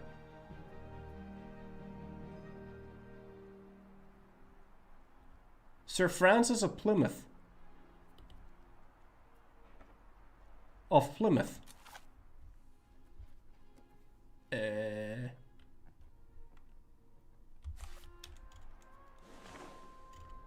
No, their capital is London. What are they angling for? I don't know.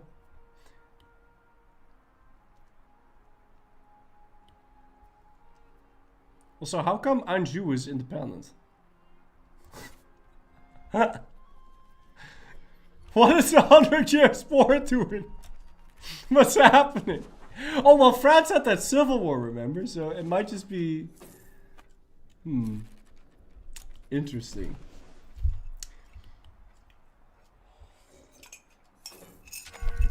They're called Anglia because they changed their court language to Latin. Oh! Oh. Huh. Why is the language power so scuffed? Oh, the game crashed. The game was like, nope!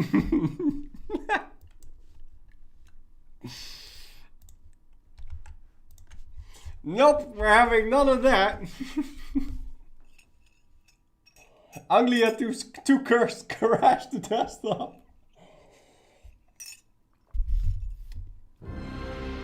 This is bullshit, nope. Yeah, so if you hover over the language power, I don't know if that's what did it.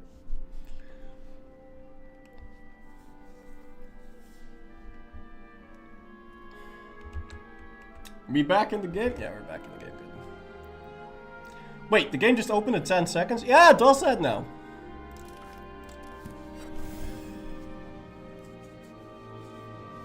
And then it only starts loading the moment you click. Well, it's already loading in the background. But yeah, this is how. Yeah. Yeah. And wanna know something else? You can exit the menu without closing the game. Yeah. Technology. Haha.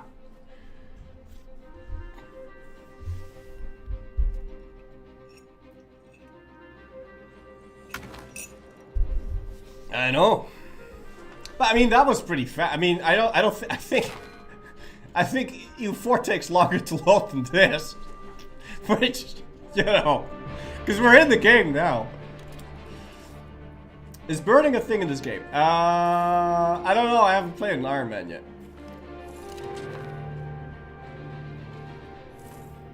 Okay.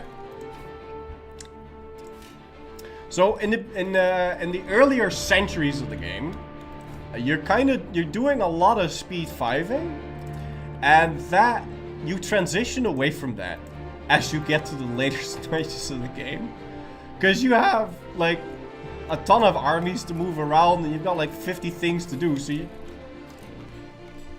there's no way you can do it. Well, I mean, you can. You don't have to. You can automate a whole bunch of it. But at least when I get to like the 1500s, I'm not touching speed 5. Fun fact, the flower on the Florentine flag isn't a fleur-de-lis, it's an iris and little flower beads between the big petals and the flower buds. Huh. Fun fact, if you go Theocracy as Florence, the flag turns into a star. Yeah. And there's like 7,000 flags for every country, and they change if you change the situation. So if you're... there's like 50 flags for Navarra. If Navarra forms Spain, and owns Castile, or owns Portugal, or has them in the PU, or is Catholic or Lutheran or whatever, and then there's like variations to every flag, which is pretty cool. You can like, you know, like a fun little mini game to get the flag that you want. Are we building trade offices? Oh yeah, we were. Hold on. No, we're not. Oh, thank you. Thank you. Why are they more expensive now? Oh, because I spend all my money on upgrading a town.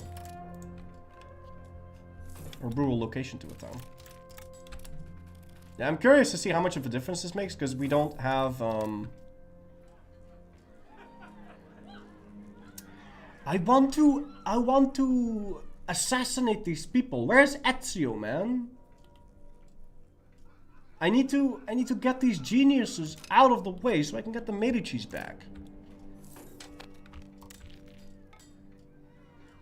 Can I do that? Has to be a way. I want the Medicis back. Okay, let's see. Is there anything cool we can do here? Oh! It upgrades Talento de Medici, and that might make him... No, that's not going to make him good enough. No. But whatever. Let's make him slightly better. Sure. Ooh, support of communal values. Very nice. Do I want to change a lot? No, I'm fine. I mean, I could ask for more taxes. That's always nice. Because now, the max tax of the burgers is going to go up, which means my income is going to go brrr. Okay. Where's the trade office? Yeah.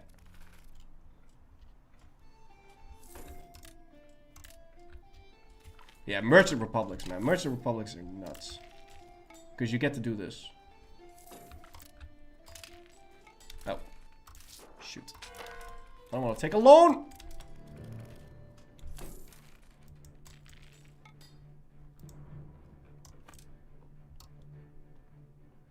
Okay. Sorted.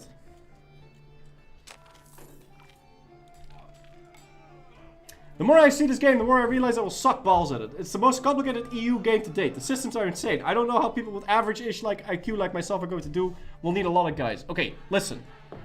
There's a couple things that you want, and there's a couple things you don't. It's... You bastard!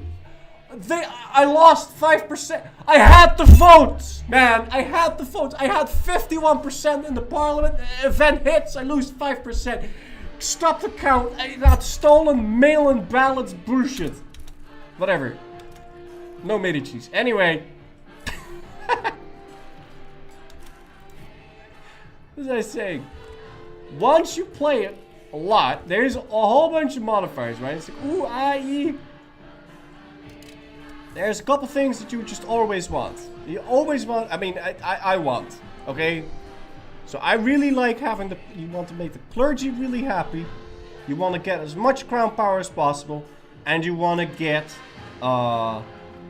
proximity so you have control everywhere. Other than that, just don't starve your people. And you can't really do much wrong at that point. Okay? So clergy happy, crown power up. Proximity up, don't starve the people. Yeah, crown power, clergy happy, proximity up, don't starve the people. And then, world is your oyster. You'll be really strong in no time. Right?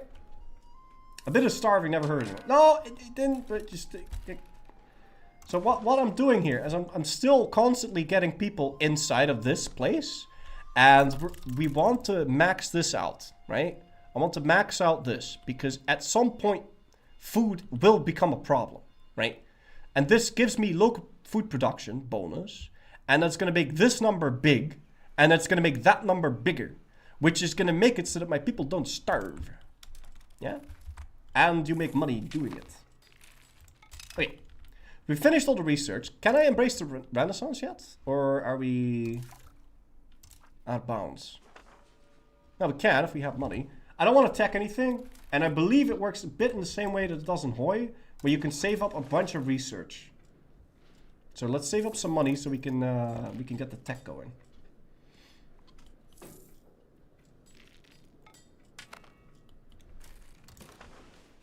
Okay, I don't want to rival the Pope. We'll go rival Perugia or something. Yes! Embrace Renaissance! Cool! And now that we've embraced the Renaissance, we can build universities. And universities are going to increase my cultural influence. And then because we increase our cultural influence, it'll be much easier to expand outside of our culture because we'll be more dominant, okay? That's why I'm citifying everything, so I can build more universities. Universities are... You need to learn how to read. Go to school, okay? Go to school. Yeah, we can also get another government reform. Universities. Where's the university? There's the university. Also, we get another cabinet seat. And we can get a little bit more crown power. And we can get the rights of the nobles so we can curtail them. And we can get a chancery. And we can get birthplace of the Renaissance because we're Tuscan. And we can get the Florentine school. We don't care about art. Okay, we kind of care about art because it does increase our influence. Okay, other than that...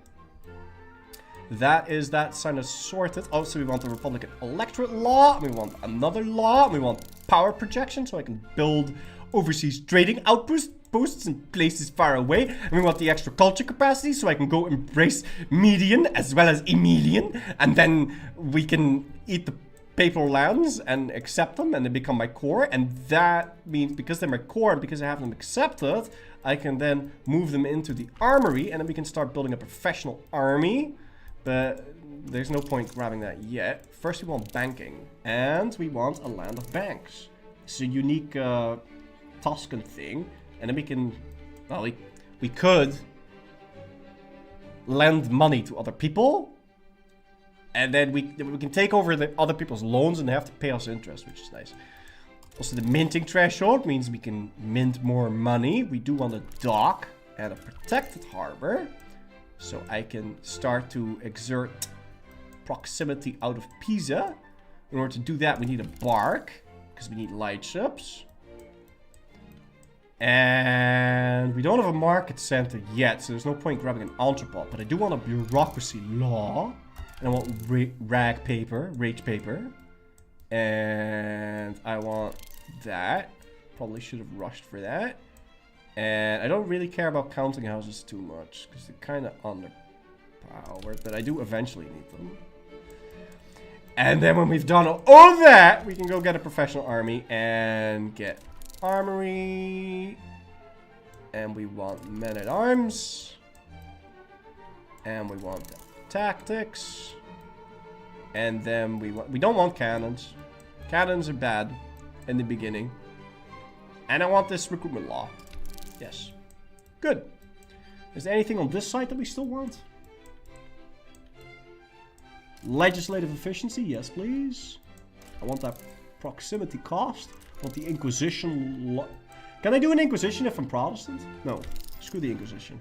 I mean, it's like 100 more years. It's probably worth it. We want the power of the coin. And we want that. And we want to abolish serfdom. And I think that'll be enough tech until the next stage. You don't have to worry about that anymore. How long is this research going to take? No idea. It depends. It depends on how happy I keep my... It's 50 researches, and right now I'm researching 1.6. Why is the liturgical language so shit? Why is the power of the Latin language so shit? It should be the most powerful language in the world. But I think China hasn't collapsed or something weird has happened in the East. Because... Dude, I want to flip Sunni so I can flip Arabic. I can change my court language to Latin. And it will make it a little bit more powerful.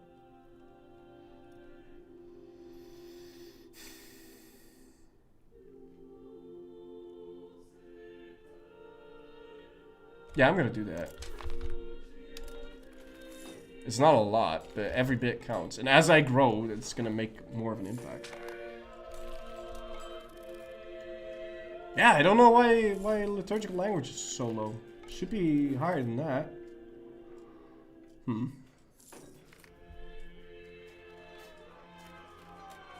No, I'm not hiring that guy. The white company. How's my E doing? We take it down? Ferrara is still upset. And I need to spend more on Diplo spending, unfortunately. Man, everyone's upset.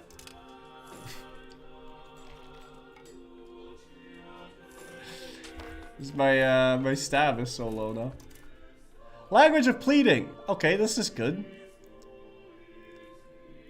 I'm gonna try keeping my peasants a bit more happy by letting them plead in the common language.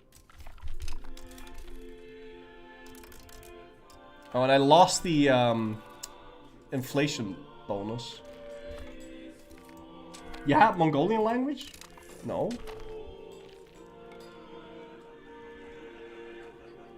I had Italian.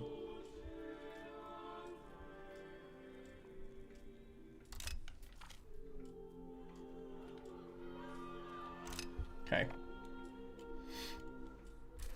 Are any more Medicis of age? I want to keep checking. Characters.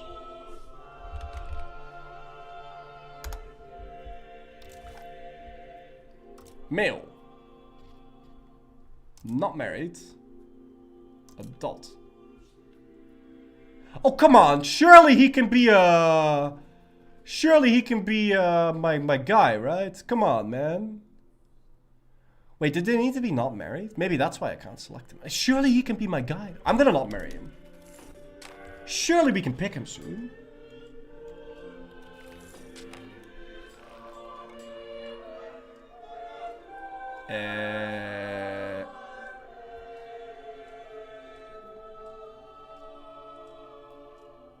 I'll take the religious influence. Thank you. And I want to keep building those trade offices wherever I can. It takes a while for that to actually start giving me money, but oh my god. My burgers are taking over my country because my... No, don't kill the Medici, man! Don't remove him! No, he stays.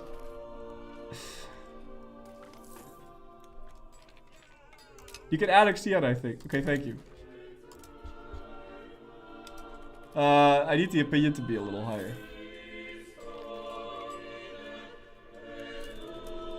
I can send him some money.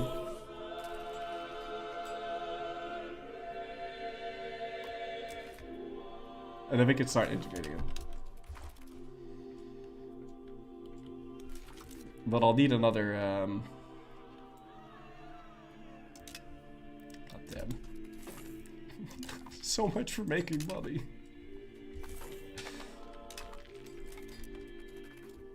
And we're gonna get a rebellion soon, too. This is not coming up Millhouse at all.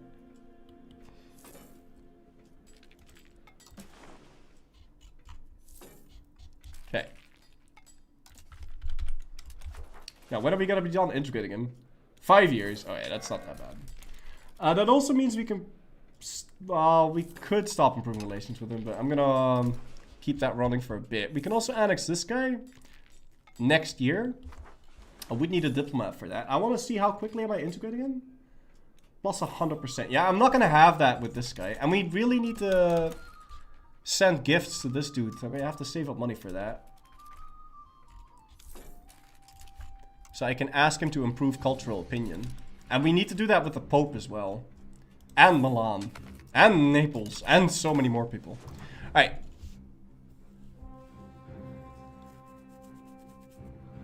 Another government reform. Let's have a thinky think.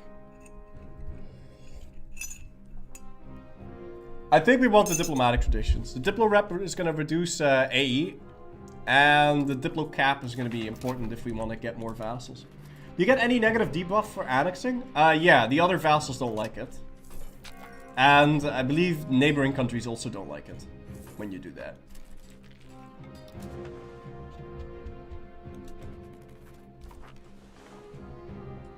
Okay.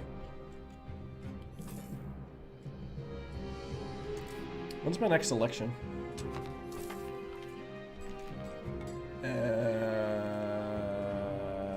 Oh! There we go.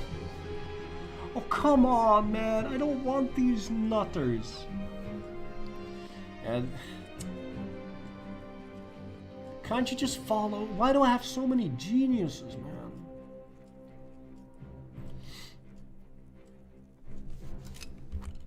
I need a navy.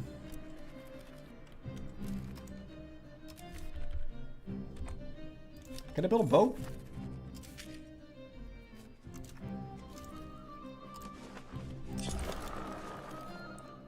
I should just give up on the Medicis at this point. And start breeding this family instead. Oh, that's stupid. Medici or bust. Can you not exile characters from your court? Well, let's take a look. Can I? So who's that guy that keeps taking over? I can just sort by skill.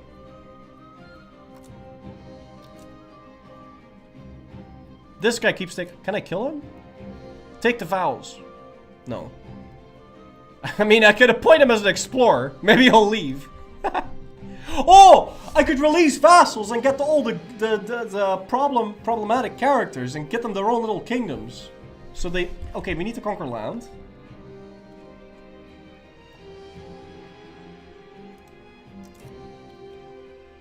Sicily vassalize this guy. That's kind of awkward. What about this guy? Ferrara, Aquile... Okay, we're gonna conquer Ferrara.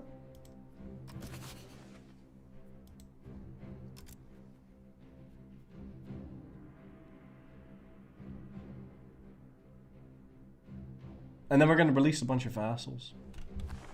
Yeah. Wait, Aragon is our neighbor? Yeah, Aragon ate Lucca. So... Kind of unfortunate that. You boarded Aragon? I do. Yeah, they ate Lucca. I mean, we could go fight Aragon, but I don't... They only have double our population, but he can muster about 12,000 levies. Whereas I can muster 8. And I can muster more because I've got more local control over my stuff. It's also 69. I think we can start integrating another guy. But that's not going to work, is it? No, it won't. Let's go take a look. Yeah, no, that's bad. Let's cancel that. I need to build more universities for that. Speaking of, libraries also increase...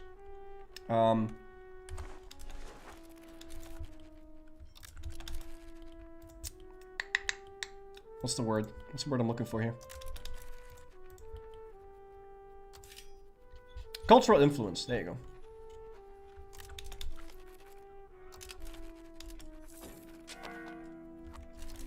And I want to make sure my markets are actually properly trading. Yeah, they are. Okay. Is the build you're playing the same one that will release on November 4th?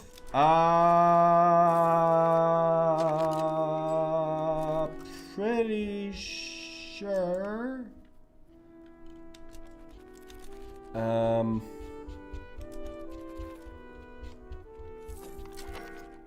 Pretty sure, yeah, mostly the same.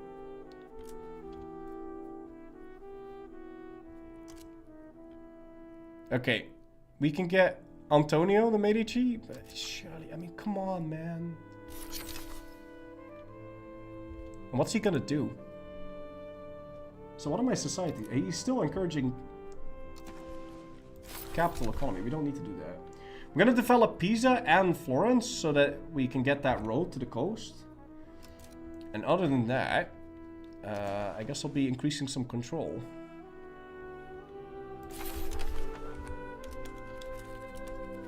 And I'll put him on improved relations later. I also want to set Perugia's arrival, I guess.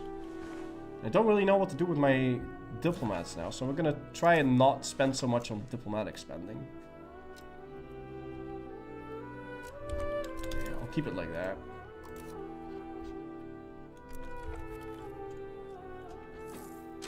Sophie Wolfie, thank you so much for 64 months roll tip. Right off to you, sir. Okay, anything good here?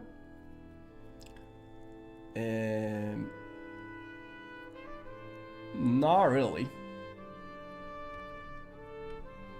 And I don't really want to change any laws.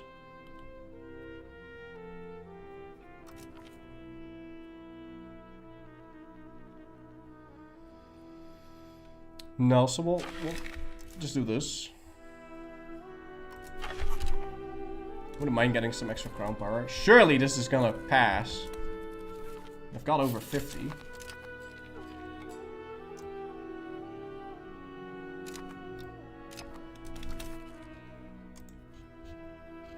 Okay.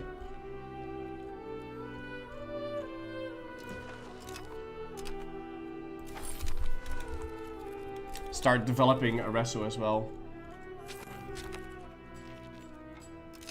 And we have a little bit of a rebellion. Oh no! No, I don't quite have enough. I'm gonna have to raise levies for this.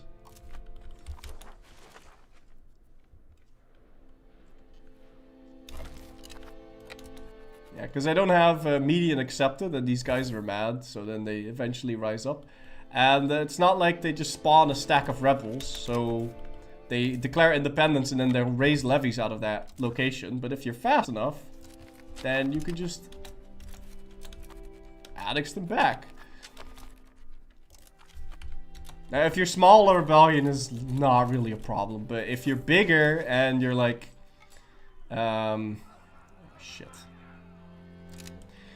If you're like Castile and you annex France and you don't accept the French cultures, then they'll just declare independence and then you'll have a huge problem on your hands because you can't like blitz that down. So the safest way to deal with that is just to culture flip everything, but that has problems of its own. Will you get AE for annexing back rebellions? No.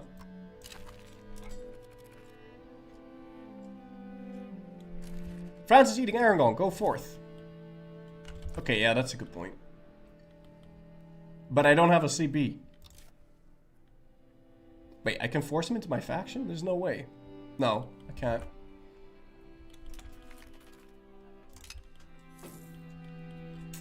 Yeah, a bit of a missed opportunity there.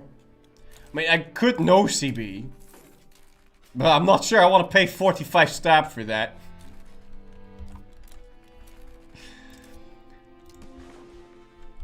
Okay. What I want to do is I want to upgrade my towns to cities. But you can only do that if you have more than 30,000 population. We've got a bunch of towns here that I need to upgrade. Damn.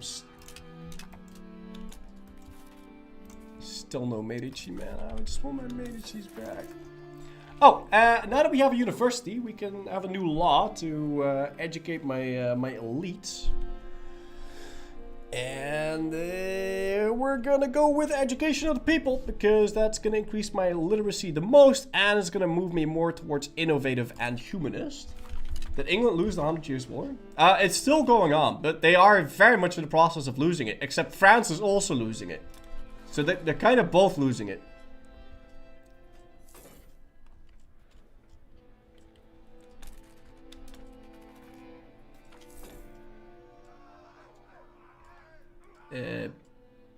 No, I don't think I want to go Cathar.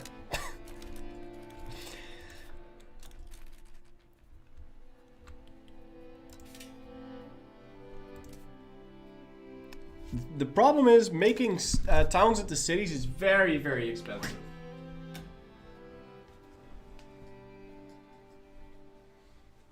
It's 1,500 ducats in the base. You can make it cheaper later, but later you don't have that kind of money problems anymore.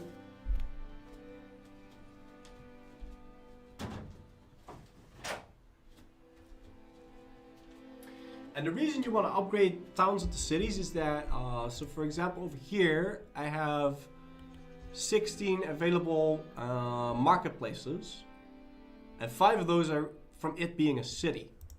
And over here, I can only build 6, right? And the way scaling works, well, for marketplaces, it's not that applicable, but you get production bonuses the more of the same building you have, right? So that's why cities are way nicer than towns, because you can build more of the same building, and then you get economics of scale, and then you make more money, and then you can tax that, and then you can, you know, do shit.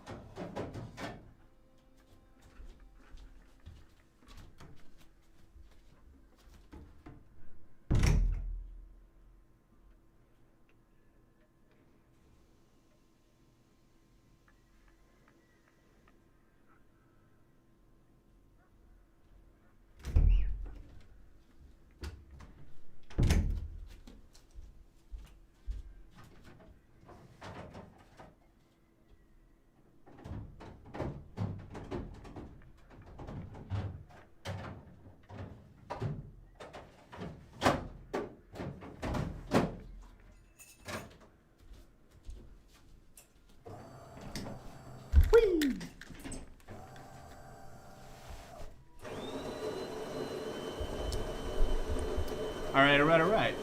What are the outcomes of either side winning the 100 Years' War, France, BU, etc.? I've never seen... No, okay, I've seen England win it once.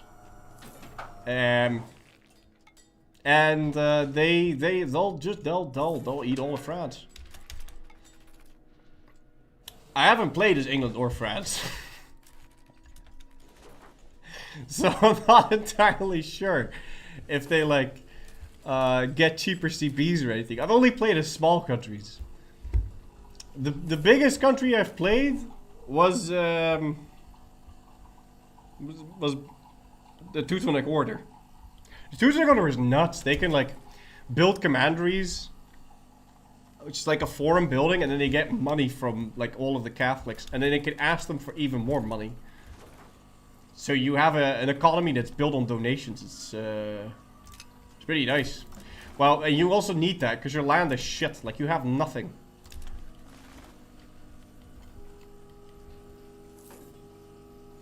How does the Savronella stuff work? So the Savronella stuff, you go...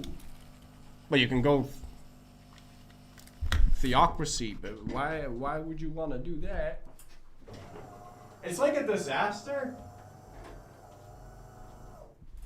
But I'm pretty sure you really have to screw over your country like a whole lot. Because I only got it the first time I played. And the other times it just didn't happen. But I also go Lutheran as quickly as possible. That might mess with the event chain.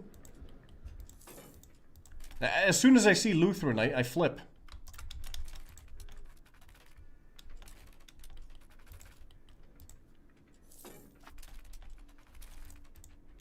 Okay.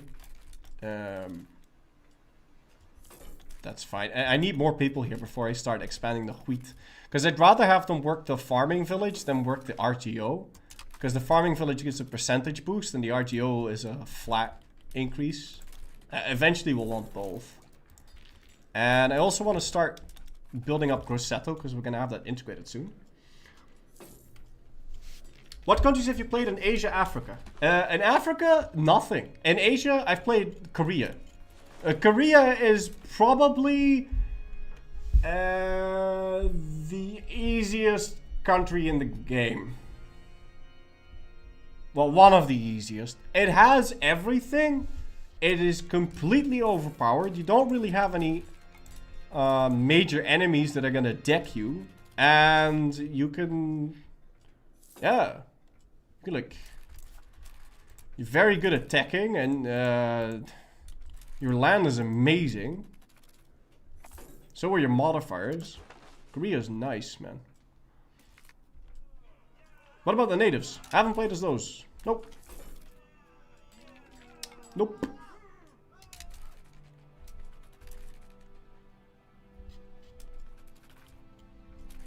Okay, I wanna... Am I still... Why did I stop encouraging migration? I did not want to stop encouraging migration to Pontevedra. I need this place to be like 50k or something. No, that's a bit overcharged, but at least 30. And now all the useless pops, or all the pops that aren't really... It's still the same guys.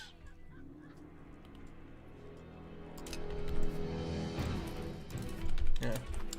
Anyway. If you do this, then this province is going to grow really, really quickly because people from the other locations are going to migrate towards it. And you can make it even faster if you start to expel pops from Florence. But I don't really want to do that because these places still need to be citified. And it's kind of the thing I'm saving up money for right now. Okay. And we annex Siena, and we could now form Tuscany.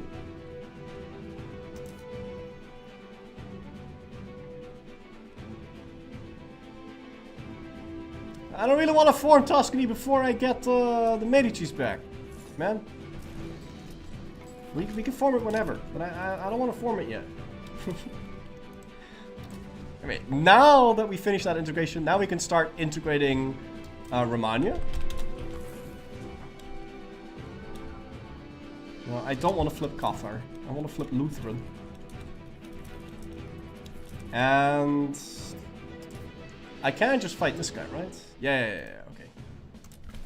Let's build up a Spiner on Ferrara. Because I think my A ticked down a lot. Do you think EU5 is more of a historical sim versus... In some aspects it's more a historical sim than EU4, and in some aspects it isn't. It does a lot of things in terms of simulating a lot better. I definitely want to curtail my numbers. Obviously, because you have population, in EU4 you can just spend a whole bunch of Diplo points and then boom, all of a sudden you have a huge city. And here it's a lot more natural, right? Because you have to build it up, and you have to build up the economy. You have to get, like, you gotta like build your spinners guilds, and then you have to get the wool for the spinners guilds, and it feels a lot more organic rather than just clickety clackety flappity wappity. I now have 10,000 tax income.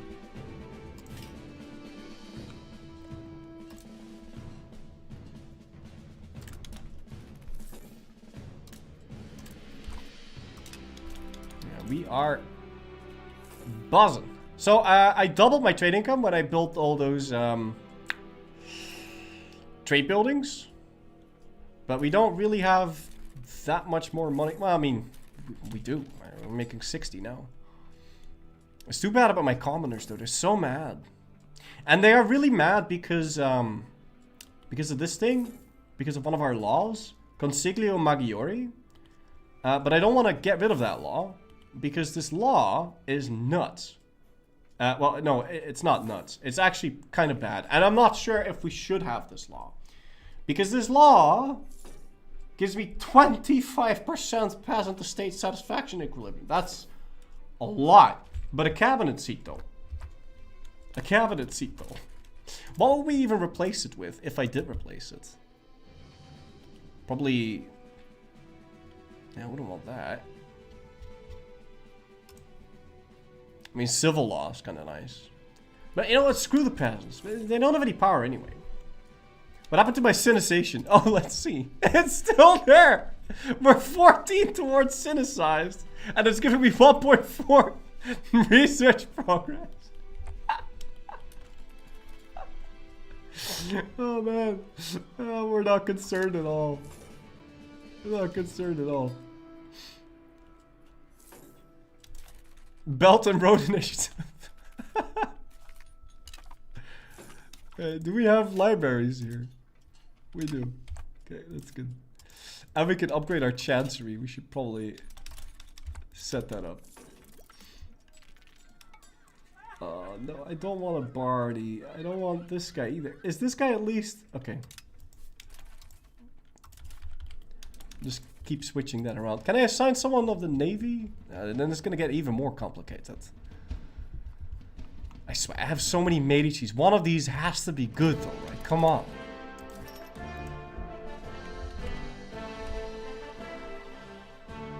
Look at him! He's amazing!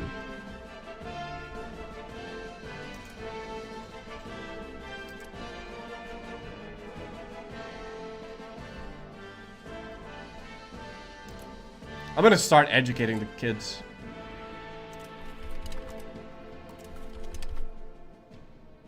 Hey, where's the kids? Adolescent? Oh! Oh! Oh! Look at him! Look at him! Expensive education! Expensive education! Look at him! He's totally gonna... This is Cosimo right here. Oh, yes!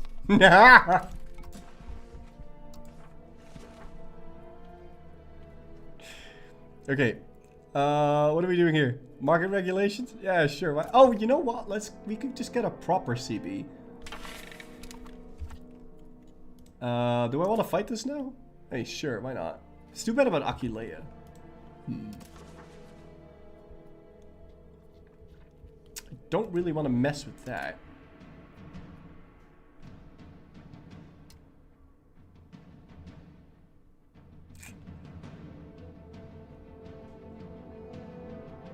$20 months? to curry the favors to 10. Okay. You know what? But I don't know, is dubious claims better or worse than the CB that I can create? Because it forced into our faction. Subjugate cost plus 25. And then the CB that you get from the parliament is dubious claims. That's plus 30. No, that's worse. Oh, but the subjugate cost is nothing. Ah. But I mean, I wanted to conquer the land so I could get the Medicis on the throne. Venice, Naples kicked Venice out of Venice? They did, yes. Naples kicked Venice out of Venice. There is no more Venice.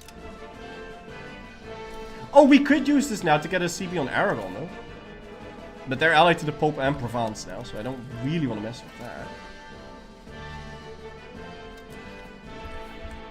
I've got so much that we need to build. Like, I've got like a million things I want to build.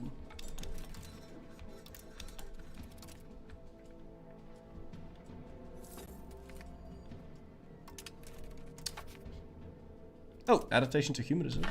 Yes, please. Support for capital economy. Okay, seriously, we should just get a CP.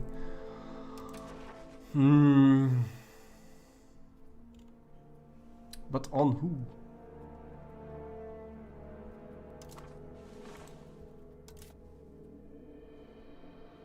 Well, I mean, if we fight this, we could hit 2 flies with 1 stone, because then we can steal Genoa's market center. I'm not really in a good position here, but... Fine, we might end up using that. Let's get that CB.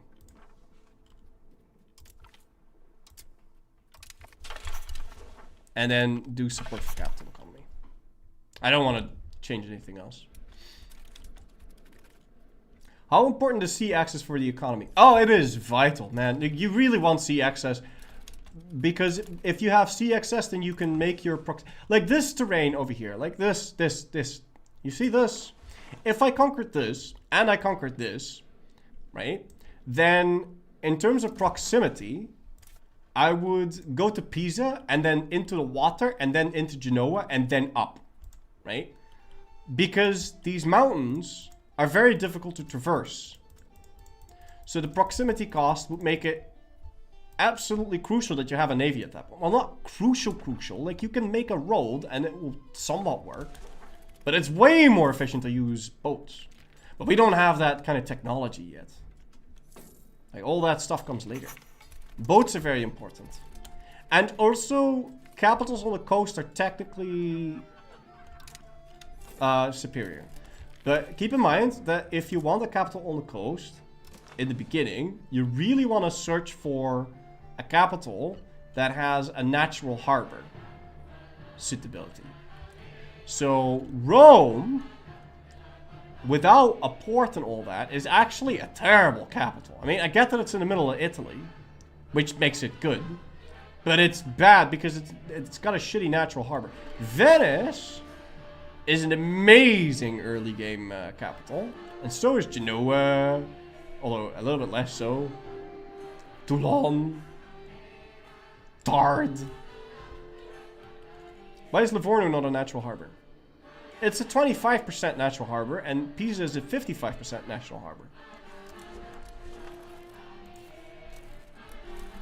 Okay, we've got enough peasants now to fill all the farming villages. We also want to fill all the irrigation before we expand the...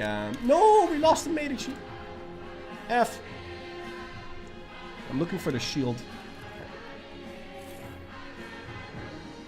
But that kid, though. I can't wait for that kid to come of age. Constantinople is a 100% harbor, yeah.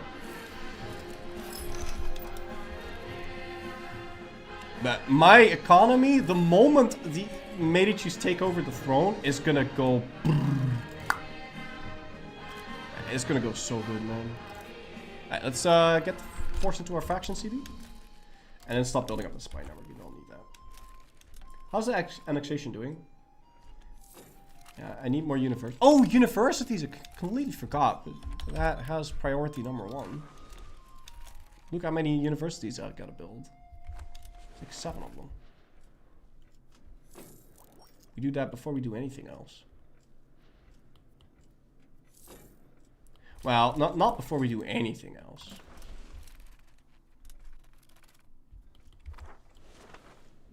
I still have to send a gift to Aquilea.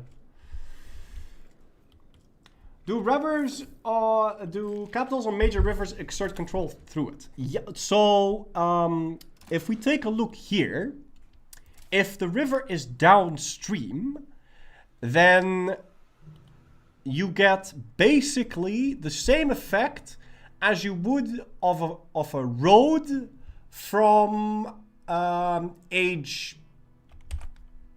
5?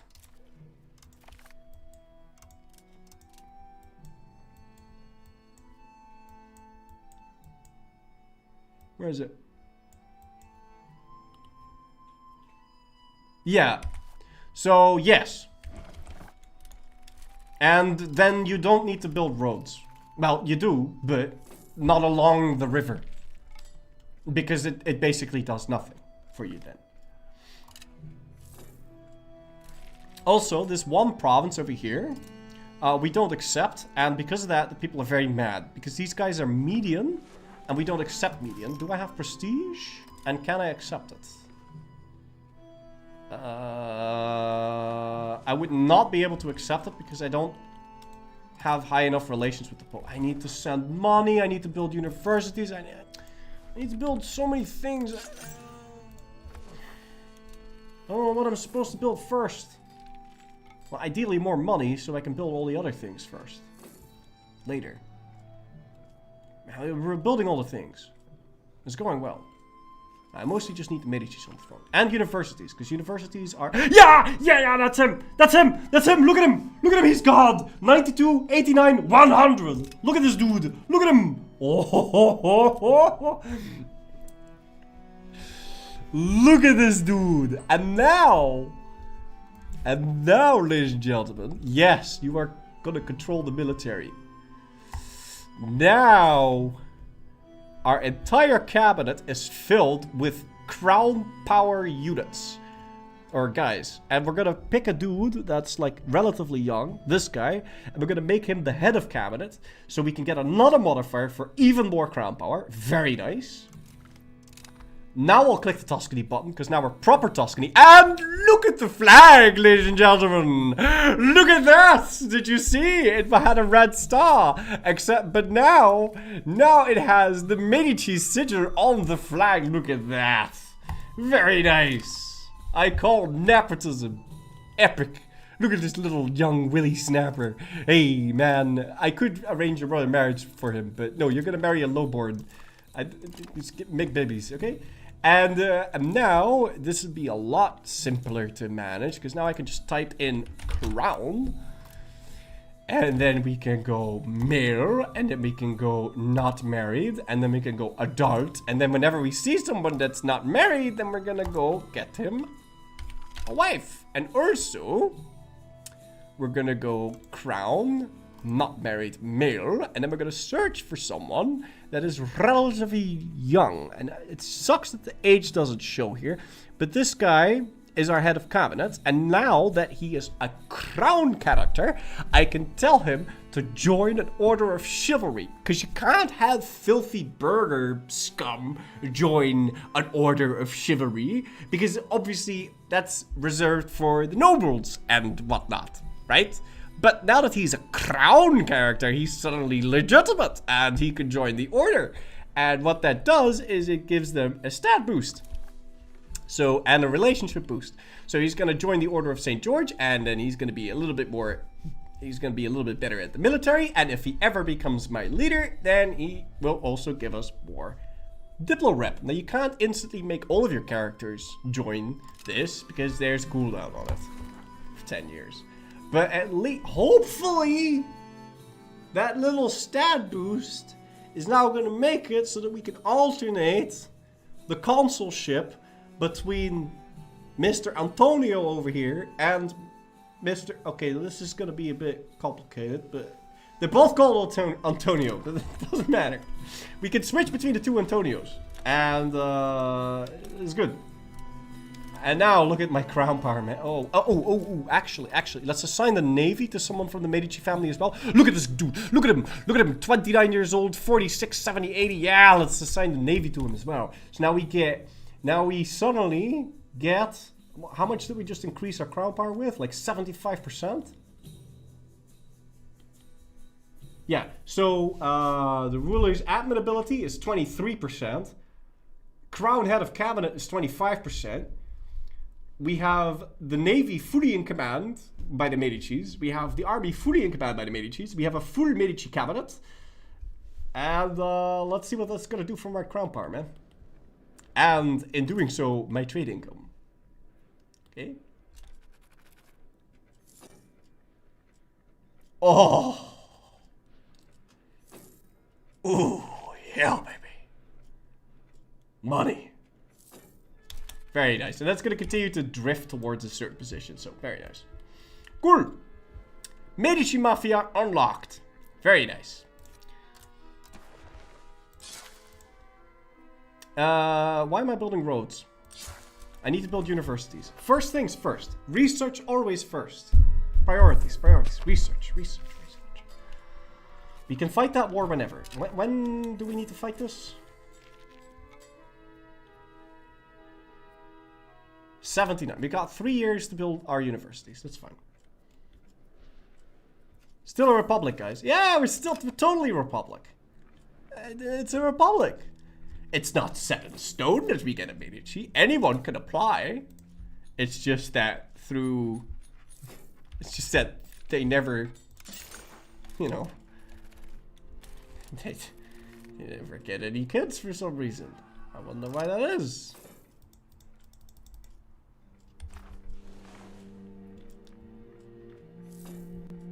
Very, very nice.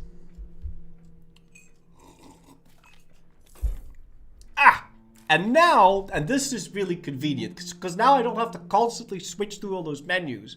Because now whenever someone of my dynasty comes of age, then I'll get a pop-up like this, and I can just say, oh yeah, go marry. And then it'll make babies, and then we'll have more Medicis. Very nice. And there's another one. It's not an Antonio, but it's Averardo. Let's go marry a lowborn. Very nice. And we lost one. That's a shame. It's kind of like Pokemon, you know? You gotta catch them all. Okay, let's get this guy in there. Medici Factory. Very nice. But yeah, universities first, because universities are going to increase max literacy, which is going to increase my tech speed. How is the power of the liturgical language doing? 0.8. That's so low. I don't know what I did, but... or what happened in the world, but I think Yuan didn't collapse. Because that is definitely not what's supposed to happen. I need more books, because I'm building all these universities, and no one's building books because they don't make money for anyone. So I have to build books just so people have something to read in the universities. I don't like doing that. But the cool bit about these scriptoriums is that later on I can upgrade them into printing presses, and printing presses are what makes the world go round, man. We lost another Medici. Do we have another one? I'm sure I've got some spares. Hey, this guy just turned 16. I didn't get a pop-up. Maybe he's not off the right line? Or is he already married? I think it was less than a year ago. What CPU am I using? AMD or Intel? AMD. I always had Intel, but then I got a new PC and it broke in like 3 months, and I was like, I'm never doing that again. And now I'm AMD fanboy. Okay. What happened with Bologna? Why? What? Why did you color change?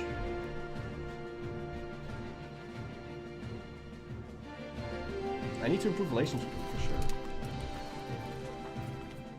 Ah! Another Medici, and there we go! Very nice. It seems they have a bit of a standing army. Either that or they're in a war. Oh, they're in 2 wars. The Bulgarian Ragusa War and the Tunisian Ferraris War? What? Oh, they conquered bits and pieces of Sicily. They did. Okay.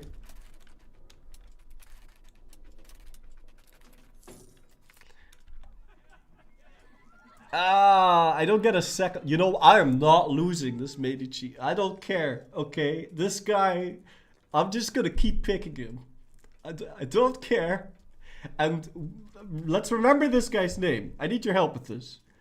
Hugh the Brienne needs to be the ruler of our soon newly conquered land because we need to get rid of this guy. He needs to have a Function Elders because he's a problem, okay? We need to get rid of him. Okay, we need to give him a job as my vassal. Hugh de Brienne. Okay, remember that name. Hugh de Brienne. He needs to get off. Why do I... Oh, declaring war with good relations. Okay, well, we can fix that.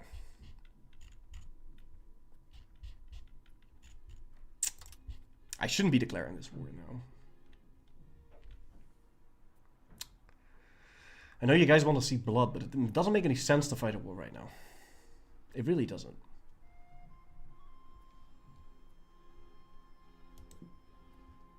No, I've got so much shit that I want to build up. I'm not going to do this. Nah. Universities are too important, man. Oh, I need to change my employment system too. To infrastructure, then most profitable. Yes. Buildings are filled with infrastructure first, then in order of that which makes the most yes. We want blood. But Hugh de Brienne. I know. You're right. Okay, but we'll just go in and out, okay? It's gonna be like a 10-minute adventure. I'm not gonna go for full annexation. I just need a province to put Hugh in. Okay, fine. Fine. But first I have to insult him. Send an insult. You smell like a hamster. And elderberries. I also need more tip spending. War not being worth it is a good sign for the game. I mean, if you think about it, if you're this small, and if I conquer a whole bunch more land, I'm only gonna get offer alliance from Aragon. I'm not gonna get too much out of it, and then I need to build universities in that land too. So I've got such good land. Like Tuscany has the best fucking land. It's such good land. I love my land. I love my land, and it's so high developed too, and I want to make use of it.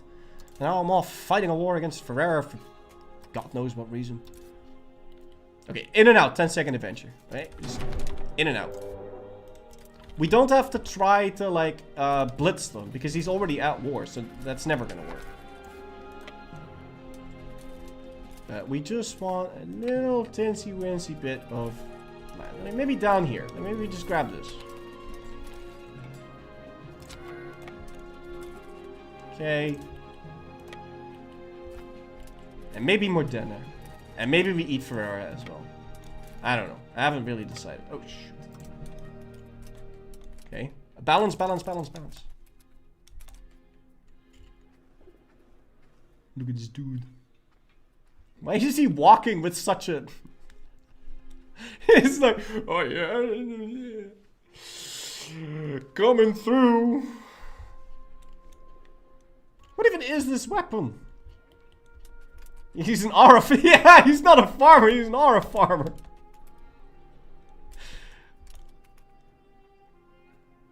Meanwhile, my cat, look at my dude. My dude doesn't look... My dude doesn't look confident at all. That's not a good sign. I think they have more morale than we do. Wait, he's not... He changed his... He changed his mind. He's got a very good leader. Actually, a very good leader. About that, I've got Mr. Antonio over here. And all of these stats have different effects in combat, by the way. So, if we could take a look... he's gonna give me 10% more morale. No, wait. No. That's not what that's supposed to. How do I show you this number? Huh. Maybe we get into a battle? It's usually when you, like, assign him like this. Oh, okay. Here. So, he can get a higher logistics distance. He's better at sieging. He can fit more dudes into the front line. The dudes go to the correct section. I deal 20% more. I have 20% more morale. On top of the fact that he's my king, which is giving me 10% more morale. He's giving me 10% discipline, 20% movement speed, and 50% combat speed. This guy is Caesar. He's better than Caesar. He's like, oh, who's that guy?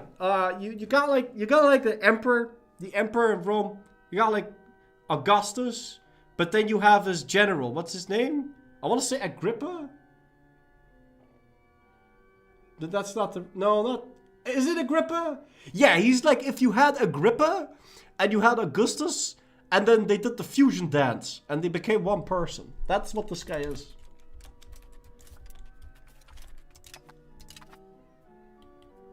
Did we catch them? No.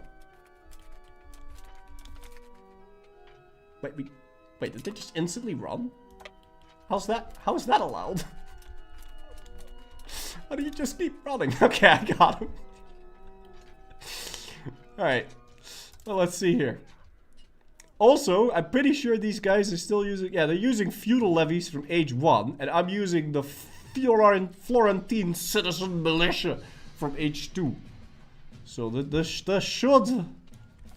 should be a bit of a stop. Let's see. Right, hold on. We should really do this at speed 2 because there's hour ticks now. Look at this. Ha! Look at my dude. I lost that. What? 1 to 6 odds, but he retreated. Scum. It's kind of sad. Bam, bam, bam. Bam, bam, bam. Bam, bam, bam. Bam, bam, bam. Bam, bam, bam, bam. Okay. Were you paying for this fort? Obviously they were paying for the fort. We're gonna split our army in half.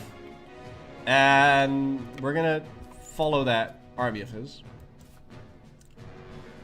Now, wars in the early game are, I think, a lot less tactical than later on. Later on, it all because you know you get your levies and then you can like move them around, you slam your guys in against each other. Yeah, that's pretty much that, right? But later on, when you get professional armies, I think that's when war becomes really, really good. Oh! Got him! Got him! Isn't this gonna get automatically sieged? It is. Yeah, cool.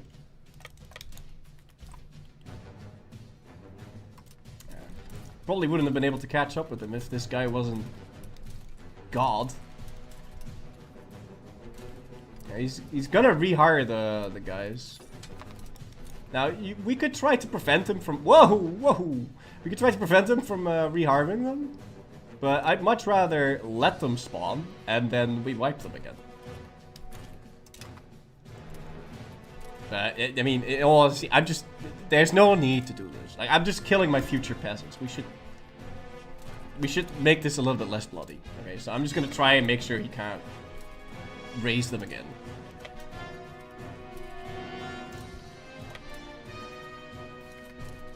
Yeah, I'm killing my future subjects, alright. Ba ba ba. Ta ta ta ta. Unfortunately, you get a pop-up every time those minor occupations finish, which there's not really a need. Where's Antonio? Antonio! No, seriously, where's Antonio? Oh, fuck, he's over there. Yeah, leaders don't teleport anymore, so I can... Shit. I'll make it. Oh! Stop the count. We have a million accepted. I really want to accept median too, but I don't have the culture cap for that. And in order to get the culture cap for that, we have to send money to the Pope. But that's a lot of money, and I still have universities I need to build. So I'm gonna spend my money on that still. Universities is so important because tech speed is like it's life, love, and the meaning of it, man. I need it. Let's make this less bloody. I mean, I am making it less bloody. Let's see what Aquileia is all about. I don't know how their fort situation's like, but it seems to me like they either deleted their forts or they don't have any. I think they might have deleted them, or they were forced to dismantle them, because that's also a thing. I assume they were forced to dismantle them. Is Russia as strong in this game as in EU4? No. At least not from what I've seen. I've never fought them before, though. So no idea. France is really strong in this.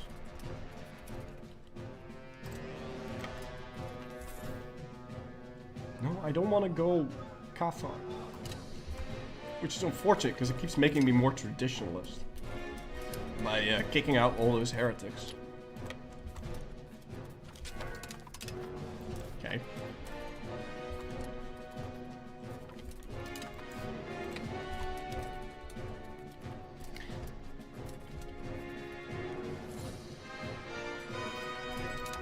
Now, if I vassalize Ferrara, I can ask him to make me, to make Emilian,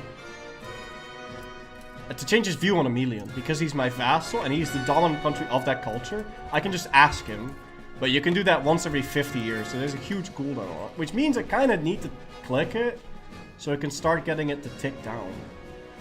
I don't want to vassalize something this big, though. In and out, he said. I mean... I did say that, but then we declared and it went so well. So...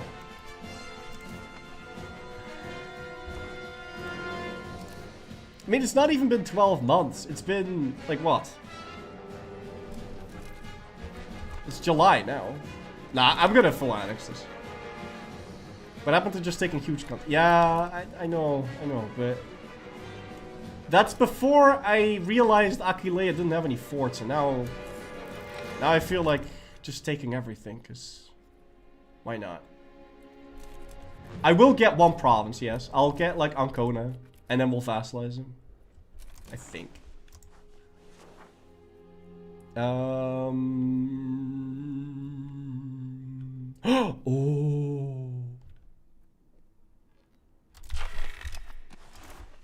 If we win this debate, this guy becomes even stronger.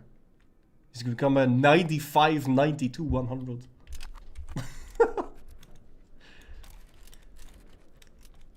Oh yeah, no, he does have Sicily. No, I don't. Nah, we can't vassalize him, man. We can't. There's no way. Ain't no way.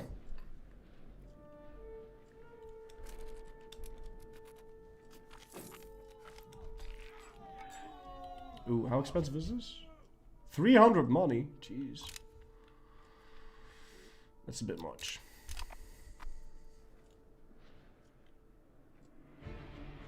We're 150 minutes left of today. Oh no, come on, why?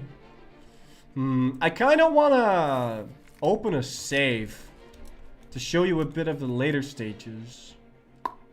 Maybe then. I'm thinking about it now.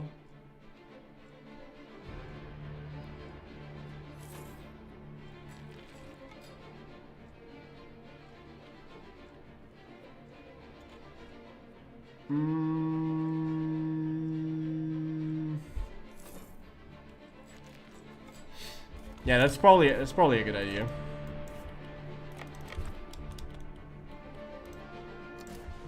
Okay. I can separate piece Aquileia now. I'm gonna humiliate him. I'm gonna take money. I'm gonna... Why is that plus 100? Oh, because I'm taking less than 50%. Okay. War operations. Yeah, that's fine. What else? I can't make him destroy any forts because someone already made him do that. No, that's fine. I don't really want anything else from you. And then... this. We'll take a tiny little... Yeah, but it's shit.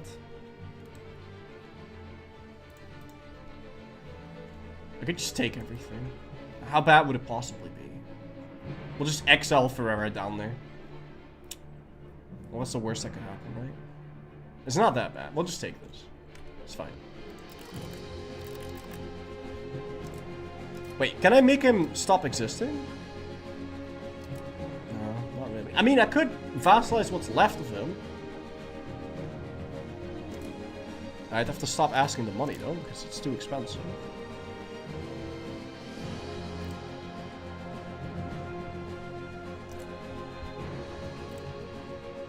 Nah, it's still too expensive. I can't do both.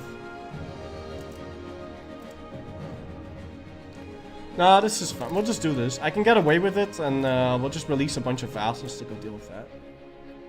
But I will make him part of the other faction now, though.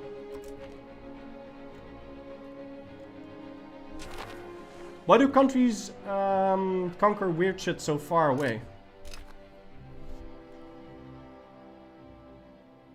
No idea. No idea. Hey, so we've got a bunch of unintegrated land, and my cabinet members are far too busy integrating this, so we're going to be releasing a bunch of vassals. So, no, not manage by subject. Create subject, custom subject, that place, vassal, Hugh the fuck off, buddy. Exiled. Get out of here. Okay. Probably should have made a list of problematic characters to exile.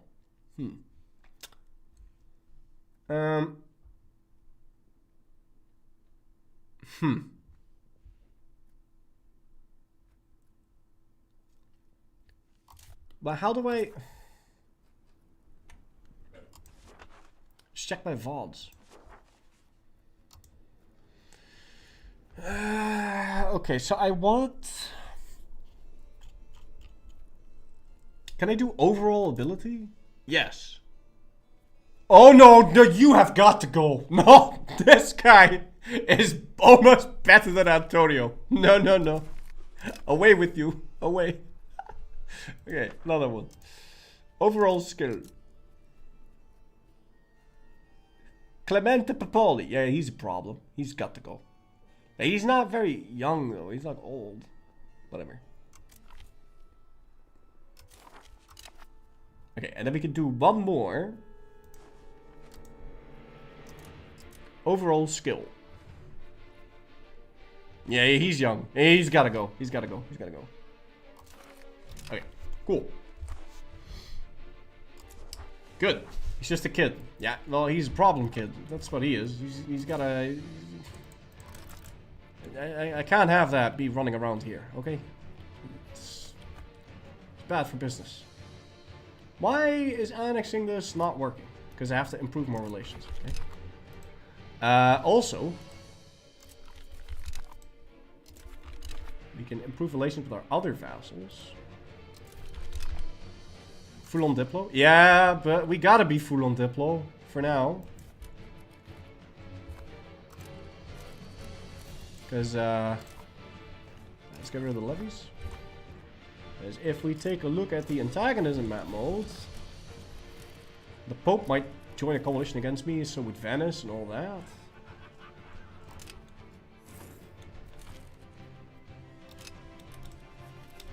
I kind of want to improve relations. Universities? Yeah, I know, but I don't have money, man. They cost like 300 a pop. They're very expensive. It's one more university. And then we need to check for libraries.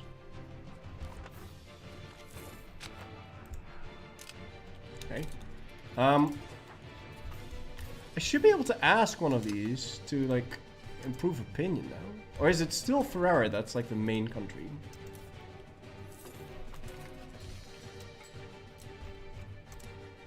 No, it's not Ferrara. So who's the main? Hey, yo, what? How can I assign him still? I made him leave. Okay, so that doesn't work. I thought that would get rid of him, but he's still in my court, so he can still be my consul. Shit. Well, there you go. He came back. I guess he can be the ruler. Yeah, obviously. I don't know why I thought that would work. You have personal unions. You can be a king and have your leader be someone else's consul. That totally works. Shit. Oh well. We tried.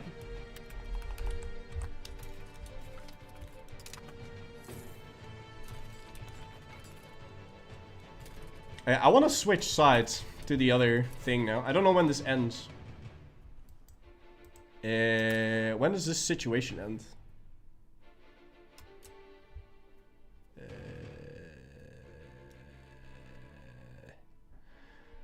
The leader of the international organization is selected by which member has the highest great power score. Well, we're not beating Milan anytime soon. Should I play Europa 1 through 4 first to understand the story? Okay. I need to improve more relations. Hello. Antagonism. Definitely don't want the Pope to join, and I also very badly want to improve relations with Burgundy. Wait, Burgundy? I don't know what's up with this. Like, Burgundy randomly conquered Fos Momo.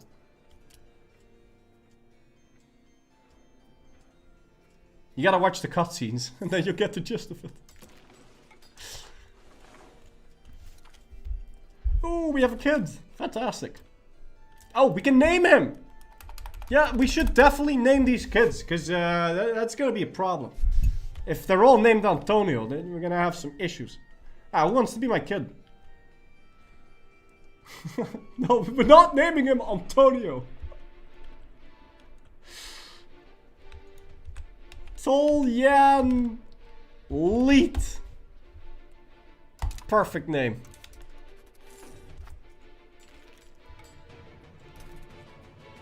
Okay. What are we researching? Oh, the Republican electorate law. Oh, yes! Yes! We can change the law to make it better. So that there's less elections. Because then we have less Republican tradition hits when we keep electing the same guy. And I want to keep electing the same guy. Look at him. Look at him! He's 21 years old! That's so good. I want more unis. Okay. So we've full fleshed out on unis. Then we want to full flesh out on libraries. Okay, we've done that. Then I want to full flesh out on marketplaces. Because I'm a merchant... No, not market villages. Marketplace. Yes. Okay, we've done that. Now we want to save up money to upgrade our towns to cities. So I can build more marketplaces. And more good stuff happens.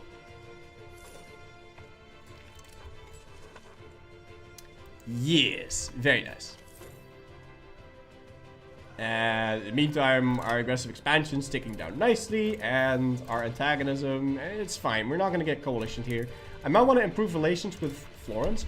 So this is actually really nice. Let me explain something here. So if you have this map mode open, and you're like improving relations with countries, everything that you see that is blue has negative antagonism on you. Why? Because you've improved relations past the point of antagonism. So if you are planning to do something bad boy like, then you can improve before the war actually ends. And then not only, and it doesn't really, it's separate from the relations themselves. So you can fully improve with the Ottomans, and then the Ottomans will have like negative antagonism, as it were. So you could prevent there's a lot of active ways that you can prevent coalitions from firing. But it's very costly because during this entire time, I'm spending a third of my income on diplomatic spending, and I could be building buildings with this, but I'm not because I don't want to get coalitioned. I could be spending a bit less. And pretty soon we'll have integrated Romania, and then it's nice. Do you have a sellout link? Yes, it's exclamation mark sellout. No, it's exclamation mark EU5. Bernardo de Medici. We can try getting a... No, I can't get a royal marriage. It's just never gonna happen.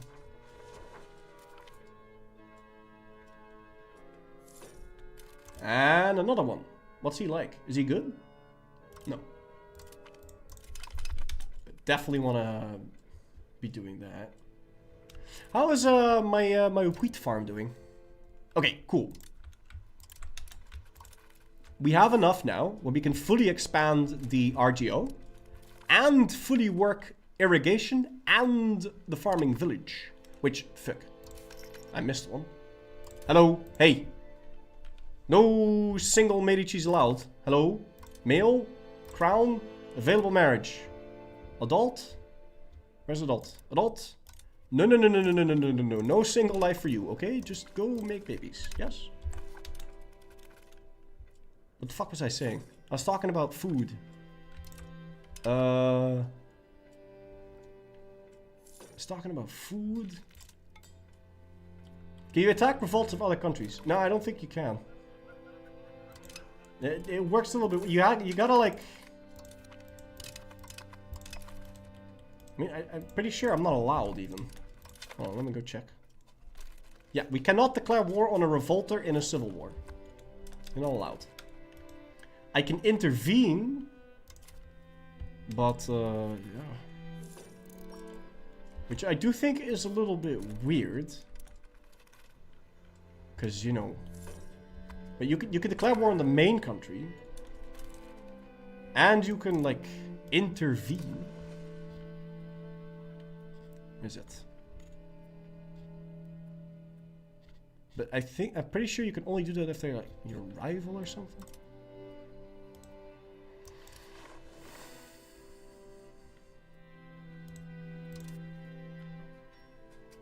Yeah, no. Oh.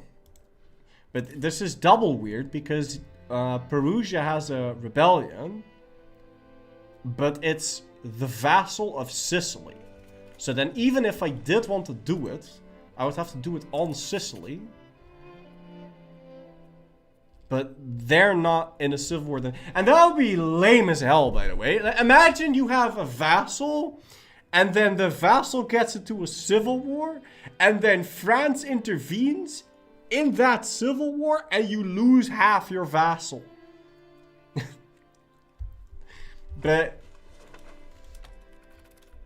you should probably be allowed to just intervene in the civil war, declare war on one of them. The problem with allowing that, though, is that I once had a civil war.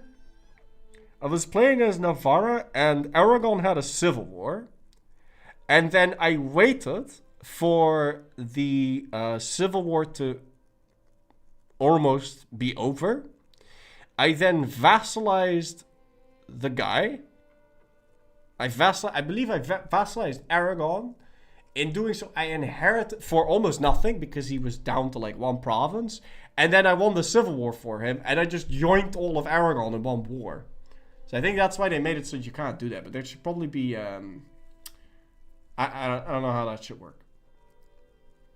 Antonio grew a beard. Yeah, he grew a very nice moustache. But unfortunately, we still have all these... I want to get rid of this guy, man. He's such a problem. It's fine.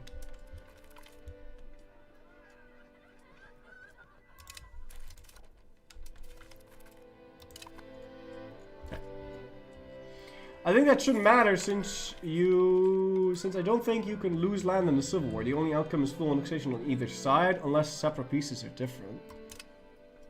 Yeah, I mean, I guess.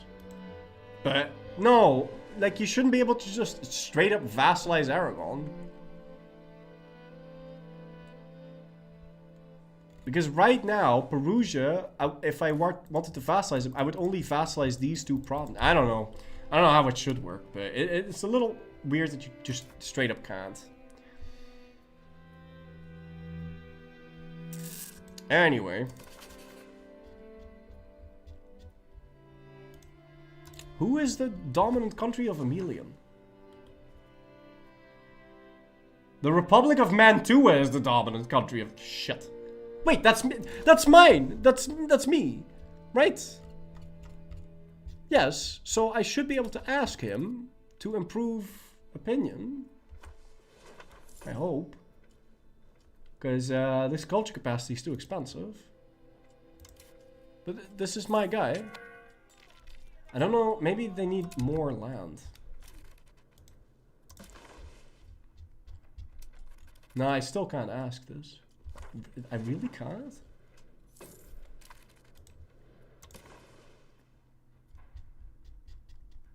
No, I can't. Shit. Yeah, I really messed that up. Huh. Yeah, I shouldn't have killed Ferrara that quick. Crap. It's Modena?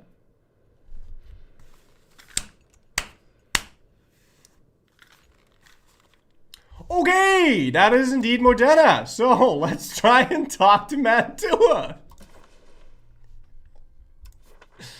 Let's curry favors. I mean, it's gonna take forever to actually curry enough.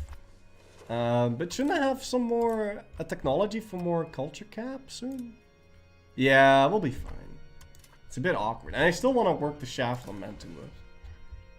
So I have to send him a gift. I think that's the next thing we're going to be spending our money on. Other than...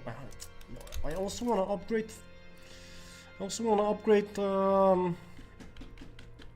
my things, man. Use the words. Come on. Come on, Flurry. You can do it. I want to upgrade my things. I want to... make my towns into cities. That's what I meant. Right, we'll go for dynastic rule. How impossible is it to do a world conquest in EU5? Absolutely not impossible at all. No. Absolutely not. I don't think. But I've not full on tried before. But I did form the Roman Empire. And when I was forming the Roman Empire, my country turned into a conquering machine. Because at a certain point, like once you have a power base that's like big enough, like once you have an empire that's like yay big, if you can build this and you have control over it, you don't care that the rest is not even integrated. I mean, there's gonna be rebels, sure. So you have to deal with that, but you can. I think you would probably use more subjects though, like long-term subjects. But I think it's possible. Especially because in the later stages you get like lots of province war score cost, and you get better ways to deal with proximity and all that. How much time in game and real time did it take me to form Rome? Oh.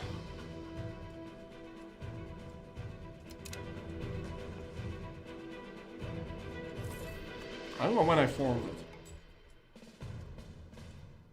Like 1680s or something?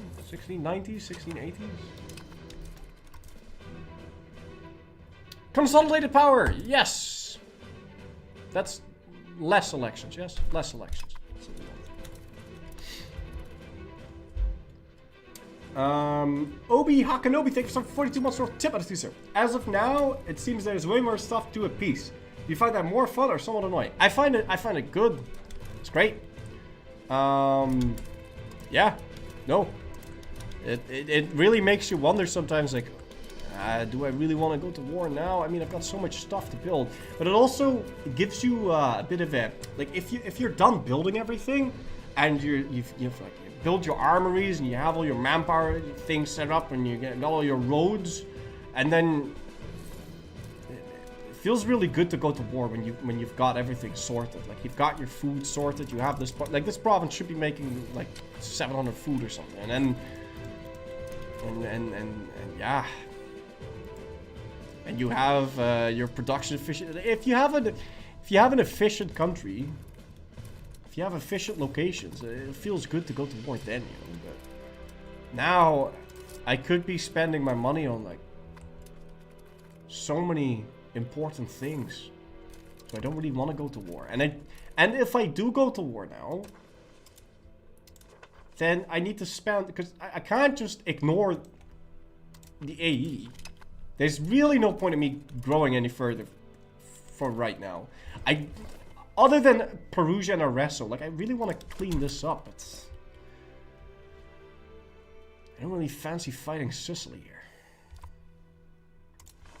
Oh, Sicily kicked out Ferrara. That's nice. I mean, I guess we should. But I don't think... Am I allowed to do this? It says I am.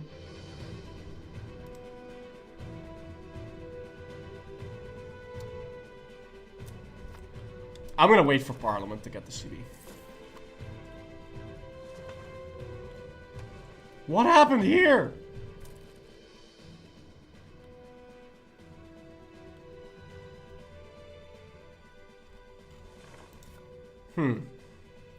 I don't know what happened to Biz.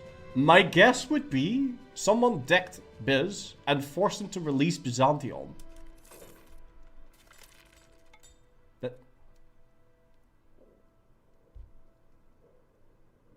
Hey, look at this, Toljan! You're intelligent! Okay, fine. You'll get an expensive education. Because you're smart. It'll be very, very expensive, but we need an heir. And we need someone to cycle elections with. Because I don't want to spend the 10 Republican tradition hit every time because I'm re-electing Antonio. I need someone to switch with. Biz still strong. Yeah, so funnily, because Biz, you never ever... Well, I don't know if this is going to work in your build. Or if this is gonna work in the future. But Biz is still Empire rank. Okay, even though there's only 6,000 people living in Biz, and he only has one location, he's still an Empire rank. And that means that if you are an Empire, he is technically a valid rival target. And if you don't have enough valid rival targets, then you get a penalty. So, you never really want to kill Biz. So I left, in my Roman Empire run, I left Biz alive for as long as I could. Well, till the end. And I also left an OPM France alive when they formed an empire. So I could have people to rival. Because not having enough rival targets is shitty. But, I mean, that's so gamey. I don't think that's gonna stay that way, so. How's Byzantium in this game? Oh, man, I don't like Biz. Other than me starting a game of Biz and then instantly losing to a civil war on purpose, and then I was like, okay, yeah, this is probably how I would play Biz if I played Biz. I don't, like, Biz has problems, man. But from the people that have played it, I've heard it's a lot of fun. But I don't... it's not my cup of tea to start with a country that's been run like an idiot. Like, I don't want that. I'll tell you what I do want. I want to be telling people to come to Grosseto because we need to grow more food. You can never have enough food, guys. Food is so good. Ooh, okay, so this is nice. So we're gonna have increased naval infrastructure, right? And that's gonna increase the development in a bunch of locations, but it's gonna move me towards naval. I don't want to move towards naval, I want to move towards land. So we're gonna click this, and then we're gonna fill the debate on purpose by getting a CB on Perugia. I want to select Perugia. Yes. And then we're going to fill the debate on purpose. I do want to check. Oh, they want me to change policies? No. We don't want any of that. No. Fleur, what's my PC specs again? Oh man, I don't know. I don't know anything about computers. It's a good PC though. I know that. Okay. Well, let's eat this, because this is ugly and it's in the way. Where's all my money going? It's going to improving relations and whatnot. Okay. Fine. Now, here's hoping I don't have to actually walk over to Sicily. I'm really hoping I don't have to walk over to Sicily, because that's gonna suck. Like, I'm gonna have to build a navy. I don't have the money for that. I need to bribe the Pope into liking me so their culture likes me. And I also need to upgrade my cities. Well, like 5 million things I want to spend my money on. And certainly don't want to be spending it on... What's this? Ja, jongen. No. I don't want to support the Florentine school. The Florentine school can... You're at war with Aragon. What? Oh my, what? Oh. Why? What happened there? Why is Aragon part of this? Huh? Are you allied to Aragon? No. Oh, they are. I didn't notice. Okay, well, maybe this is a good thing. Maybe we can hit 2 flies with one. Maybe we can get Hugh to die in the war. That's a way to get rid of him. Oh, wait a minute. Maybe we can get Hugh to die in a war. I have a boat. The First Navy. And the First Navy is going to sail to... I don't know. You're going to sail right over there. And we're going to hope that he sinks. Maybe this is a way. Maybe this works. Maybe this works. I'm hoping this works. But we are going to need a new navy, though. If this works, I'm going to do this more often. Give me a boat. Maybe this works. I don't know if this is going to work, but let's hope this works. Also, I just captured a bunch of people, right? So there's this. Look at this. So he had some mercenaries or normal units. I think these are normal units. And you can choose to do a couple things. You can ransom these guys, and then you lose AE by letting them return home. Or you can execute them, and then you gain AE. Why would you want to gain AE? Well, let's say you are this big, right? Well, not that big. You're this big, and coalitions are actually great. Because if people form coalitions against you, you can declare war into the coalition and separate peace all of them. And then you only need one CB, get into a giant war, and you gobble them all up. So you can debate people into joining coalitions against you. So that's why you might want to get AE. But also, you might want to execute them, because if you don't execute them, you gotta like feed them. And also, they might get captured back, and then they join the enemy again. Or you can bribe them, and then they join your side. But that's really expensive. Like, that's really expensive.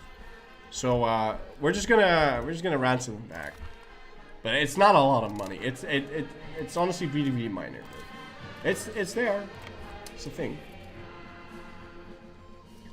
Yeah, England is apparently Anglia because they took Latin as their court language, and that can happen through a variety of things. Ah, shit. The navy died. Did it kill the guy, though?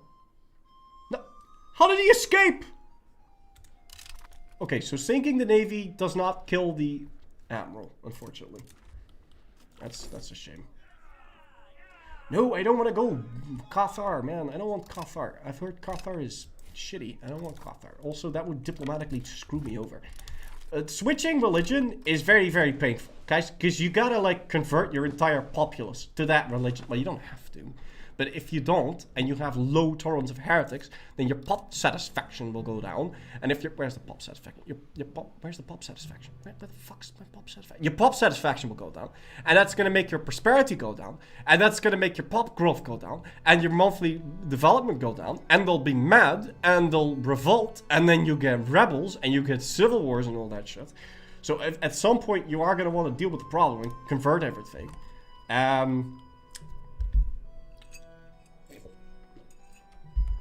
So switching religion is kind of painful, but during the Age of Reformation, you get like preachers. There's gonna be like Lutheran preachers, which is like a building and it converts land. And then it becomes a little bit easier to flip. And also during that age, in general, it becomes easier to flip things. You get more pop conversion speed. So yeah, if I'm flipping into anything, I'm flipping into Lutheran. But are certain countries better at being religiously diverse? Yeah, so the Ottomans is actually really good at that, right? So, and not only is the Ottomans really good at that, but the Ottomans can become insanely good at that. Because there's this thing, if you conquer someone's patriarchate, so if you conquer Constantinople, you've conquered the seat of the patriarchy. Carcate. You've stopped the patriarchy.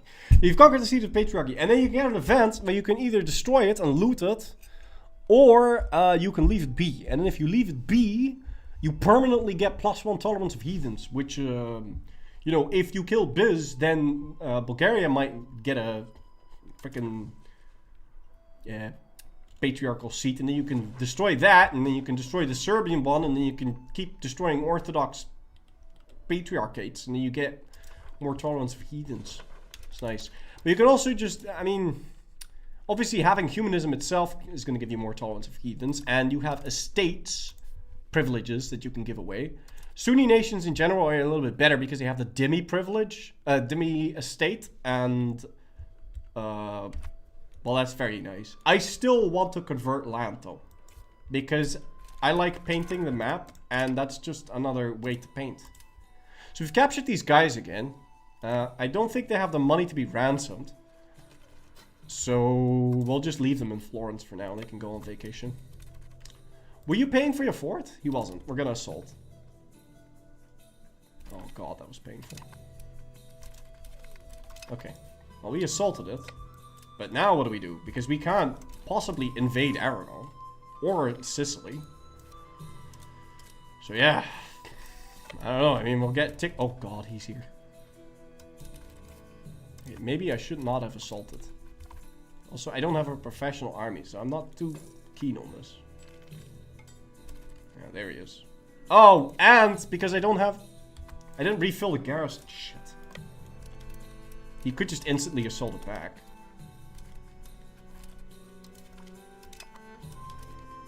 Don't I have any normal units?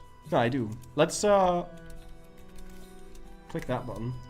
Are vassals useful in war? Oh yeah, they're very useful, especially at the beginning. Later on, not so much. Oh, and if you're Castile, you really want to vassalize Navarra, because Navarra, they're really strong. Alright, let's see. I should get a defensive bonus here because it's my fort. But the problem is, I am a republic, and he is a monarchy, which means he has certain laws that makes his levies better. And my levies are better than other republics because we're Florence, but this might suck. We might lose this.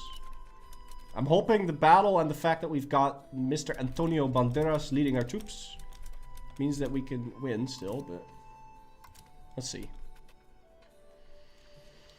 Yeah, it's certainly a lot more equal than the previous fights been getting to. And this is permanent pop loss that's dying, by the way. Like, these troops are just gone, and then... And it's not like Aragon's gonna stop coming. But that is a very useful source of war score, though. That is very nice. And I think that's going to be the only way we ever get enough war score to take this shit. Why can't I take that? Oh, I haven't gotten it occupied. Okay. Oh, I must take Perugia before I can take... Yeah, so we need 35 war score worth of stuff from this. Have you experimented with unbalanced formation for your army? No.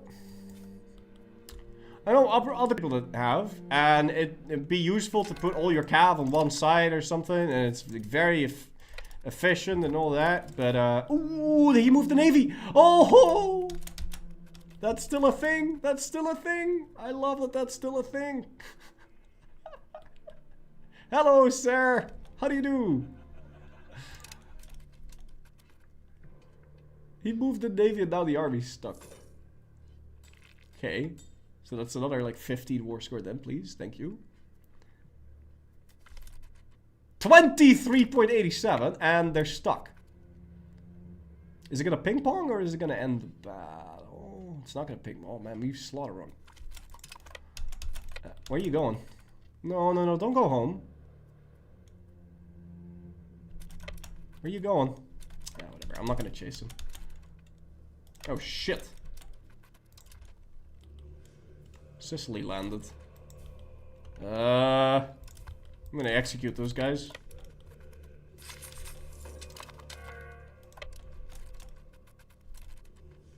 I could march in here, but that'd be kind of shitty terrain to attack into, so I'm gonna wait for them to do something stupid.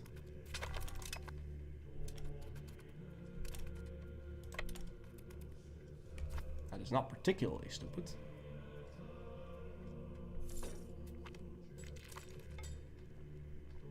Niccolo Niccoli?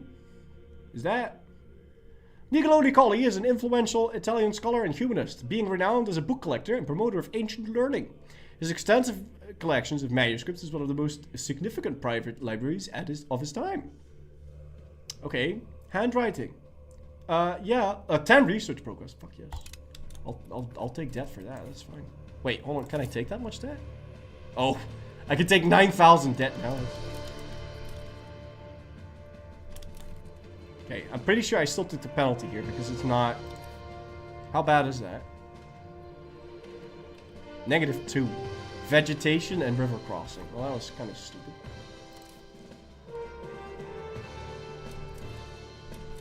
I still think I'm fine though. Yeah, more than fine. Where's he going, man? Shut.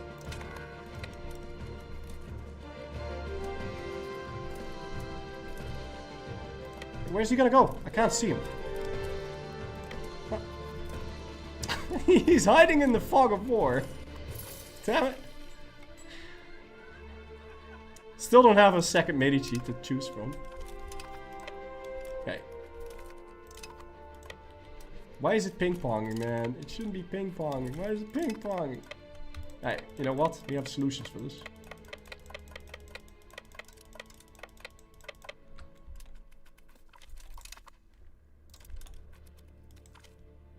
Okay, now we got it.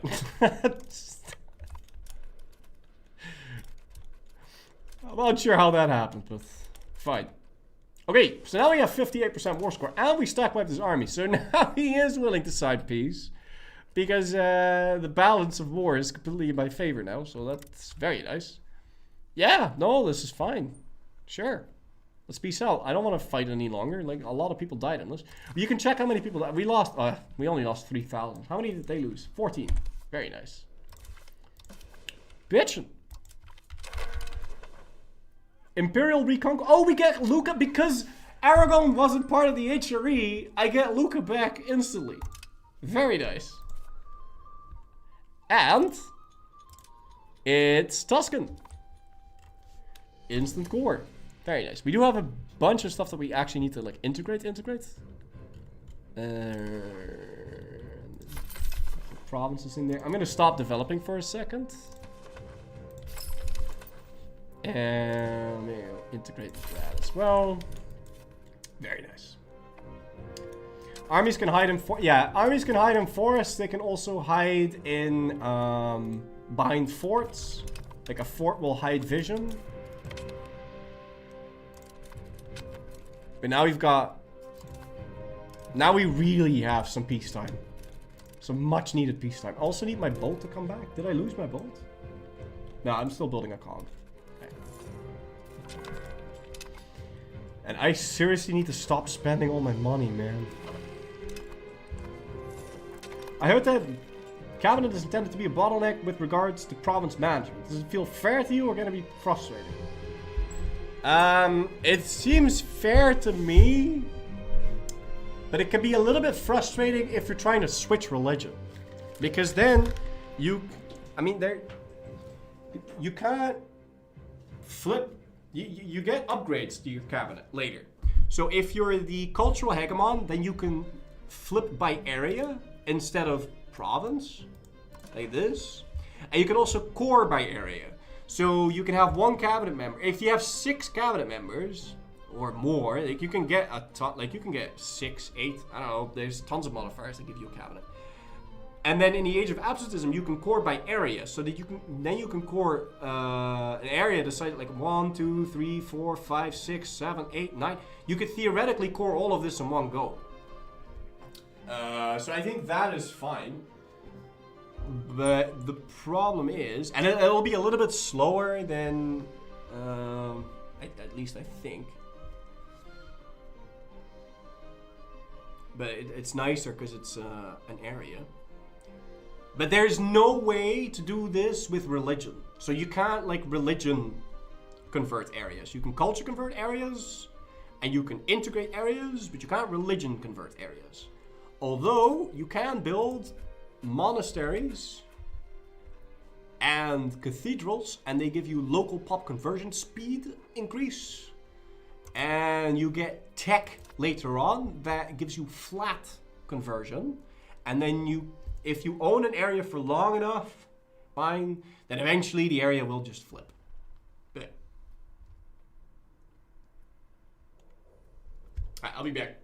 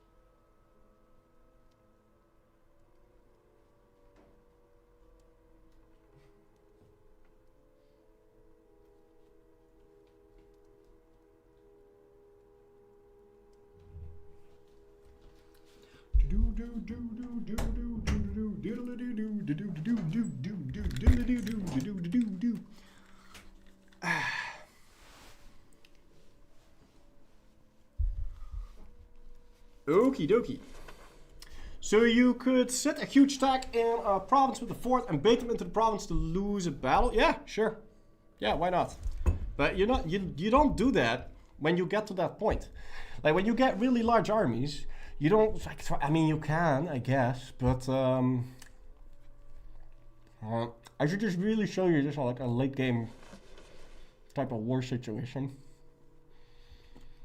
But it's totally different later. Let me just say that everything is completely different. The game feels different, everything feels different. Which I think is cool. Like if you're once you get to the later ages, it's like a totally different game. It feels in the beginning a bit more like you're playing CK, and later on it changes.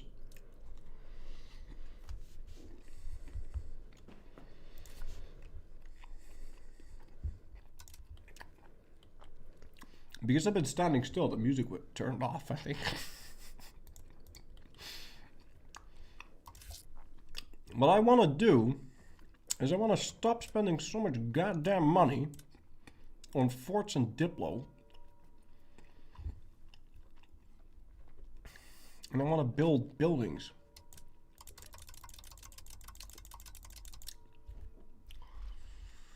But how? Alright. First of all, we're going to stop improving relations with Florence, and we're going to stop improving relations with Aquileia, and we're going to stop improving relations with... We're going to keep the relations with Bologna. Genoa can go away. The Pope can go away. That can go away.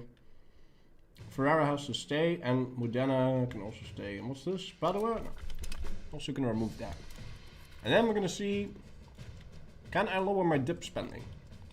Please. I can. Can I lower it all the way to the max? I can. Nice.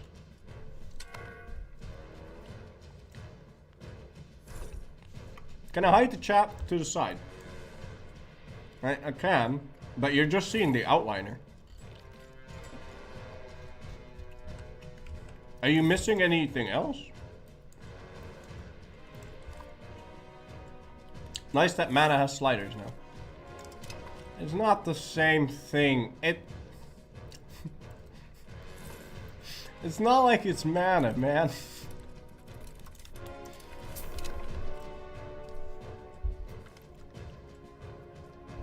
It's also, it's like a constant, I don't know what this would be like. It's like a budget. It's like colonial maintenance or something. Build tier for better mana generation. Okay.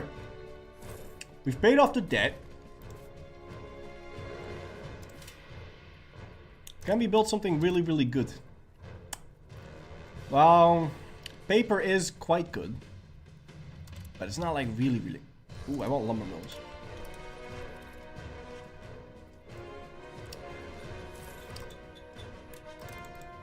I just want Florence to always be building something, but at some point we're gonna have to stop.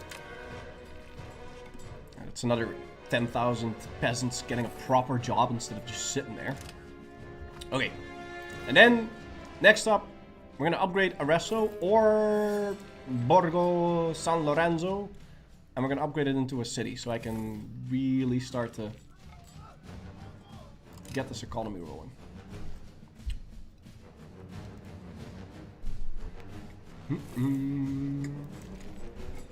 Everybody in chat wants to see the sidebar instead of chat. Okay, fine. But then I also have to remove this.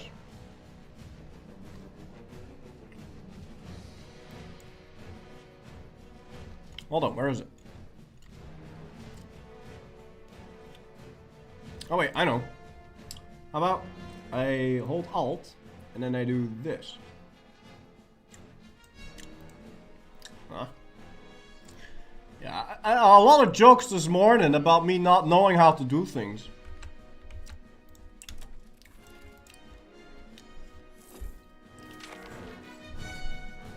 Funding the University of Livorno. It's 800 of my money. Secundus Pesci. How many months of research is that? It's like half a year of okay. Fine, we'll take more debt. Filippo de' Medici. Marry a lowboard.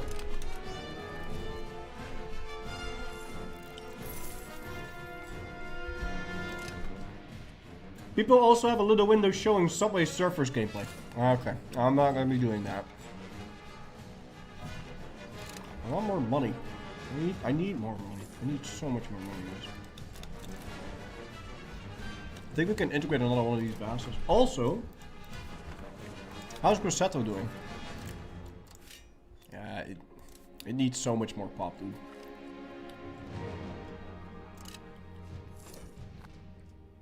Does it? It's kind of done. We can stop doing that. Instead, we're going to be culture flipping some people. But if we want to do that, we kind of also need a guy to sit there and increase the... what am I call it?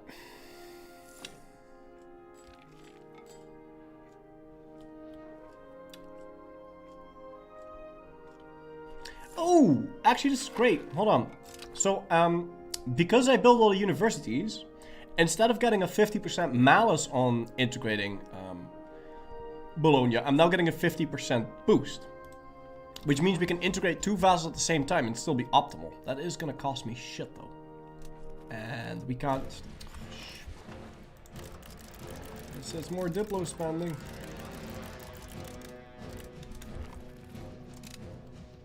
Appoint the Medici to naval command? Oh yes, please. Yes. Yes, yes, yes. Thank you. Good call.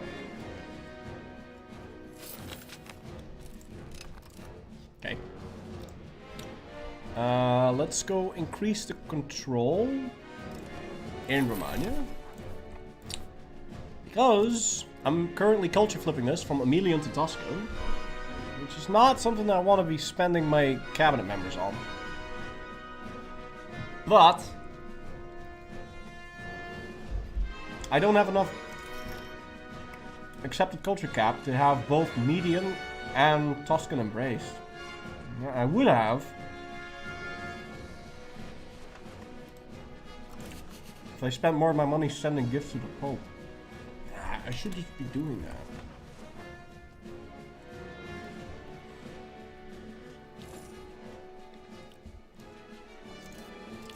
But they keep getting hit by events. Man, assigning that guy to the Navy was a really good call. Like, my income just shot up by 20 ducats. Ooh, and we can canonize one of my previous leaders. And that's going to give me a bunch of prestige and Republican tradition. But I kind of want to keep that for a rainy day. Okay?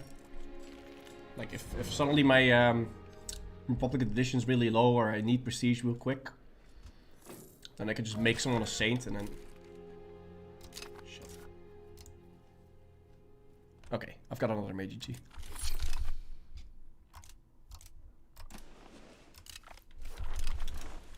Wait, does he have a wife? Wait, did he marry on his own? Whoa, whoa, whoa, whoa, hold on.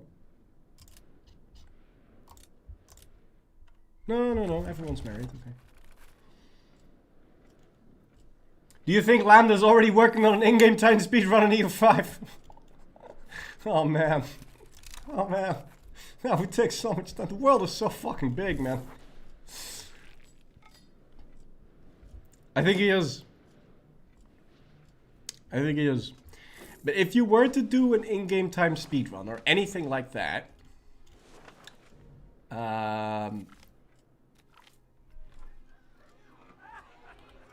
what's this? Trade advantage or burger trade capacity? We'll go for burger trade capacity. I am trying to keep everything green in this screen. But you don't strictly have to. You could just accept the fact that 3/4 of the globe is red. It's not like there's an overextension mechanic, other than if you don't core the land and you accept the cultures, you're going to get rebels a lot. And then you have to go there and you have to fight them, and it's, you know, it's kind of iffy. There's probably a way that you can make sure that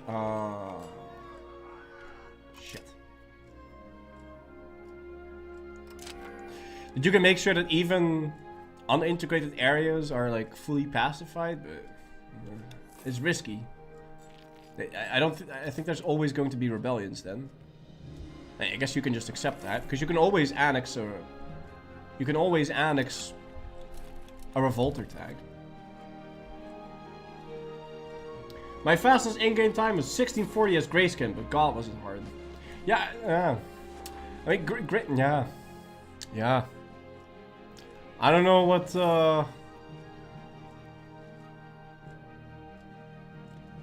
I tried doing Grayskin, but in the patch where I did it, I couldn't. Maybe we could do Grayskin in this campaign.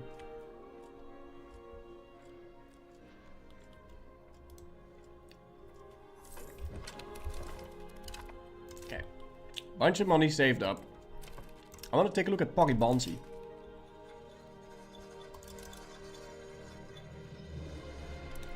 I really want to build that. You know what? Let's just make sure it's building buildings. I think we make enough.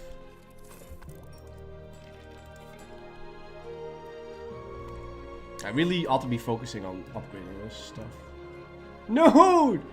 Don't distance yourself from China! Nephilim, do you know what's up with this? Okay, hold on. 506 Tuscan burgers in Florence. What happens to them? I get more China stuff? Cool. Strong relations for China. Monthly progress acidicized. Yeah, let's go. Wait, hold on. Hold on. We are going to, instead of assimilating Romania, we're going to change our societal value to acidicized. It's back. Sweet, sweet research progress and legislative efficiency. Ah, Johan confirmed it's a bug and it's been fixed. That's a shame. Citizenized is really nice. I think I might beeline towards China. Just to get it bug free. Oh no! No! Shit! Victory for the Ghibellines! Over the last centuries, we have supported and defended the rights of the Holy Roman Empire as the legitimate overlord of Italy. As a proud member of the Ghibellines, now the Guelphs have finally conceded their puny demands and have bent the knee under the rightful imperial rule. No!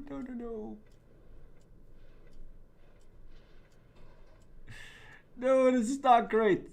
This is not great. What if I switch sides at the last minute? Is it gonna switch? What if I switch sides at the last minute? I wanna load the save, see what happens. Hey, hold on. What year is it? Oh, it's May. Okay, hold on. Let's see. I do hope I don't burn the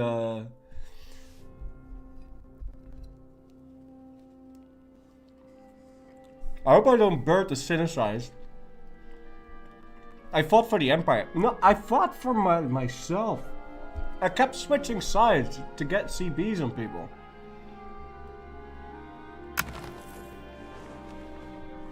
Let's see what happens if I switch sides. Okay. Leave the Ghibellines.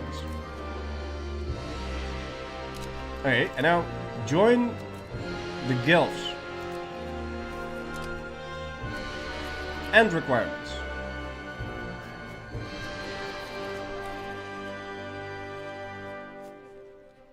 What's all this?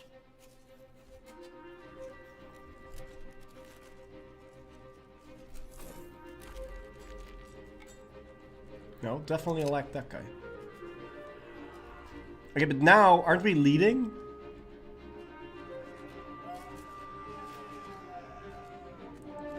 The Guilfs has at least 100 progress. But how do I get progress?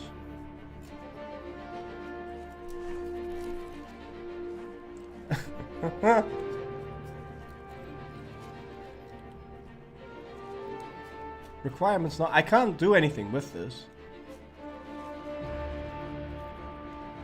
Wait, hold on. Can't I make my vassals force them to leave? Switch sides? Top left? Oh, top left. What? Aha! Aha! Oh shit. Shit. No. I should have switched years ago. I forgot. Okay. Total monthly progress 0.12. Yeah. Total monthly progress 0.14. But how do I make it go down?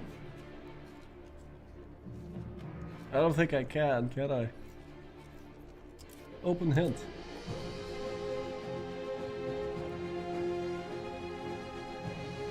Increase the tax base of your country.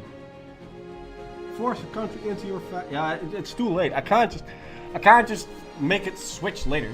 It's Jover, the Empire won. Okay, so we're part of the H. Fine. Whatever. I fucked up. If I wanted them to leave the Empire, I should have switched sides a long time ago. Whatever. Unless it's... Yeah, no, it's going up.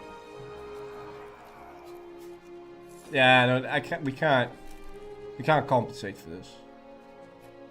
I mean, we are gaining faster now, but we should have done that years ago. Won't you not join because you're not a Guilf? No, I think everyone joins. I think it's just like, okay, you lost. It is what it is.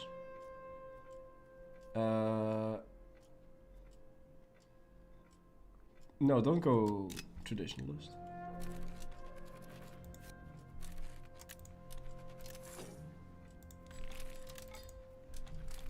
Right, what is the other industry we want to build up here?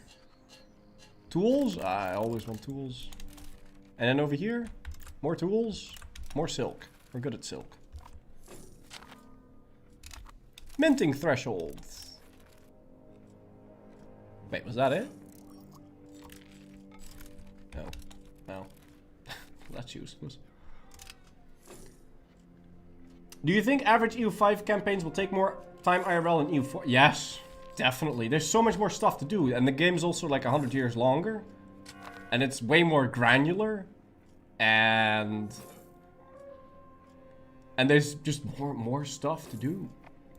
So yeah, it'll take way longer, I think. Or at least longer. Also depends when do you achieve what you want to achieve, like. Have you gotten meritocracy yet? Nope, no meritocracy. So 3 mountains in 2 days? Nah, I can do 3 mountains in like an hour, man. I can do the 3 mountains in like an hour. Are you colonizing? Oh, hell no. No, I don't like colonizing. I don't want to colonize. Okay, look at my pop growth, by the way. So we're growing 305 people every month. And if you go this, conduct a census, which I've not been doing, because... Alright, we're going to fill this on purpose. We don't really care about winning the debate. We only care about the effect it gives during it. So now... we doubled our pop growth for the duration of the debate. Which is kind of nice. Wait, who's dying? Apparently Borgo has some negative... a lot of negative prosperity. Wow, this place is fucked.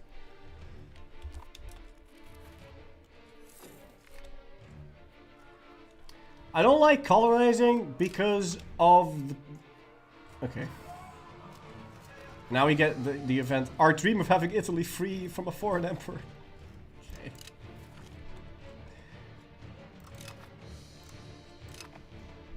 So we are now permanently part of the injury. Unless we fight a war against the empire and decide to leave. It is what it is. Just dev to fix it. Yeah, that's what I'm sort of doing. What was I talking about? I completely lost my train of thought. Did we get the Medici back yet? Yes, we did. Look at this dude. Look at him. I finally bred the perfect Medici. 95, 92, 100, 30 years old. Midas Touch 2. Inspiring leader and battlefield medic. And you can bet your ass I keep re-electing him. I mean, I lose Republican edition, but I mean, who needs it? Yeah, I don't care about winning the debate. I'm not winning the debate anymore. Okay, anyway. I want to do more deving. I want to go back to deving. That's what I meant to do in the first place. I'm not building anything in Poggy Bonzi. And I did upgrade that into a city. I'm also not building anything over here. So we'll go for some more tools. But I need to be careful with Florence, man. I don't want to go over the building limit. Then it becomes very expensive. At the same time, I do really want to upgrade my towns. This is already a city. And Siena is a fantastic place to build tools and weaponry. Because it has an iron mine in the province. So you get a little bit of a production boost. So let's also start building some weapons. It's gonna say that weapons aren't very profitable right now. That's because I don't have armories yet, but I'll get armories later, and then the price of weapons is gonna go up, and then this thing will be super profitable. So I'm gonna build Siena into like a metal industry location. Libraries and universities? I think I have libraries and universities everywhere. No, I don't. Unis?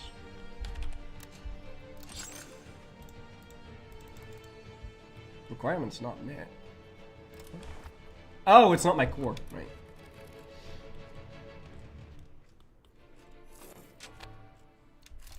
Could I accept medium? Culture capacity if accepted. 0.60. Yeah, I can do that now. Okay. That means I need a little bit of prestige. So we are going to find someone with a whole bunch of skill, and we're gonna make him a saint. Oh, yeah, hold on. Let's make the Medicis into a saint. Just for shits and giggles. There's no real reason to do that. Other than, this is kind of nice. It's also gonna give me some Republican tradition. So I wanna check to see if we don't have any more low-born people that we need to marry away. Not married, male, adult.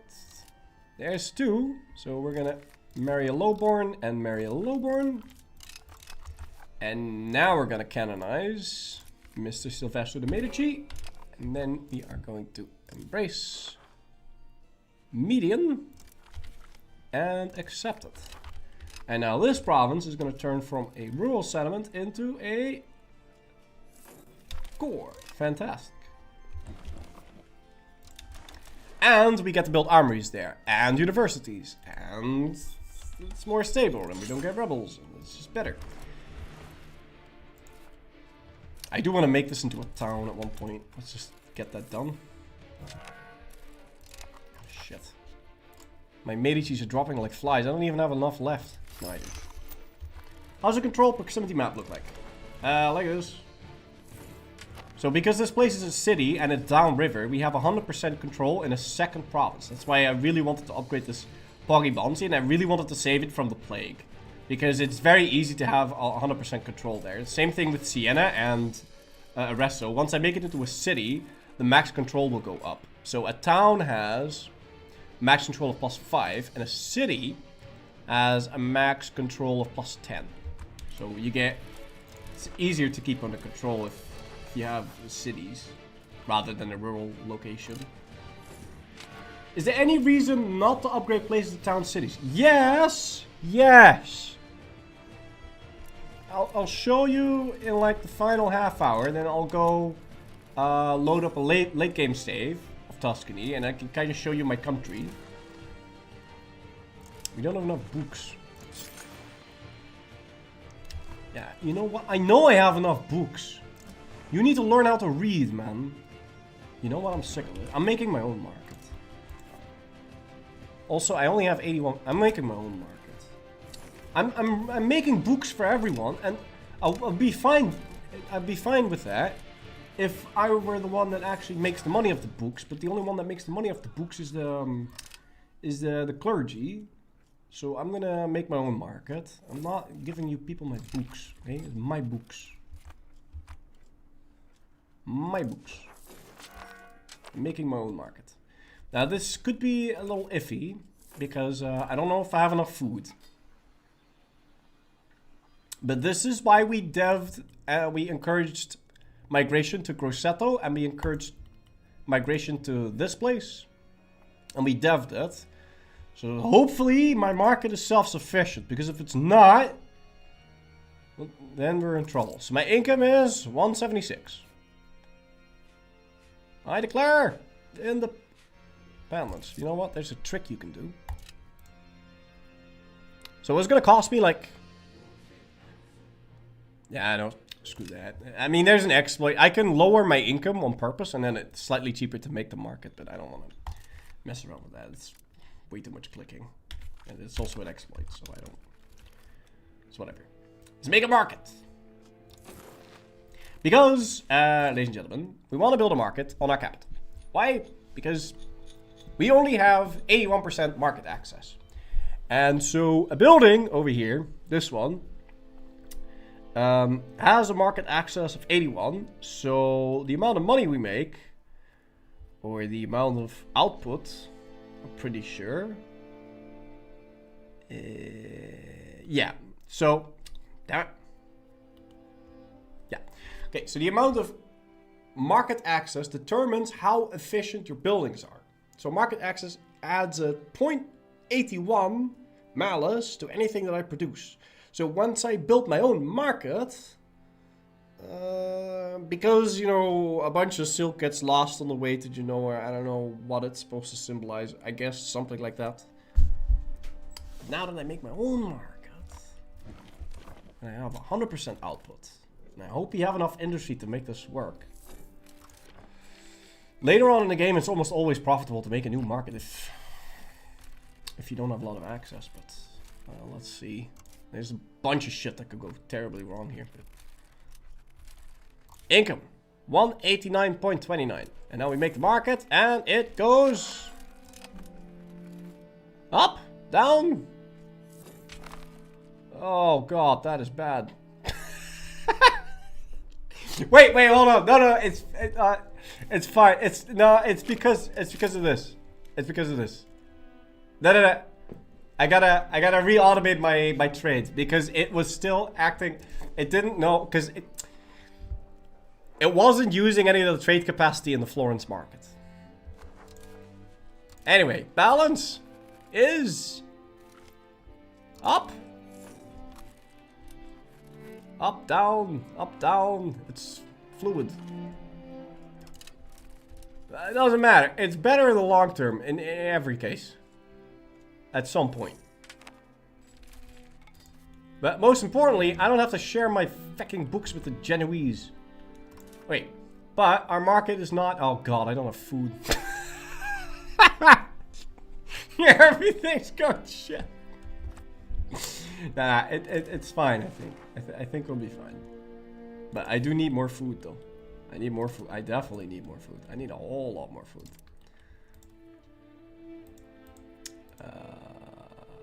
Okay. More market villages. Also, don't I have cows here? I do, but I haven't upgraded them yet. Literal North Korean dictator. No, guys, it's fine. Trust me, okay? Trust me. Trust. This is a good long-term strategy. See, Sicily wants to buy mill access from us now. See how important we are? They need to get past. That means we're doing something good.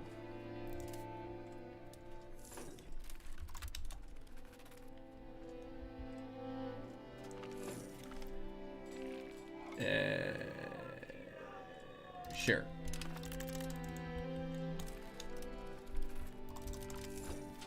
Get me cows. Cows are food. We can eat cows. Jeez, I'm getting spammed with this event. I love it.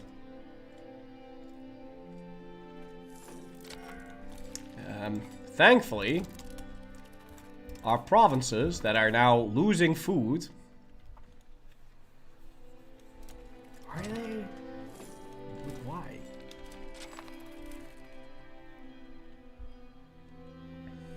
Changed last month. It's going up. I think this is a temporary thing. I think this will go up. I just think we can save more food, and that's why now it looks like I'm losing food. But I should be making tons of food. Yeah, because I know. I'll be fine. I'm pretty sure I'm gonna be fine. And if not, well, I guess they'll have to eat cake. More food. Give me food. Yeah, I don't really want to build food like that. Fine, I'll try and build some food in Florence, but it's a terrible place to build food. So I'm building irrigation, right? Now, you're going to be tempted to think, oh, okay, irrigation, and then the food will go up. But that doesn't always work. So what irrigation does is it's a food multiplier, right? So it gives local food production bonus. So if you build all 13 of these, we'll get 13 times 5 food boost. But in order to get base food, we need to either have a whole bunch of peasants working on subsistence agriculture, which is very inefficient, or we need to build something like a fruit orchard, and then we make actual food. Right? Which is also kind of inefficient because, well, first of all, it's fruit. I mean, what the fuck, fruit? It's actually not that. It's for food. It's pretty good. It's not as good as wheat, which is, of course, 8 food, but still... It's food, and it certainly beats subsistence farming, and it's a good which you could sell, so yeah, I guess we'll try and build more food. I mean, I should just be fine though. Okay, see, I was fine. I told you I was fine. There's no problems here, no problems at all.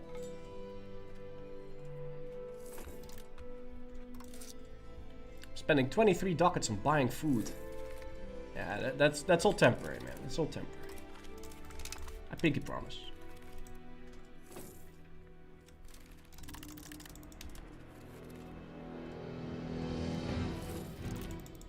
We just gotta work through the awkwardness of making this new market. I could have waited with making the market, but...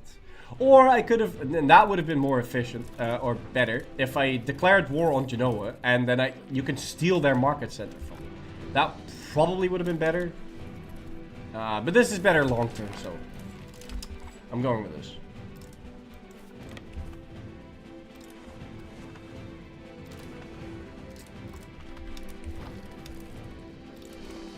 And now I also know better what I have to work with. Because I can think like, oh, okay, we have a huge ass shortage of books, and then I go crazy building books, right? And then I make my market later, and then I have way too many books.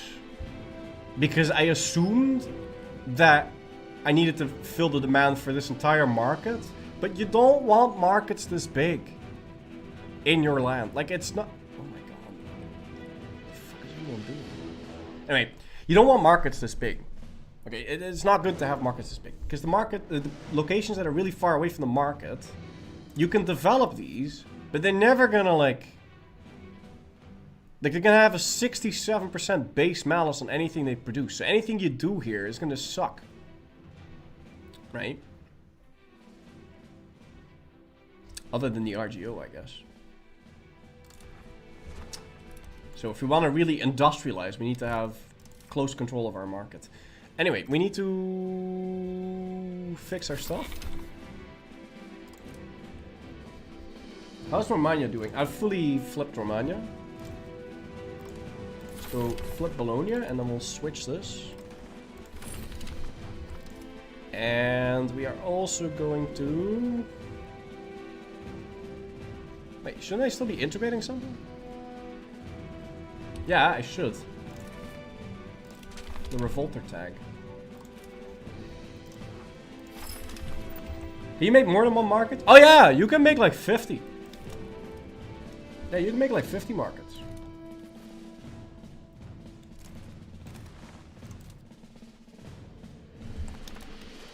I want to marry my kids away. At least not the women. Certainly not.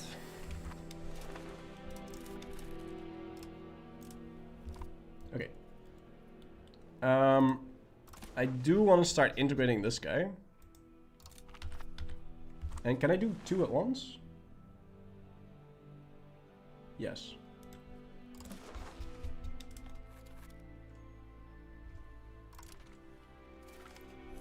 And if we can stop improving relation to those.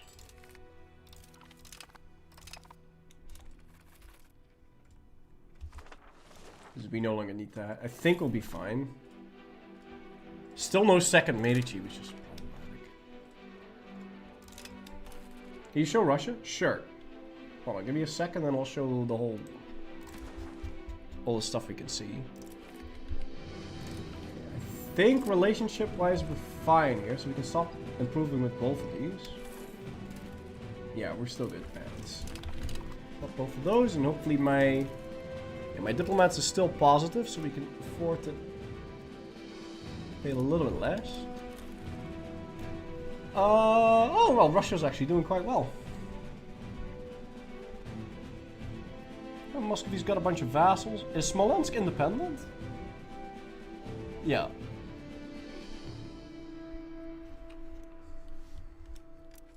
Golden Horde's still going strong.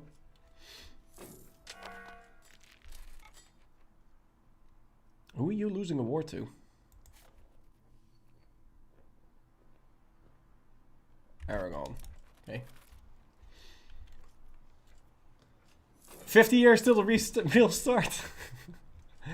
Oh man. Something like that. No, it's exactly 50 years actually. Promote a sponsor university. What? Don't I have full university? I'll take it. Let's see. I'll do this just to see what's under it. Communism! No, I don't care about this. Okay.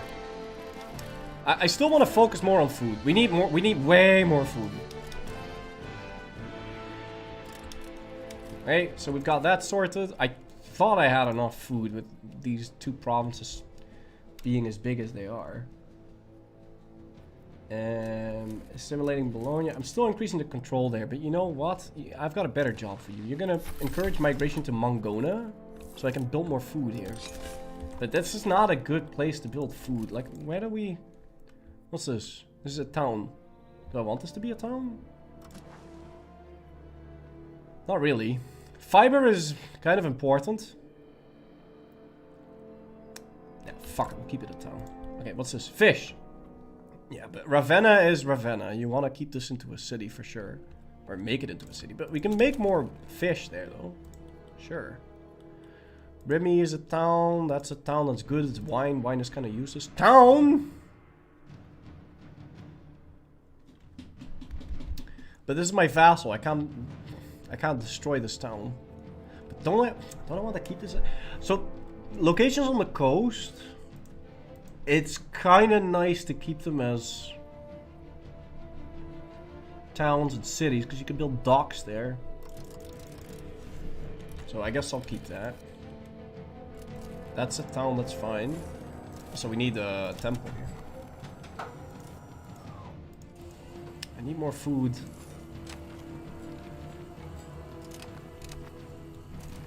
Bureaucracy law, yes! Oh! Okay, so this is one of the ones that it's like, you don't really want to pick the centralized route. Okay, so my centralization is drifting, or my value is drifting towards centralization. Okay, monthly prosperity is really, really good. Okay, you want all of your locations to always have 100. And a bunch of these don't. The faster they get to 100, the faster we get optimal pop growth. And optimal, all the other shit. Dev growth, all that. And if the people aren't happy, then the prosperity doesn't grow. So it's just very much worth it to pick the prosperity. It doesn't really hurt my path towards centralization. Because I'm not looking to drift towards centralization. I'm looking to do debates to get centralization. Now, unfortunately, we're not getting the right debates, but I mean, that's just unlucky. Eventually, we'll get the right ones. It's all like eventually.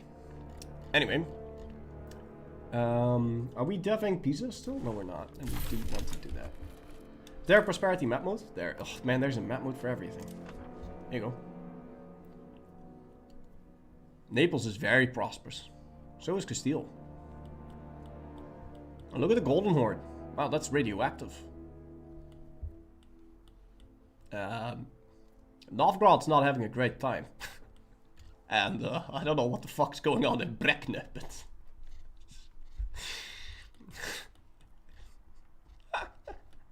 So this area is most likely having very low prosperity because the people are mad because England conquered it and... Well, they don't like it. They don't like it that England's winning. England is winning the 100 Years' War, I think. No, they're not. They're still weaker than France. But it doesn't show on the map. Huh. Okay.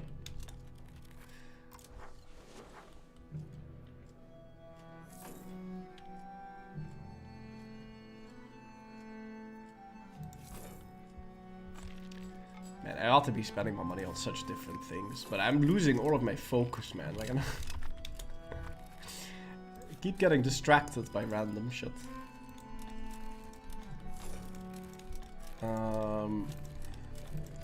What was I doing? I can build even more food over here. Oh, you know what? I completely forgot to build a windmill. Oh, that would have been a good idea. Because it increases... It gives me output more on the wheat. And that we also want to build that on the other thing. Damn it.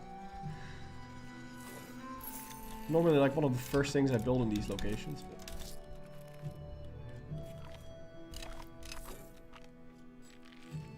Oh, can these scientists go away? Man, I'm spending all my money on science. But You know what? The thing is, you don't get a lot of opportunities to change your national values. So even if it makes you go into debt, you still kind of want to pick those events. Because it's rare that you get events like that. So I guess we spend some time paying back the debt, though.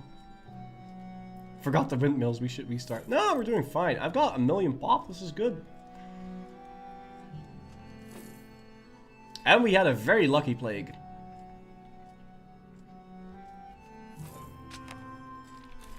How's Mongona doing? Yeah, it's lacking like 6,000 people or something.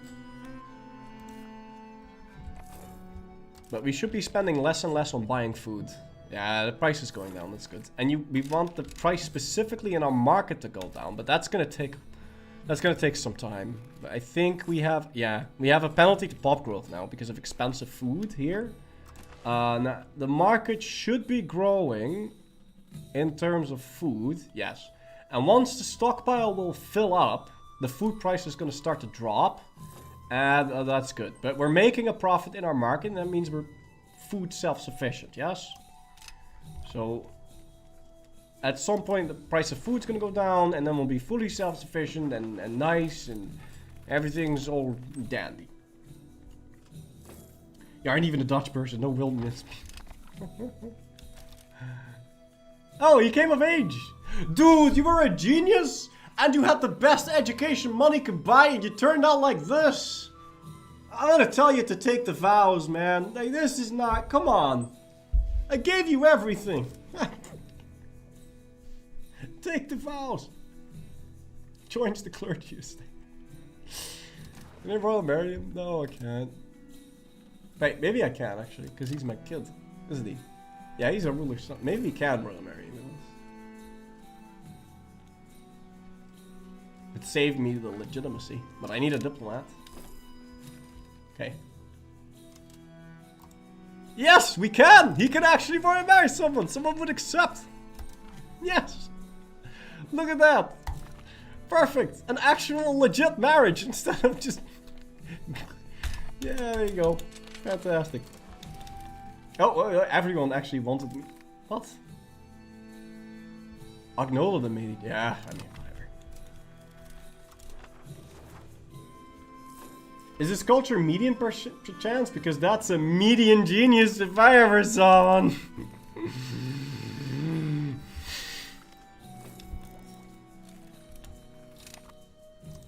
God damn.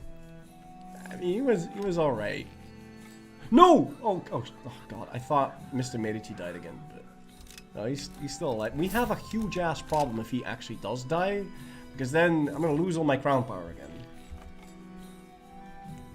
I really don't want to lose my crown power.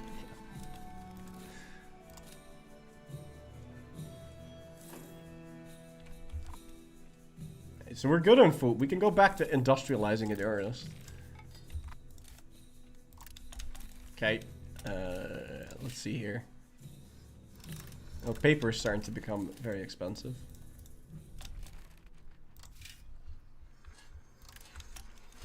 We need to set ourselves up for the biggest economic boon in the world, ladies and gentlemen. Books. The printing press. We're gonna build a book building empire, okay? So we need wood and we need paper. If we can get wood and paper, we're gonna be so rich, it's gonna be nuts. We need to set ourselves up for that. That's in 150 years. No, it's not. What are you talking about? It's in, like... I mean, yeah, sure, but no, yeah, but you're doing it wrong. So the thing... Okay. So, in the age of discovery, the printing press as an institution can spawn. And then when we tech through this, we're gonna be able to build books. But you're right, we can probably build books slightly faster than they build books IRL. But that's just because we're rushing it, and I don't know. I guess we're adapting to new technology quickly. I need more books.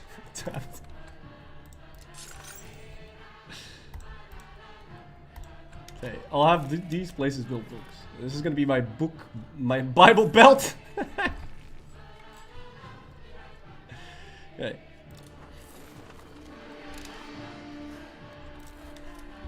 Anyway, unmarried.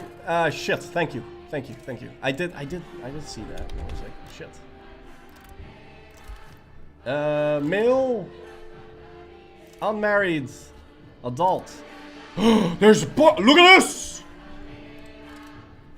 It's time for a baby boom.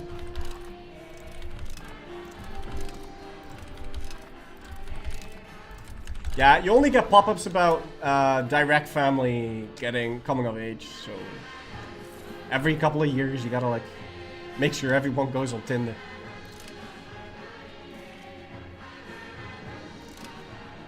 And they're all mid. Yeah, but they're usually mid. Why wouldn't they be mid? Most of them are mid most of the time. We can upgrade a resto. Yes. Hey, hello. Why can't I? Oh, it's more expensive. Ooh, and we can almost build canals. Almost build canals. No, I just lost all my money. Get down. Canals are great. Look at what a canal does. Okay, look at what a canal does. It gives a local proximity cost reduction, which is good because we can hopefully make a route of canals. Is this guy good? No, he sucks. We can make a route of canals going from Florence to Pisa. The only issue is we'd have to citify Pescia in order to do that, and probably still be quicker to go through Pontedera, because it's 1, 2, 3. We could just go like this. Yeah, I might want to citify this. Let's do that. And does it have a bridge? It can't build a bridge. Huh? I don't get it.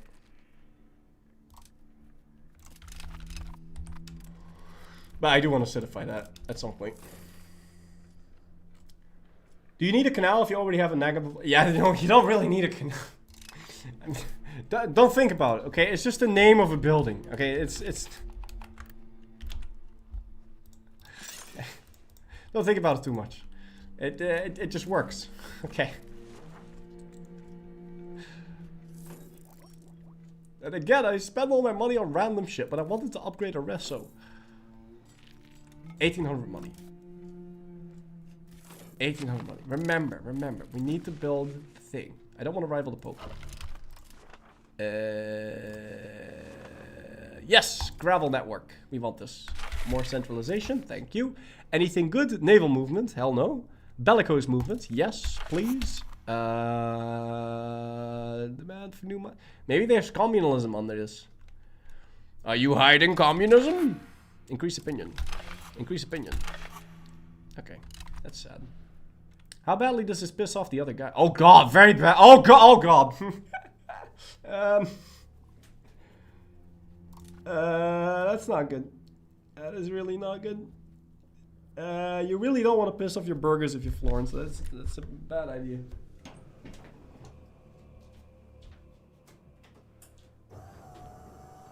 It's not a good idea. I should not have done that. Now there are ways to solve this.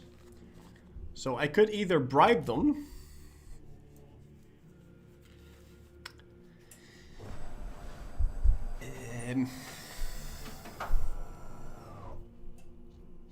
By giving them some more stuff, but I've kind of already given them everything. I'm sure we'll be fine. I'm gonna get really lucky and we'll be fine. Wait, why am I not getting the revolt event? Jaunty revolt? I don't know, I guess I can't read, but we're fine. It's good. Here's the map of Europe. The Ottomans is slowly but surely gobbling up bits and pieces. I don't know what happened in France. I mean, they're still fighting. They're always fighting. England conquered this land, but they haven't cored it. They've cored parts of it. And he is coring it. He's just taking a sweet-ass time doing so. Castile and Portugal fought each other. Granada became a vassal of Morocco, and then they lost. French just gave up. No, they're still fighting. They're fighting and they're winning. But they had a civil war in the beginning. So I guess that's why England won parts of it. I don't know what happened there. I need to suck up to the... I don't want to be a... Who's the emperor? Burgundy is the emperor. I want you to give me ducal rights. We need more than 25 prestige. Do I have...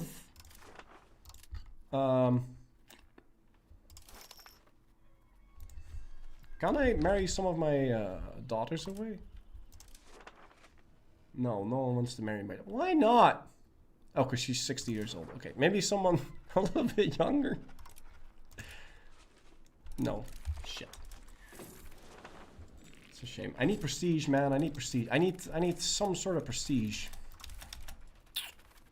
I guess I can make a new guy into a saint, but I kind of need an event or something.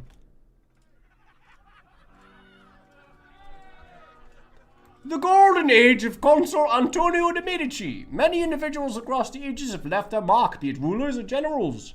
Consul Antonio de' Medici has shown great potential to be a remarkable ruler as he continues to rise to prominence in Florence. He's become a renowned patron of the arts. Oh, this I like the look of this. Is this 50 prestige? Come on, give me prestige. And a prominent figure in the city's political landscape. As a member of the powerful de' Medici family, Consul Antonio de' Medici was raised with privilege and received an exceptional education. Immersed in Tuscany's intellectual and artistic circles, he developed a deep appreciation for literature, philosophy, and the fine arts. His upbringing and education will surely lay the foundation for his future accomplishments as a great patron and the influential figure in Renaissance Tuscany, ushering in a golden era for our culture and arts. Let us excel in... what the fuck? Focus on admin. What? An extra government reform until their death?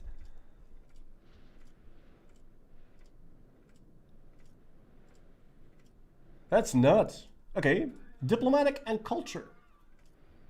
Cultural influence. Progress towards... Ew. Powerful army. Ooh. Okay, so quality is kind of a value that's kind of difficult to come by. So we could do this and then permanently have... And then put a cabinet member on quality. And then we can push it. We can push it to like 40 quality or something. A balanced approach is best. What's that?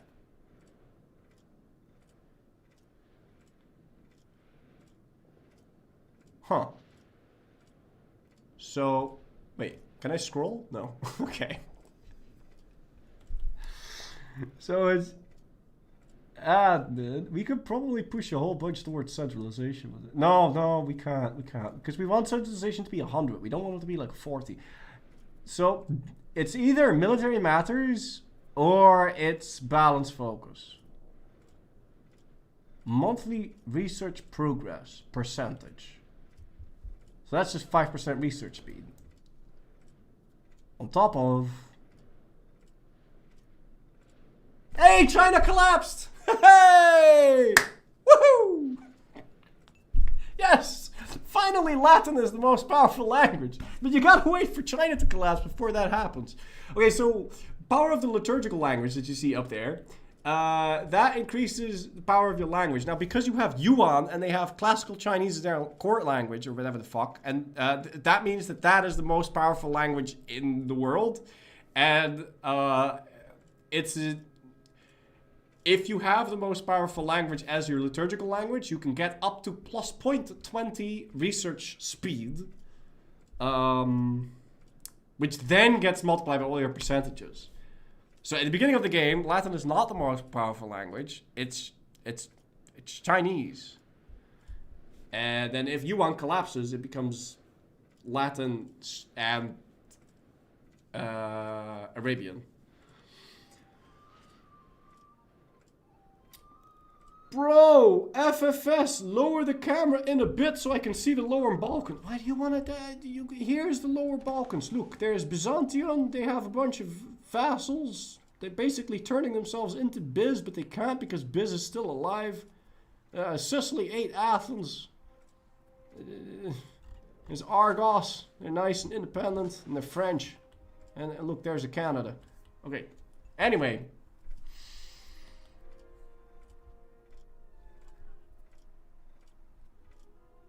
how good would a government reform be? I mean, I don't really have access to any good ones right now. So, not the ones that I already have.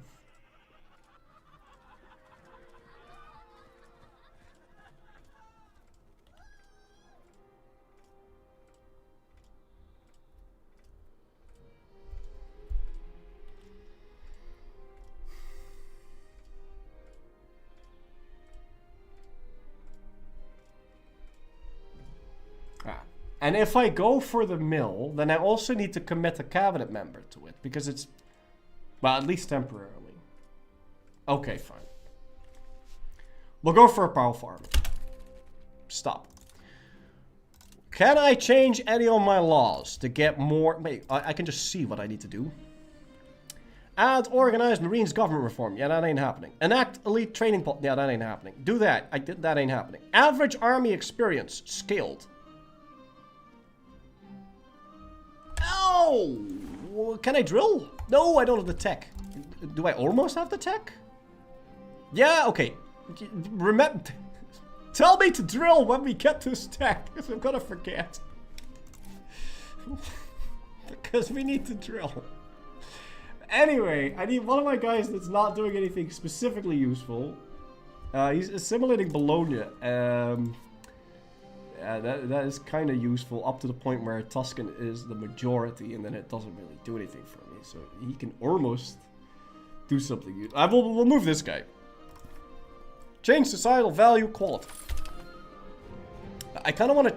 who's the... don't I have a better guy to do that?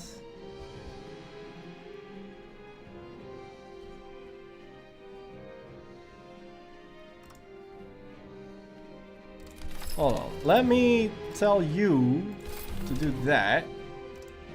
And then you go do this.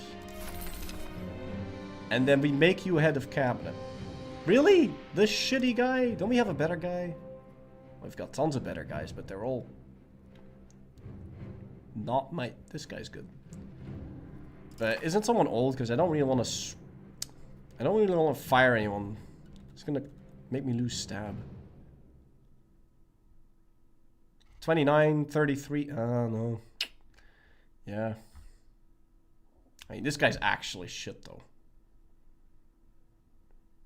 Hey, if I ever want to use him to integrate it... okay, you know what? Fine, I'm going to fire you. And instead, we're going to hire Bernardo. And Bernardo is going to be the head of cabinet. Which makes him slightly more effective. And now we can push quality all the way to 48. That's too short. If you get your quality to like 50, then you can get a government reform. That's pretty good. Where is it? It's called weapon quality standards or whatever. I don't think I have access to it yet. No, it's in a later age. Now, for a lot of government reforms, you need your values to be good. About 30 minutes left if you want to still show us some late game. Yeah, but I mean, when did I start? Like, what's my uptime? No, I've got 45 minutes left because I was late. Okay, 8 hours is 8 hours. It's not less than that. If I get to stream this game for 8 hours, then they're streaming this game for 8 hours. Okay. Mr. Cheese Master, thank you for subbing for 23 months in a row. Tip out of you, sir. Is it 8 hours per day or 8 hours today? It's 8 hours today. Do 45 minutes, stop stream, delete VOD, and start over. I mean, we at least have to keep going, and we can finally upgrade that into a city. We at least have to keep going until we can drill, because I need to be able to drill, otherwise I'm going to forget to drill this army, and then we'll never have a high percentage of army XP, and then it's all going to go to shit, and then... No stream tomorrow then? I'm not sure.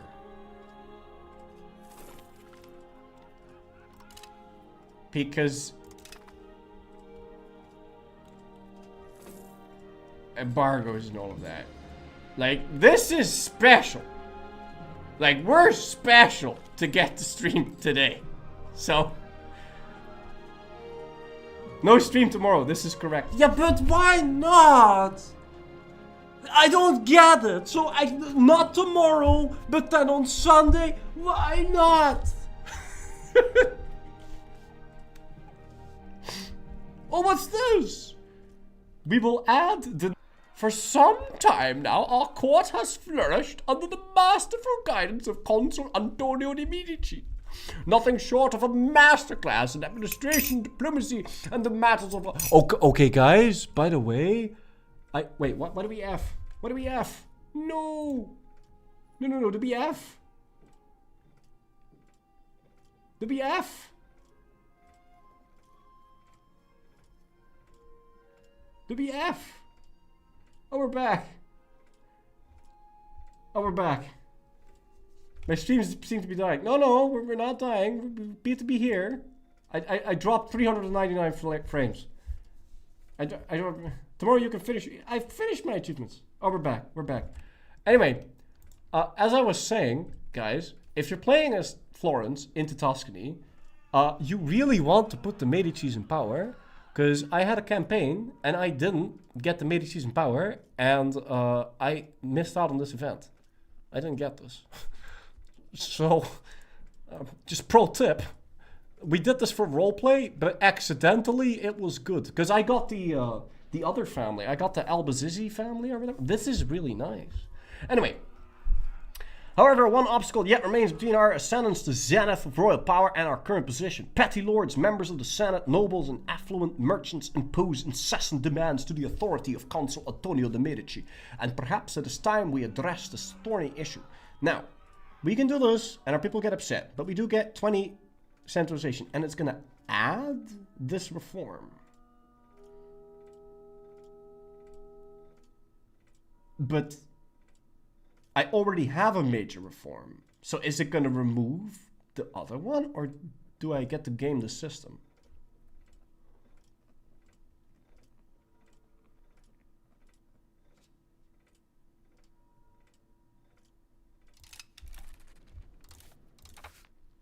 Ah!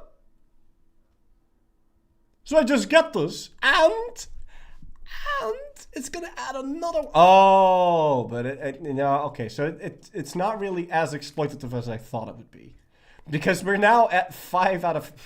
So we're at 5 out of 4. So it's gonna add +1, but it's not like I'm gonna suddenly have 6. So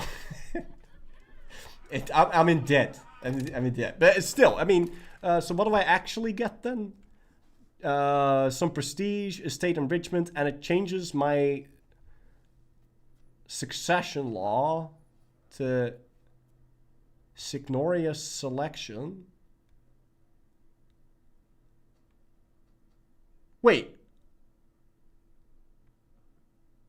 So does that mean that... Oh! He gets to roll for life! Yes! Very nice. And all in rulers dynasty considered. So I should now have Medici on lockdown. I think. I'm not sure. I'm very confused. But we should have the Medicis in power forever now. Oh, I can marry nobles. I can marry nobles. Wait, how does that still make me lose Republican tradition? What's the point of marrying other nobles then? I don't want the other families to grow. No. Okay, so if you're a monarchy, then you don't lose legitimacy when you... Oh, because you don't lose the prestige. So you lose the Republican tradition because they're like... Yeah, but you're not being very Republican. You're building a dynasty. Okay, I think that makes sense. Yeah, okay. But... Shit, I thought that they wouldn't notice. But anyway. But then... Okay, so I can save the prestige, but it's more Republican tradition. No, because then... No. Just keep marrying lowborns, okay? We're not gonna... We're no Habsburgs here, okay? So you can marry Burgundy now? I don't think I can. I mean, maybe, but I wouldn't want to in either case. What I want to do is make sure we're building buildings. And we're upgrading our stuff. Man, I don't want to stop now. We're just getting started. We're just now getting started. I just now have my economy sorted, and we're just now getting started. I don't want to stop now. I just got started. I just loaded up the game. All I did was play one day. Like what? We're just getting started. Why can't I stream tomorrow? Maybe I can. I'm gonna ask. They probably have very good reasons why the embargo is the way it is. So they'll probably say no, for probably good reasons. But you know, maybe.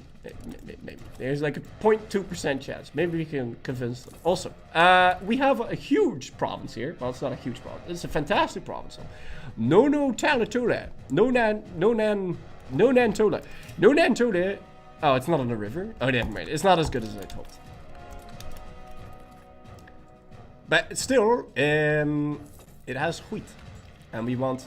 Okay. This one's interesting. This event. Very long story. Alum is a material used in many industries, making it a vital commodity, crucial to the production of cloth and blah blah blah blah blah blah blah blah blah blah blah. Alum. Look, alum. Aluminium. Is this aluminium or is this alum? I don't know what this is, but you make dyes out of this. And it has a base value of 3. But, it wants me to change the good in Viterbo, which is wheat, to alum. And it wants me to pay money for it. No! I don't want my future land to not have food. Thank you very much, kind sir. No, you keep growing that wheat. Okay.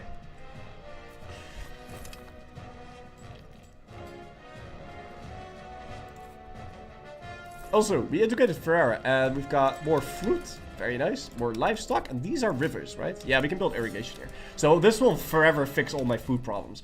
Were it not for the fact that once we own Venice, this area is going to be taken over by the Venice market. And then, well, then we're preparing for the future here. But it never hurts to prepare for the future. Let's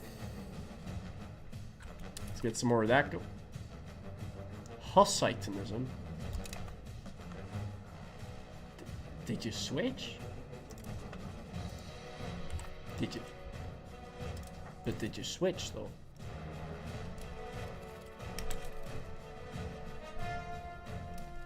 Shit. They've got a good one too. That's nuts. Anyway. Yeah, it looks like this guy's just my heir. Okay, can we make him join an order of chivalry? That makes him better. But, we got him when we were 21 years old. I kind of need to make a new one.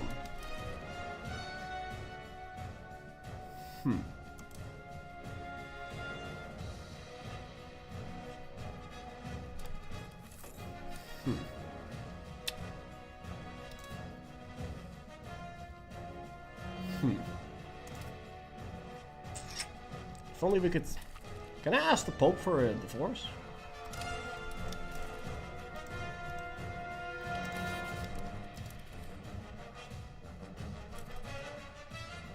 Is that like a... Is that like an economy action? Friendly action? Is that a... this? Oh god. Okay, no. Doctrines. Papal bull. Call for crusade. Saints. Holy. I'm sure there's a way. No, I don't think there is. No, this is like one of the reasons why we want to become Lutheran, I guess. Leave the Catholic Church. Yeah, I can, but I have to wait at least 100 years for that. Could you make a Medici Pope? Well, I don't know, maybe. I've not been the Medicis before. I've always just picked whatever... So, I always just picked whatever starting family there was and roleplayed as them, so...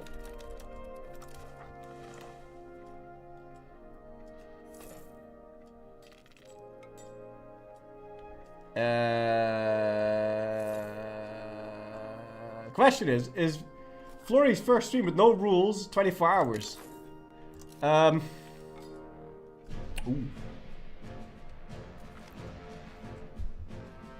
I mean, I do have a lot of catching up to do. I could spend some money on culture to keep my prestige from dropping, but as you can see, it's very expensive for what it actually gives you. So I'm not going to be doing that.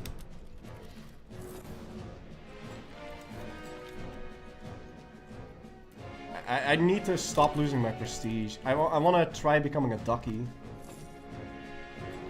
The reason why I really want to become a ducky is that, I don't know if we can see this in Diplo, government, political, country ranks. Oh yes! Okay, so we are a county. And we can't vassalize people that are technically higher than us. So I can't vassalize Milan, or Provence, or Genoa, or any of that.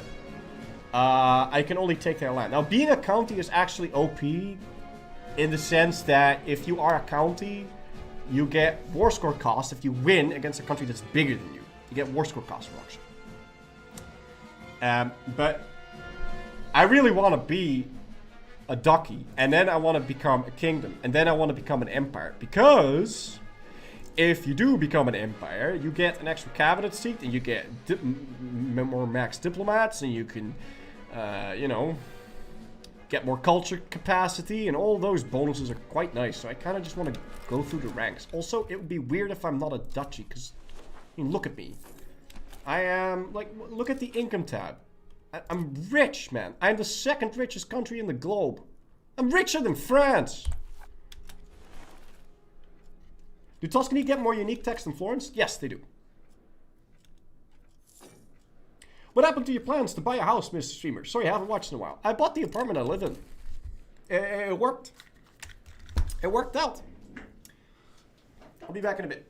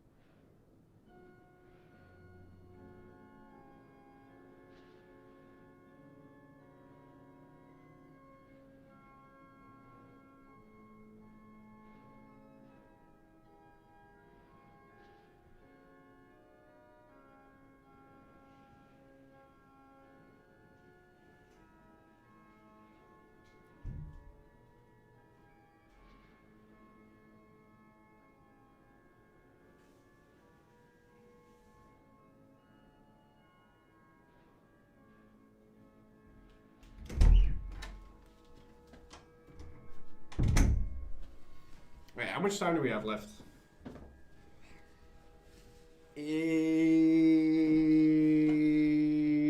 Okay, I think... Wait, do we have to drill army yet? Because I do want to be drilling army, because otherwise I'm going to forget tomorrow. And then we're not going to drill our army, and then we're not going to make use of the fact that we have that temporary modifier to quality value, and then I'm not going to get that quality up, and I want to get that quality up, so... Are we on drilling? Let's organize recruitment. Okay. Also, we have a new guy. He's kind of alright. I've got 2.6 money. And we did make this into a city, so we can now build many more marketplaces. And that, and this, and that. Very nice. I also want to make sure we've got full-on lumber mills. And we want this. And so I'm making a whole bunch of farming villages. Because farming villages give food, yes?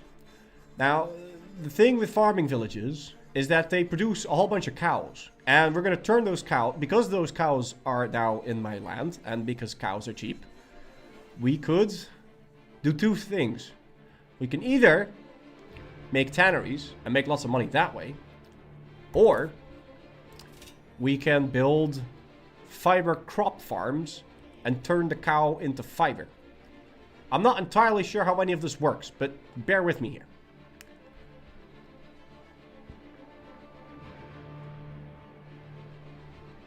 Fiber has a base value of 2. I think we should just make the tanneries. Yeah, we should just make the tanneries, man.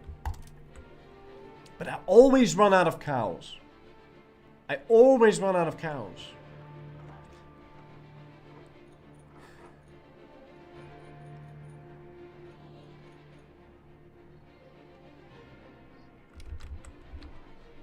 Whatever. It's fine.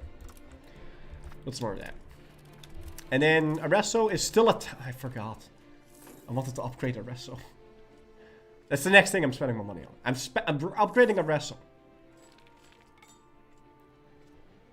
Captain Bismarck, thank you so much for 108 months in a row. Tip, Matthew, sir. Well, because you kill all the cows. Yeah, but I don't really kill all the cows, okay? So, because... I mean, I do, but...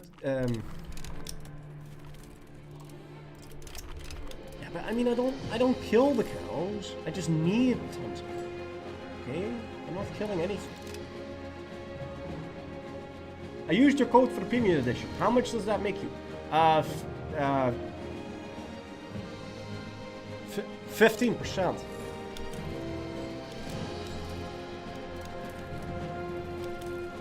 Marrying all the lowborns. Yes, everyone needs it. What's this? You. The Office of the Knight? No. Originally petitioned to begin an active service in 1404, the Office of the Knight is set to oversee the smooth operations of knightly establishments, such as censorship. Maybe this is why I didn't get it. Maybe I need to click the Office of the Knight in order to get Savronella. But I don't want Savronella. Savronella can go stuff it where the sun doesn't shine. Okay? If there's a tier list in terms of governments, okay? In terms of how much crown power they can get. And I like having a lot of crown power. Monarchies can get tons of crown power. And then republics, if you go full nepotism, can also get crown power. A lot. But theocracies, man, I don't know how I managed to fuck that up. But, I mean, maybe if I make the Medicis really big and then somehow monopolize the leadership towards one family. I don't know, but I've had a lot of trouble with theocracies, man. They're hard. Like, they're very hard. Anyway, what was I doing? I was upgrading Arreso. Yes. Dia90, thank you so much for 38 months. Tip, NFT. So what about monastic orders like the Teutons? I mean, honestly, you don't have to dynasty max. You don't have to do that. But I like it. But I had a fantastic time with the Teutons. And I didn't look at dynasty at all. I was playing this game and I didn't even notice that people had families. Like, I didn't even notice any of that. I was just, my cabinet member died. Oh, I guess I'll just pick the one that has the most skill in this specific thing that I'm telling him to do. But now I'm really looking for this icon. Like, I want this. But I've transitioned the way I'm playing this game like 50 times so far, and stuff keeps changing, and So, I don't know. I keep discovering new things and new ways to do it. So I don't think there's one like set way to play. And also several things work. It's not like there's one thing that you have to do. Which, speaking of, how's my assimilation doing? Oh, it's doing good. We can go assimilate another province. You don't have to do this. I accept these people, but at some point I will want to unaccept them. Okay, and we can drill. Now that we're drilling, I don't really want my king in charge anymore. I want a different guy in charge because I don't want him to get into an accident. So, but that doesn't matter, right? Because he's still part of the crown. It doesn't matter if it's not like strictly the ruler, right? Should still just be 100% of the army in command. Yeah, okay. And he's gonna go drill. And now these units are gonna have an average experience that's really high, and then that should move me more towards quality. And also, our next tech is going to give us armory, which is going to unlock a new feature called manpower. We have a tinsy sliver of manpower, which is allowing me to have this standing army. It's 150 dudes. But then, once we get this, we can get an actual standing army. And that's great, because then we're going to be able to rush people down. And, you know, that completely changes the way you play the game, right? So, yeah, that's basically that. Although the early advent of like in H2, your professional army is still. It's not like if you get one stack of professional soldiers that you can solo France, for example. Maybe if they come to your terrain, if they walk all the way over, maybe. But it's pretty nice. What the fuck is this, Austria? I don't know, it's having a bad day. Is it? No, it's not having a bad day at all. Look at him. We are much stronger than them. I kind of wanted to be the highest income, though. What if I do this? Does that show up on the ledger?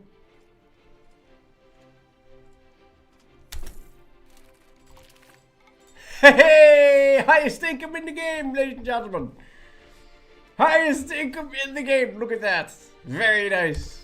Inflation be damned. Okay, you don't actually want that. Stop doing that. You know what's funny though? If you have like you can totally create a loop where you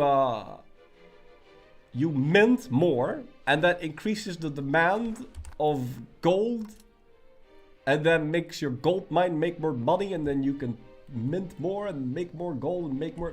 But that's not a very long-term good way to do things, because inflation's really bad, and you don't want this to go up. Here you draw a penis with the inflation graph. Huh? That's not the inflation graph. That's the income graph. But can I draw a penis with that?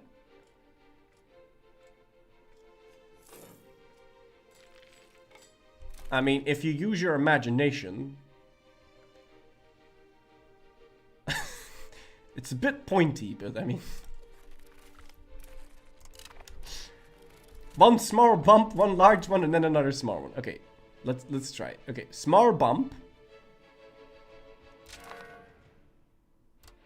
Oh, I can draw. Oh, I can actually draw a little bit.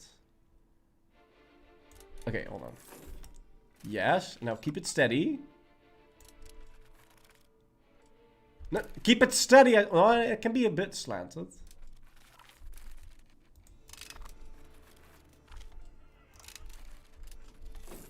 Okay, and now down. But not downer. No, down.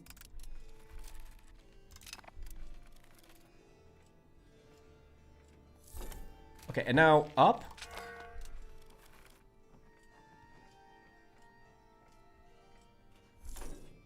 And now steady.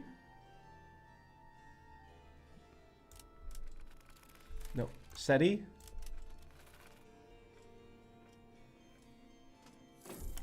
And now down.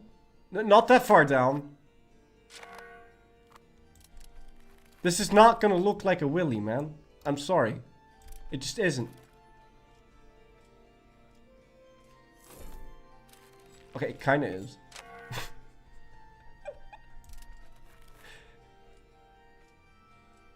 Up. Steady. No, steady!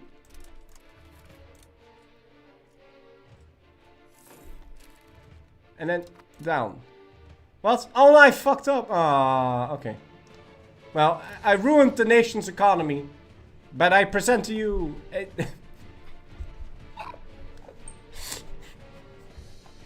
My inflation's all over the place. You try it again. Master of Slide. Let me do some stuff here before I forget. I don't want to go to war. I don't want anything.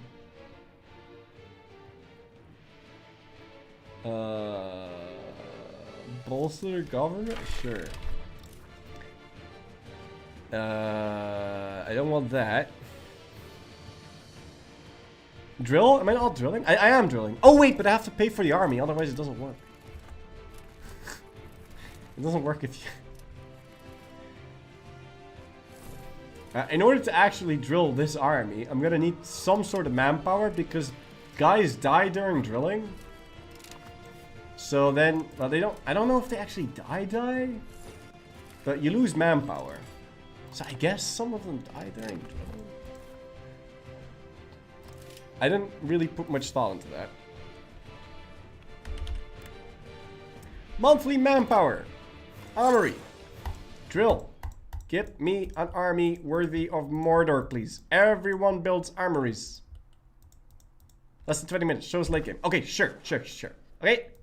Look, I build armories and then we can build a professional army and then we can say Milan. It doesn't matter that you have twice the amount of people, but we know how to... Actually, we have more people than Milan now. We do have more people than Milan. How's my people? Look!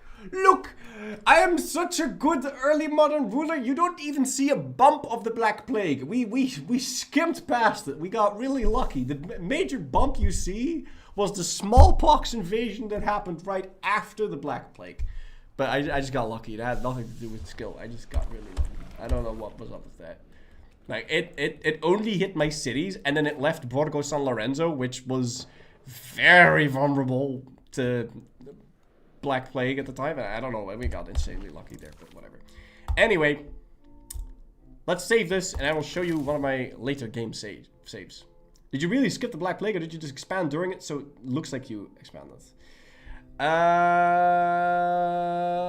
didn't skip it. I lost 80,000 guys, and I did expand before it, so it looked less deadly than it was. But I mean, I lost like only 25% because I got really lucky. Anyway,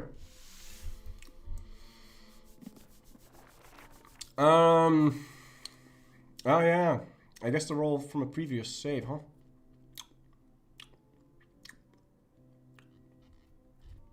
Maybe I can hospital. Is this my Roman Empire save? No, this is my Roman Empire. Ah, I played it till the end of the game.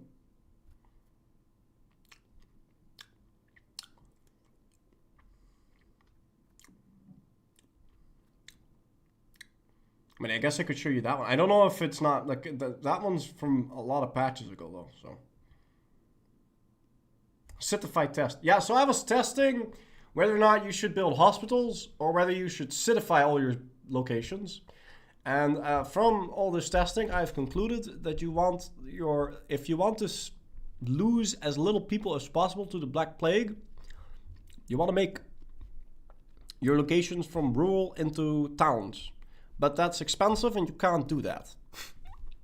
And it's not worth going bankrupt for. You just have to accept the fact that some of your people are going to die, okay? It's just peasants.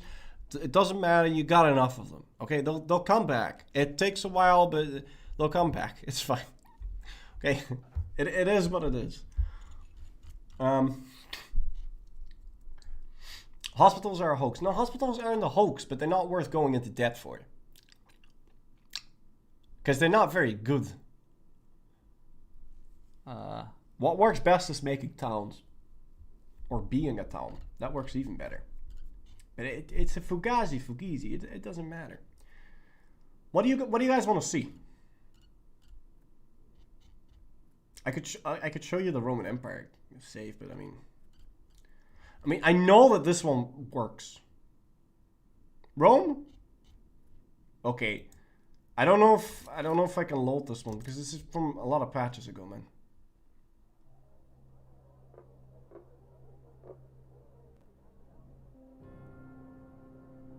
So I don't even know if it's gonna open this.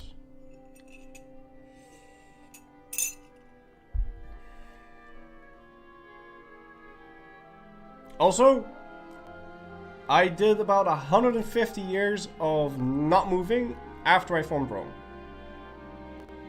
I stopped conquering land. I only did one thing, and you'll see what in a minute.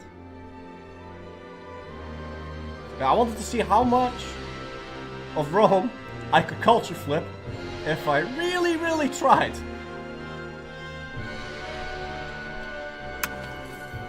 And, oh god. Oh, right, because the game's over. Continue playing. Okay, shit. Here we go. Yeah, I tried culture flipping Rome to Basque.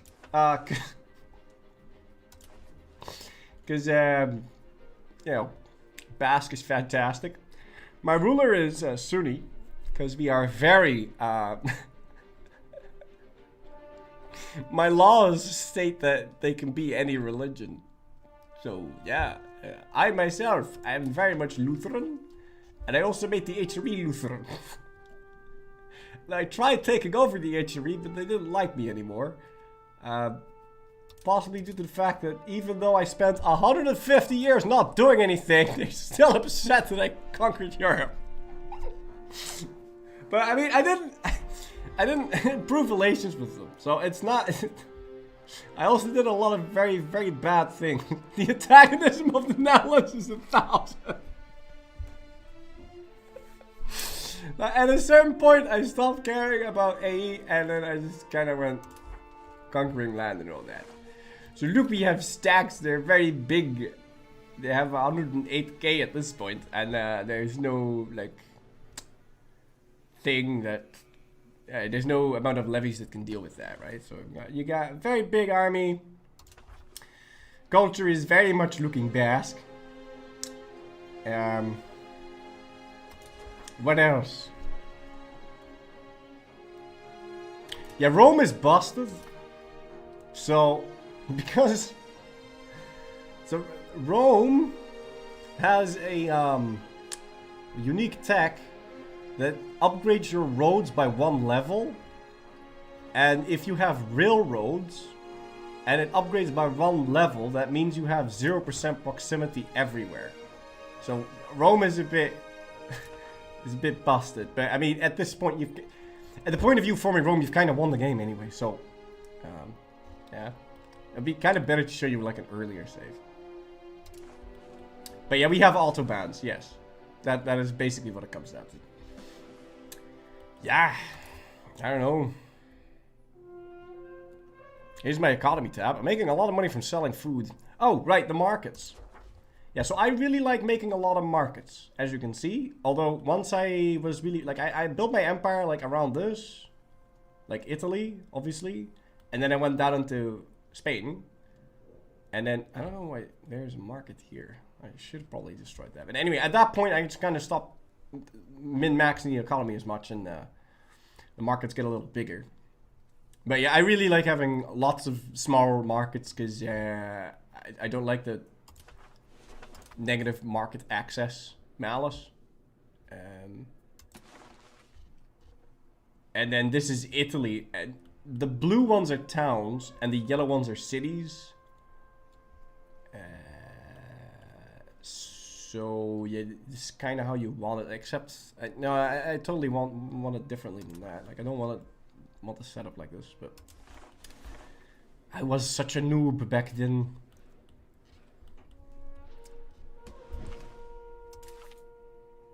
Yeah, and I didn't really explore either. But this is a more recent save, which is probably also a lot more what the game is, you know, like.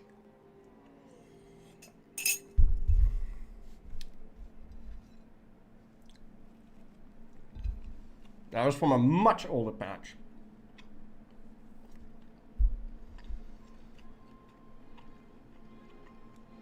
Okay. You know what a cool campaign will be? Greenland. Okay. So this is basically following something of the same strategy, except I didn't get a Medici, so I got this Albizzi guy. And this family is really big. It has 530 living members.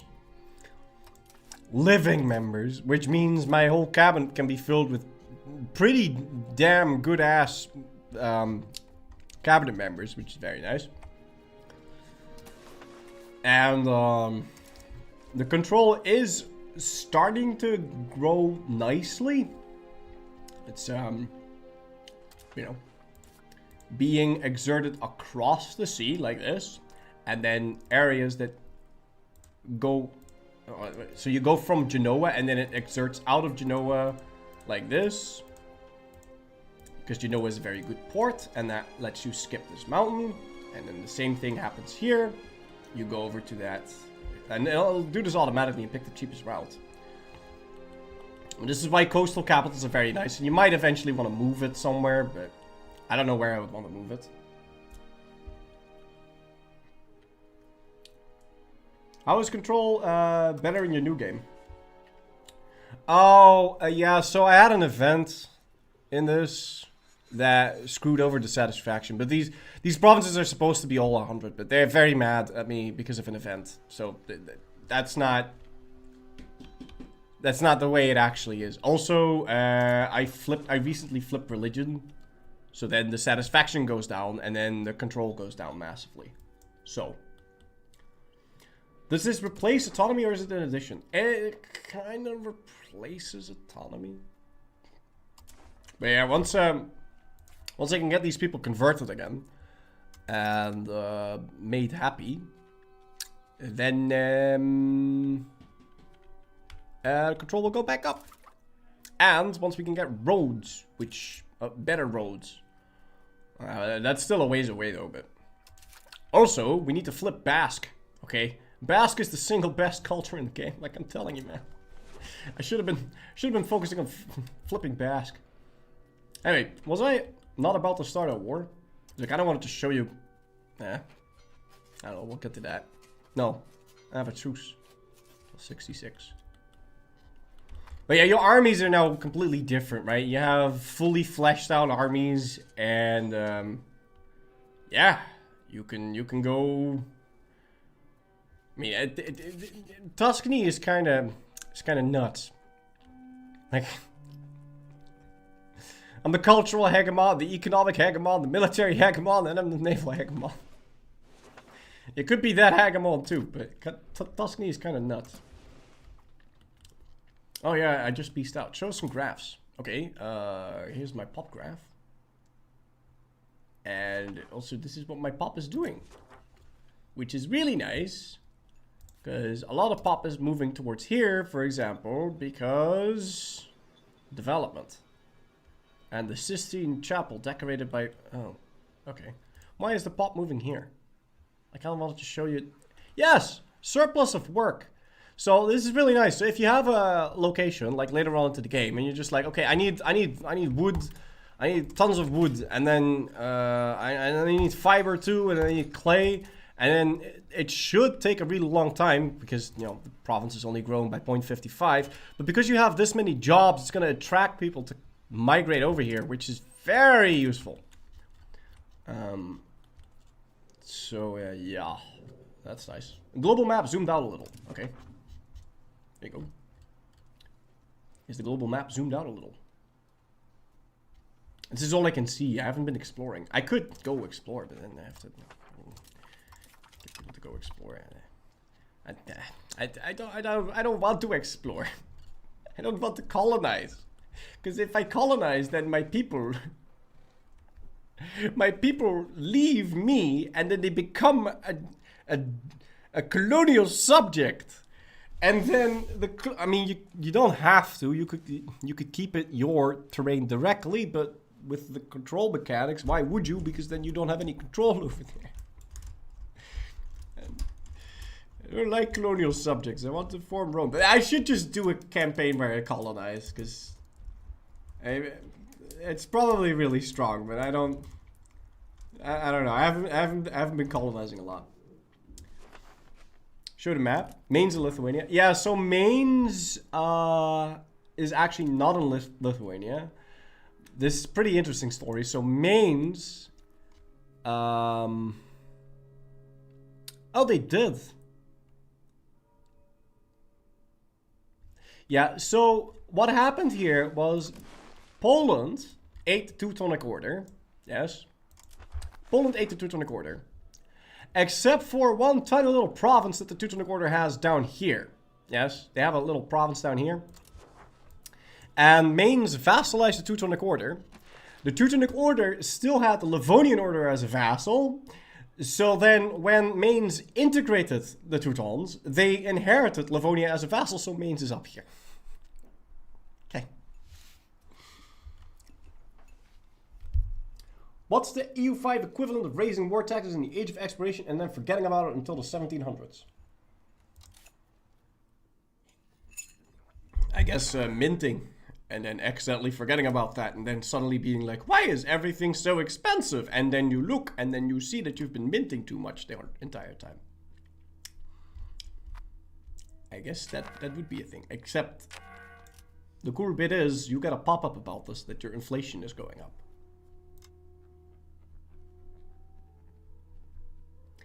Now, my country is really, really rich here. And that is without, like, I'm taxing my burghers at only 15%. I could be taxing them a whole lot more.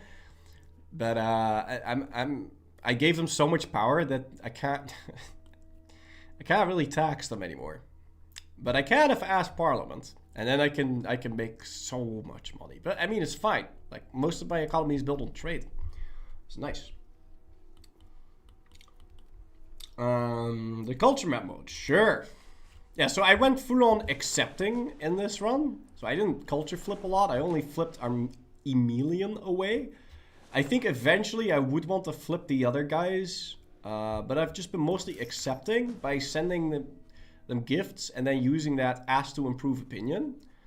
And then because I have 3 like little check marks here for Lombard, even though it's like 1,000,000 pops, it is only costing me 0.15, which I believe is the minimum cost to integrate.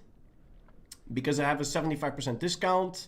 And then it's a common language also in Romance family, court language also in Romance family, liturgical language also in Romance family. I am Latin, my court language, so it's in the Romance family. So that makes it slightly easier to accept this culture. Hold on. Is there a language thing? Okay. It's kind of hard to show you this. Yeah. Is there like a language map mode? There has to be. Language families. Oh, there you go. Yeah, so it's slightly easier if you're Italian to accept French and Spanish cultures than it is Germanic, right? It's slight discount. So that's nice. Time? I have 1 more minute. Okay, I have 1 more minute. But yeah, the biggest thing is I've accepted those cultures and it's really good. 35 seconds. Shit. Is it actually 35 seconds? I've got 20 seconds. I got 20 seconds, man. I got 20 seconds. 8 hours is not enough. Show us Asia. I can't show you Asia. I can't see Asia. It's 15:58 and I haven't been exploring. Okay? I can't see it. But you started late. Yeah, I'm already counting I started late. Because I was supposed to start at 12.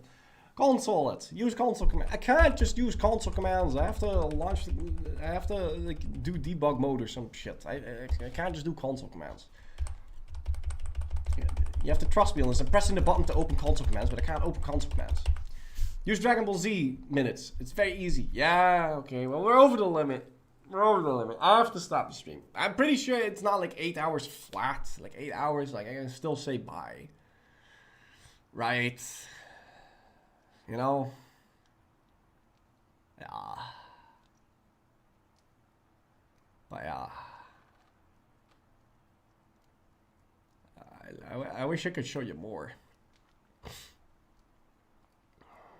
Johan's mercs are on their way. I know, it's fine. I'm contacting John Paradox. Shh, don't. Why would you do this? Why would you do this? Yeah, why not? I will rate Quill 18. Why not?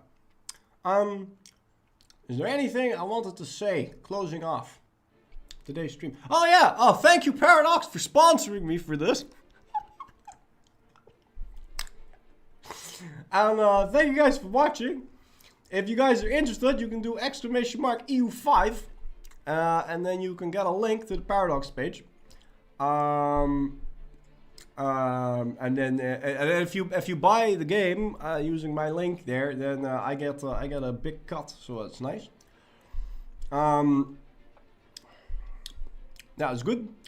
If you were watching on YouTube, I am sorry for fully neglecting you and not answering a single one of your questions, because I am a boomer and I didn't know how to multi-stream, but I was supposed to, and I kind of panicked, didn't know how it worked.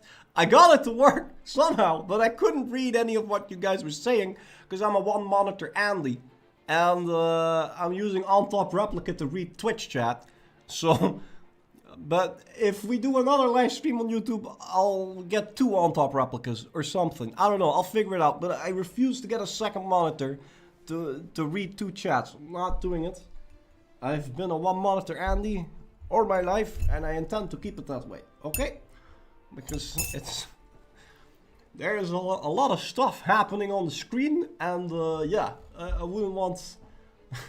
I wouldn't want even more screens to look at. Stubborn like a Frisian. Exactly. Oh, by the way, yeah. So look at how consolidated the HRE is, right? So I saw, and look at what France did. Like, ate all this.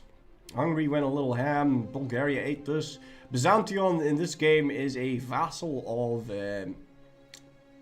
Dinan? I thought they were. I don't know why the color is different. I thought they vassalized them. Well, maybe they did. I don't know. I don't really remember. But yeah, I mean, they made the AI more aggressive, so don't worry about that. It's fine. Just got a widescreen monitor. Yes, the mercs are coming. I know. I have to stop. Also, I left fantasy countries on, and Tunis ate a part of Sicily, and then they formed Carthage. So that's interesting. Carthage is back on the map. Anyway, yeah, so have a good one, guys. I will see you guys again, hopefully tomorrow and otherwise Sunday. We'll see. So, yeah, hope you guys enjoyed.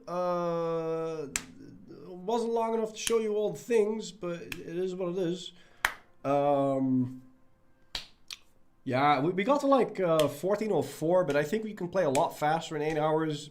You know, obviously we had a lot of explaining to do, so I did this in about 8-ish hours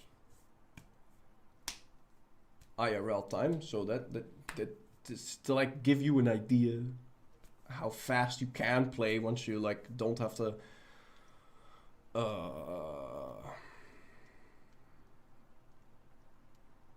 yeah, when you're just cruising, right, which I wouldn't recommend you do at the beginning. And also, yeah, no, that's that. So, anyway, I'll see you guys again Sunday, and yeah, that's that. Thank you for watching, and bye-bye. We'll rate Quill 18. I'm gonna screw this up. I know I'm going to screw this up. Raid, first of all, it's capital letters, double L 18. I'm gonna screw, this is screwed up. Did it work? Oh, it did work. Oh, that's nuts. Alright guys, enjoy, bye bye.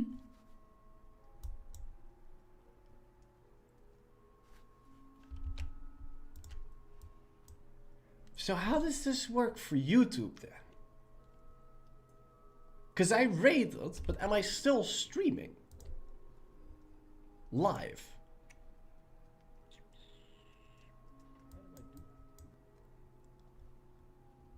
Ah, I'm still live on YouTube. Look at that. Okay, anyway. Yeah, shut up. Thank you guys for watching the YouTube pros. Sorry for completely ignoring you. And I'll make sure to do that better in the future. And anyway, yeah. I hope you guys enjoyed it. And I'll see you guys tomorrow or Sunday. But I'm not sure. Anyway, have